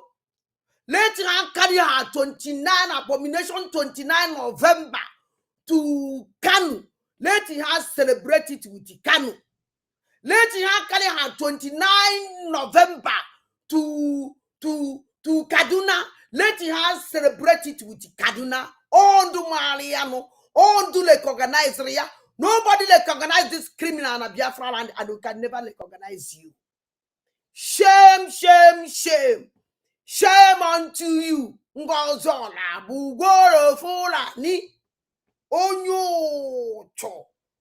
Umunnem, the line is open. Onye chori okwu. Onye acho ayana. Half of this rubbish woman. Cut on this message, man. Tell the enemy. Say, this is her criminal abomination 29 November. We recognize 2nd of December. The whole world did the date. And nothing will change it until Rabato be apata. Until Rawadida Masan Nandekana apata. Declare la Biafra. Nyamala no Chukwu declare ya. Owazrike declare ya. We can declare it 100 million times. And this one will be the last. Idiot. Hello? I will be the man with the peace and the love. Hello, Tamanan. Hope you the moon. They won't as mine. I want them to seek the seeker one. No. I know Muzanya Mal. Never knew.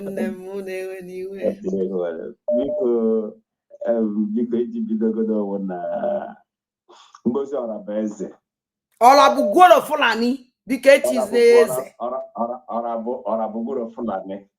Kamwage. If I register na the declaration 2nd of December. Your own problem. As going to register, here my 2nd of December. As going to give me in October, your own problem. So keep bring and let come back again. Yeah, get him out of the last the declaration. I can make demand the declaration. I get another one because by the time I'm the Canada Potter Simon Potter and made the declaration. When they got my Mbenam Capot, money him. A man, a good hand and a good word or really good the money cabasazing. So he need away be a measure show, if a measure she on each and able. Quite magical ways on your pata, on your to guy pata. On your pati, I chin the Biafra, he shot the Pagimo. And I because I want to go. I want to go. I better call your man, we don't know you. You can just from nowhere, should have back door, but then I decide now Prime Minister Biafra, any declaration. Yeah. Nabe go sit down, Gabra Ogo, Gabra Payana, Gabra Payan, Biko. I know Kudu Yaja, Kudu Yaja, Kudu, the Nuno Brukutu. I don't know. Umamos. Why Kahana, Daga, or Payana, Tata. Down Quaya. So, yeah, because another thing when these people nda and ejidesh the Boko Haram repentant Boko Haram this came and na bigger hack price is over 100,000 gallon of oil get 25,000 now that way go and hand them cause okay yeah we have a burula for being terrorists for killing but na Jovika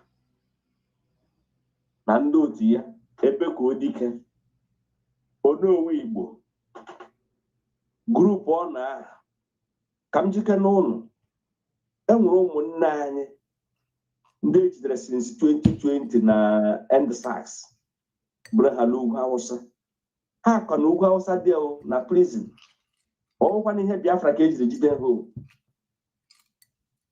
ọwa na enye ha amnesty ọwa na eme ha repentant people emere one lady very small girl always virgin ha nwụrụ na Hausa gawa north na prison ka ha nọ this virgin or this girl this girl yeah womb ya dị nwee problem renes na abụ emezie ya operation bụpụ womb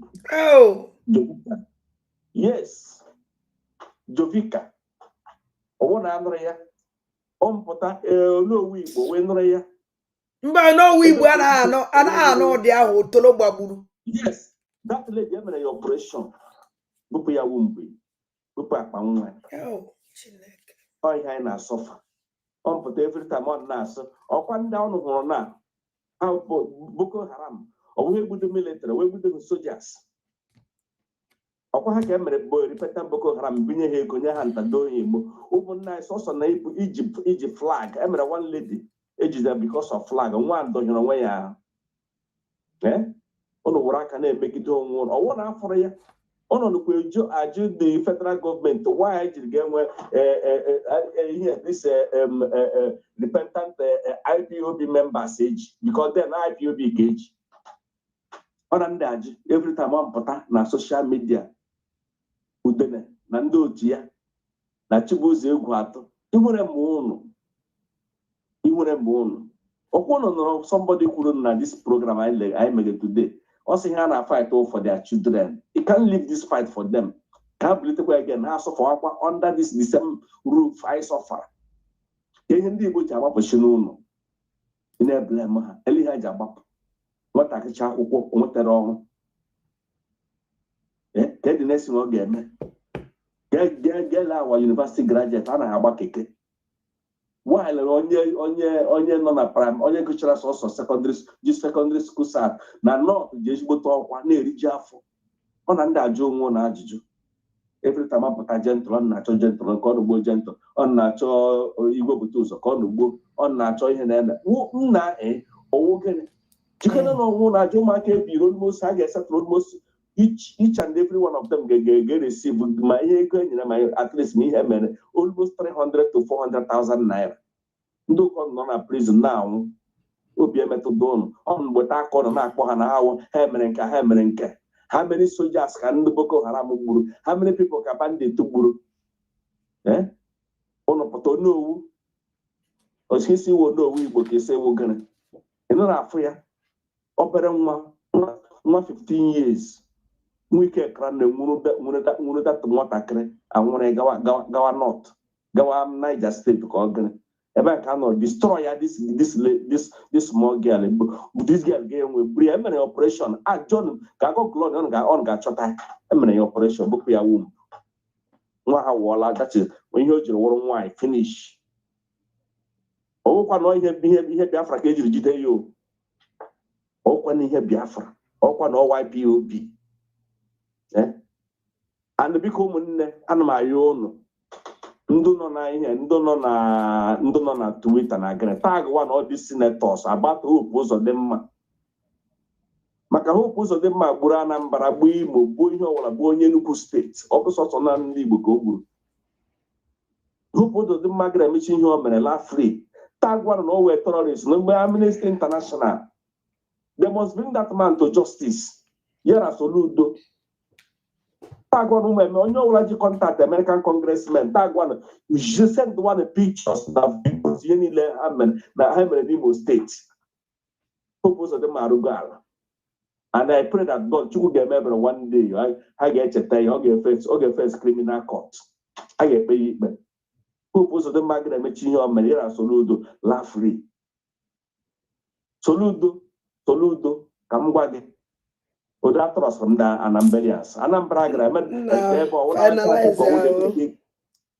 Finalize one. Let me see. Kamara moye shingez. Ige meruga. Bikono. Ayokwame again. Bikono. And when we high game. And when the boot on the ground, our strength, our freedom, without the boot on ground, when we have a memory. So, I mean, I get boot on ground, the strong, like more than before. Because, yeah, on your to tell, yeah, be within. Without the boot on ground, Quirotana to Namde Kano John Juroko, paria from where to where. Or China, we have now won.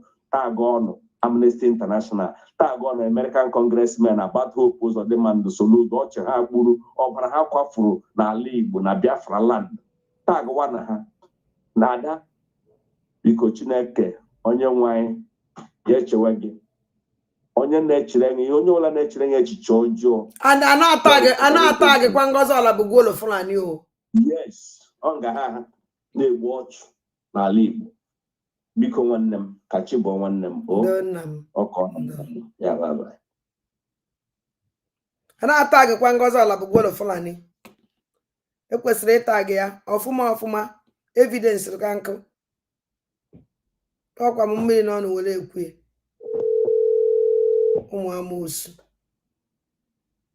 were akpọ ha ala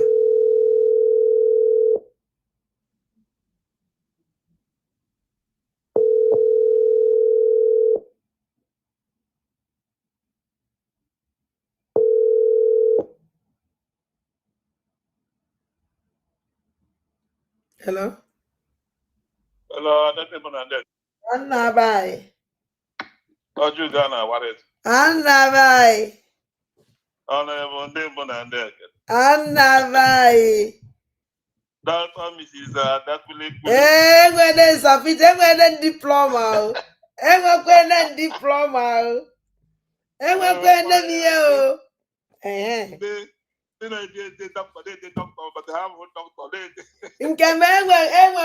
Diploma mo. When you, I don't wear the diploma. People get too much and this year, Ayana ezeza uno no na na-ekwu na-eme.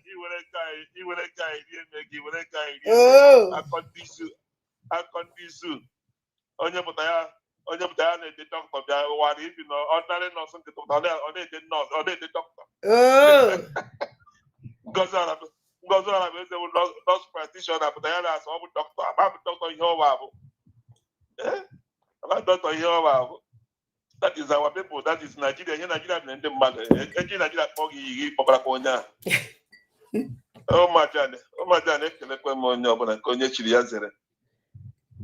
Nke mbụ ọdịna sometimes that is na akụkọ nwaanyị adịtị ndị na I don't understand. Enwe m ike ịkọwa ma m ike mana ekele dị Chukwu na ụmụaja ha ma nke bụ eziokwu ịghọta. Yes, I thank God.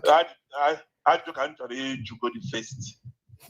Ndị na-apụta na-azọ 29 November and the 2nd December. Ka ekwenu maka 30th May. Ka ihe a ga-ebisikwa 30th May. Ijere eju baba. Mba ajụjụ ka m na-ajụ ajụjụ.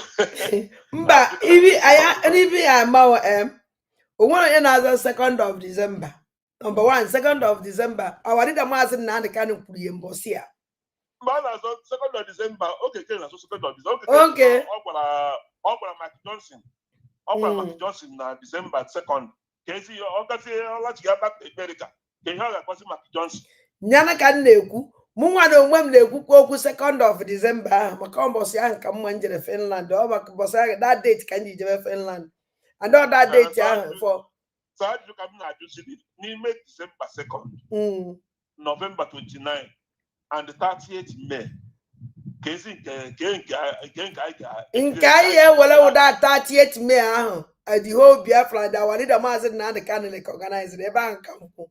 Awarida maazị Nnamdi Kanu nọ n'ime prison. All the day declare Biafra Republic. Okay. And the whole world for ya. The Biafra Republic may exist for 3 good years. Okay. I want our government now control our army, control our territory, pay everything I may work with Nigeria for 3 years. From 30th May 1967 to 1970. So I'm going to joke, I'm going to online. And I want to watch on 30th May. Nabai. I want to watch and but say 30th May of this year. This Otola another year na kwa Ngozi Olabugolo Fulani. E declare kwa sit at home. O declare kwa sit at home. Even the governors, the Nigerian governors, not na Biafra land, how they recognize? Opia not the rate na here. On the respect that is packet of men. Oh, I got your guy whoop. Guy like organized by them was also in the eye. Packet of 29th of November. Can you hear 29th of November? Can you hear that day? Mbosa call that day called they celebrate Mbosi. Mboso declare. Oh no, ole lo batobie no mbo ole lo mu Biafra niile. O wele anya n'aka n'aka onwu. Mana oya ya anwe ya na chie. Because when anything I remember that day right now, that is instead of that 30th of May have punishment come to us. A very big punishment come to us. 29th of November on a book. Yes. All punishment because when anything be good, I know that everything needed. From that 29th of November to today, I know a punishment. Yes. I know a punishment. Oh, yeah, culture can just celebrate. And all the whole promise in the moment, when he came in, so. No. I can play the game with the money. Here, November end the Ghana is going out. November ending. Play the game with Lapa Nigeria. Follow the play. And that's not 60 months. Also going on 60 months. So. Also, na whistle. I went state more any country after ever they put the whistle. embassy, when he got when back from embassy, when back, when can the celebrate? What are you celebrating? A useless human being. What are you celebrating? Oh, this one, I call here Baruru. It's why I'm not going to means because Mass and the Kanu group. Now, this is Biafra and all the last miracle on earth. American winning interest, the president of America winning just here, you only get out just equal, just a statement. Just a statement. Freedom I had to go down. Yes. Instead of these useless people, we stand. They promote all these things. Abraham never see Joe to Kurie. Abraham never goes on a bezel Kumakibe Donald Trump name. Now, they say evidence. How many years ago? Too much evidence. Do you know the reason why they didn't after the evidence? Evidence need never come in the Finland. So, when I want to say that evidence, so you are against them. Came I no one them understand my could go me here. The only thing Jinde work and I work evidence. All these criminals, all of them will because even in I work that he will let you but to in Finland. So how we work that way, I work that target, but he won't go in the Finland already. Onye ka haji weather bucho ome. Chineke ya akonda ni n'ọkụ. Obiezo na-eme understand. I understand, man. I didn't know. I didn't wonder because I don't understand it. You got that? Who am I here understand? I understand. Right now, America isn't interested in both mana South East, both mana the whole zoo. What's this Christian genocide here? Here hold on Thursday. All these things would like now can win opportunity in a present our case. At least all those old videos need the whole video I need to play now, need to tweet here. Now to see here, I didn't the program, I saw all this and all the whole time. I know to see here. Instead, the people who don't have the government that you also ordinary people when you pass around with the Biafra. We say how they see all this. This they keep you alive. Because how feel you now something how feel you now no hana two then for something not the way in this social and the way this have made propaganda make maga within 1 week. America doesn't work like that. I know why the American bad. The last league game the American bad as a congressman or as a senator, or as a governor. He's not also the two. And eventually that was automatically he lose the election. He lose go. Automatically, why did you say something that you cannot do? I don't record about. I don't possible. If he made that now. Before Donald Trump after quote this thing, something must happen. Something must happen. All my needs will be on one. And not very, very easy. The highest like now, just have a handkerchief.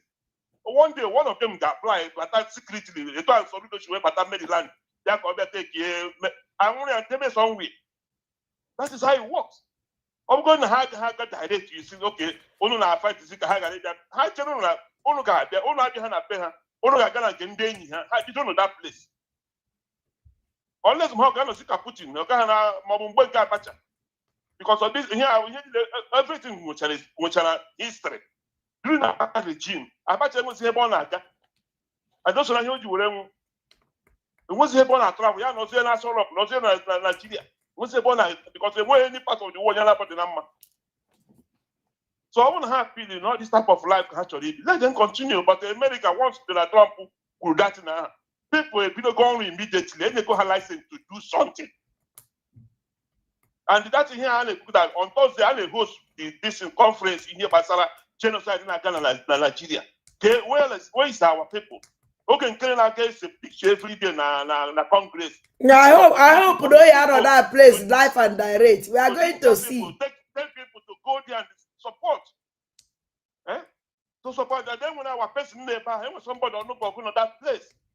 This is time for the government to reach out to all those people and lay our complaint to them. They include the whole fight. Look at Donald Trump, and and here on a book, action, action immediately. Oboron Kezu, asking Obasanjo the promise how many since 2000 1999. Now getting power for the whole country. Up to today, no when talking in Nigeria. Everybody keep silent. America doesn't work like that. So can I deceive when I call this rubbish? I let you learn about Ghana truth. I let you na problem that you can go to the president November 29. Here me put down now for once. Here me Hannah. I know. Here me one no nyara. Here me tuba ya ni. That is. Yeah, no. Ode declare sit at home. Yeah, decree aya na jigawa. Ya je decree aya na jigawa. Beba le organize ya.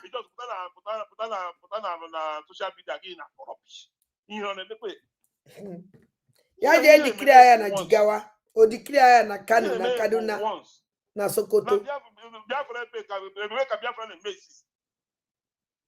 Anything like Biafra. It's not existing anywhere. That's true. Even our people know about it, they cannot see it in their phone. They hide all these things. They come back after that corruption na media.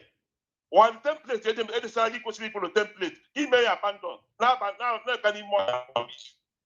Labor can three post any more here. Most of that corruption. They not post any more here. Governor no need more here. They make election and stop governor need more here. I can ayokwa ha yo governor Odumegwu amonye Odumegwu biko obodi na no lua biko ke ebe office gị dị n'Oka ke ebe office gị dị n'Oka anyị mana ebe anyị ga na ewetere complain na governor Odumegwu state Oka capital Odumegwu and Odumegwu is a big state Odumegwu is a big state Odumegwu bidoro Odumegwu is a big state. Onye ahụ ka agbara. Iwe o ji deceive ndị ụchụ. Ụmụ zombi ise amaghị ihe. Oye o ji deceive all of them. Ha jisi ike mana ọ bụrụ ma ya ji kwesị na ọrịa notere na abịa niile. Ọ bụzi anyị ka ọ na-akọsị rọbish ọ na-akọ mana ihe ọ na-eme dị ogere na-eme anyị na-apịa ọ na-eme datị na anyị. Iwe na-anaghị eme m. Obi eze nna. Iwe na-anaghị eme m. Onye ibere ya na-emewu ndị jigawa ka ibele ji eme ọ ndị lek organizere ya ibele ndị eme ndị Kano mee ndị Kaduna na ndị Sokoto ọ ndị lek organizere ya nụ ibe nke ibe ndị ibere ya na-eme dọkịta nnọọ onye Fulani iwu gọzọra ibere ya na-eme bụ na ọnwụ nwanne ọnwa onye Igbo na nke ahụ gịnị ka a na-akọ ya ọ ndị jigawa ji na-eme ibere ọ ndị lek organizere ọ ndị na-ekwere national anthem ọgwụ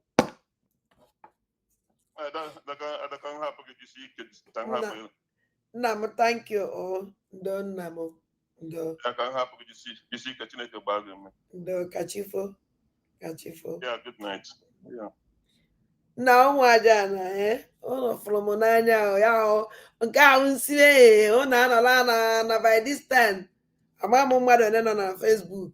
Oh, no, 140 can live and direct now watch other. Chineke m gọziele m unu mmaji kwuru mmaji unu ndị Imo steeti ụyọ ma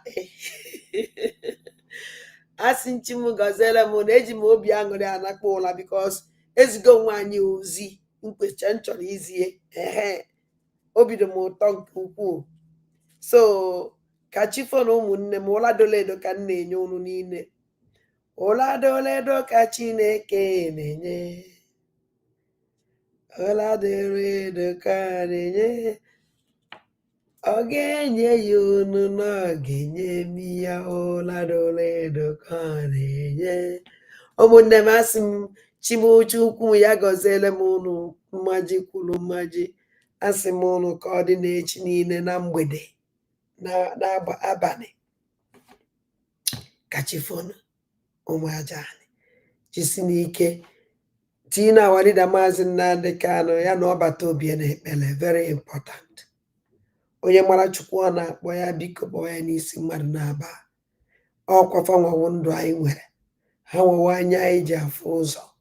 Onwekwa onye ọzọ anyị nwere awụrụ mmadụ na-aba.